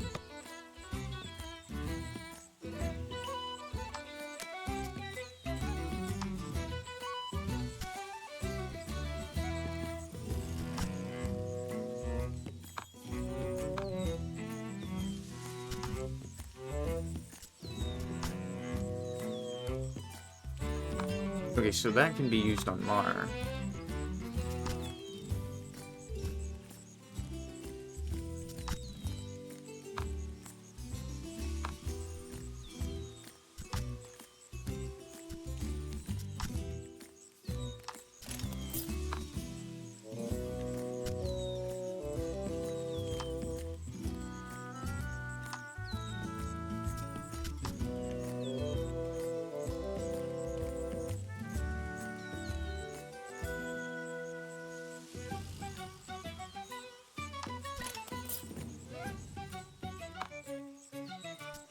Alright. I believe, like I said, that's where we're going to end it here. We're going to go ahead, save our game. We're going to save all the flip side stories and all of that, I think, till when we're near the end. And just spend our time enjoying that.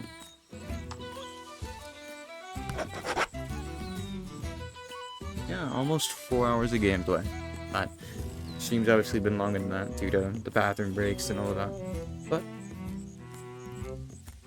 thank you to all of you who have tuned in and watched along with me or just enjoyed the music and enjoyed the narration, because this is another game as well. I find myself enjoying just listening to this game in the background sometimes. I've watched gameplay and just put it on in the back.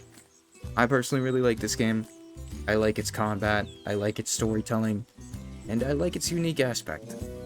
But I hope you guys continue to tune in, because I do plan to keep playing this on stream, and I do plan to more than likely, possibly, depending what you guys, well, maybe even without, I might still replay the game and go for all the achievements as well afterwards of the playthrough.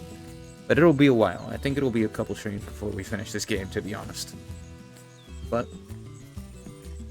more than likely, this will go up on the VOD channel. I know, first time in literal years. But this will go up on the VOD channel, but we're going to cut out the starting screen and the dead air for the bathroom break, obviously. And then we'll put it up. But let me know what you guys thought about the game in the Discord if you're in it.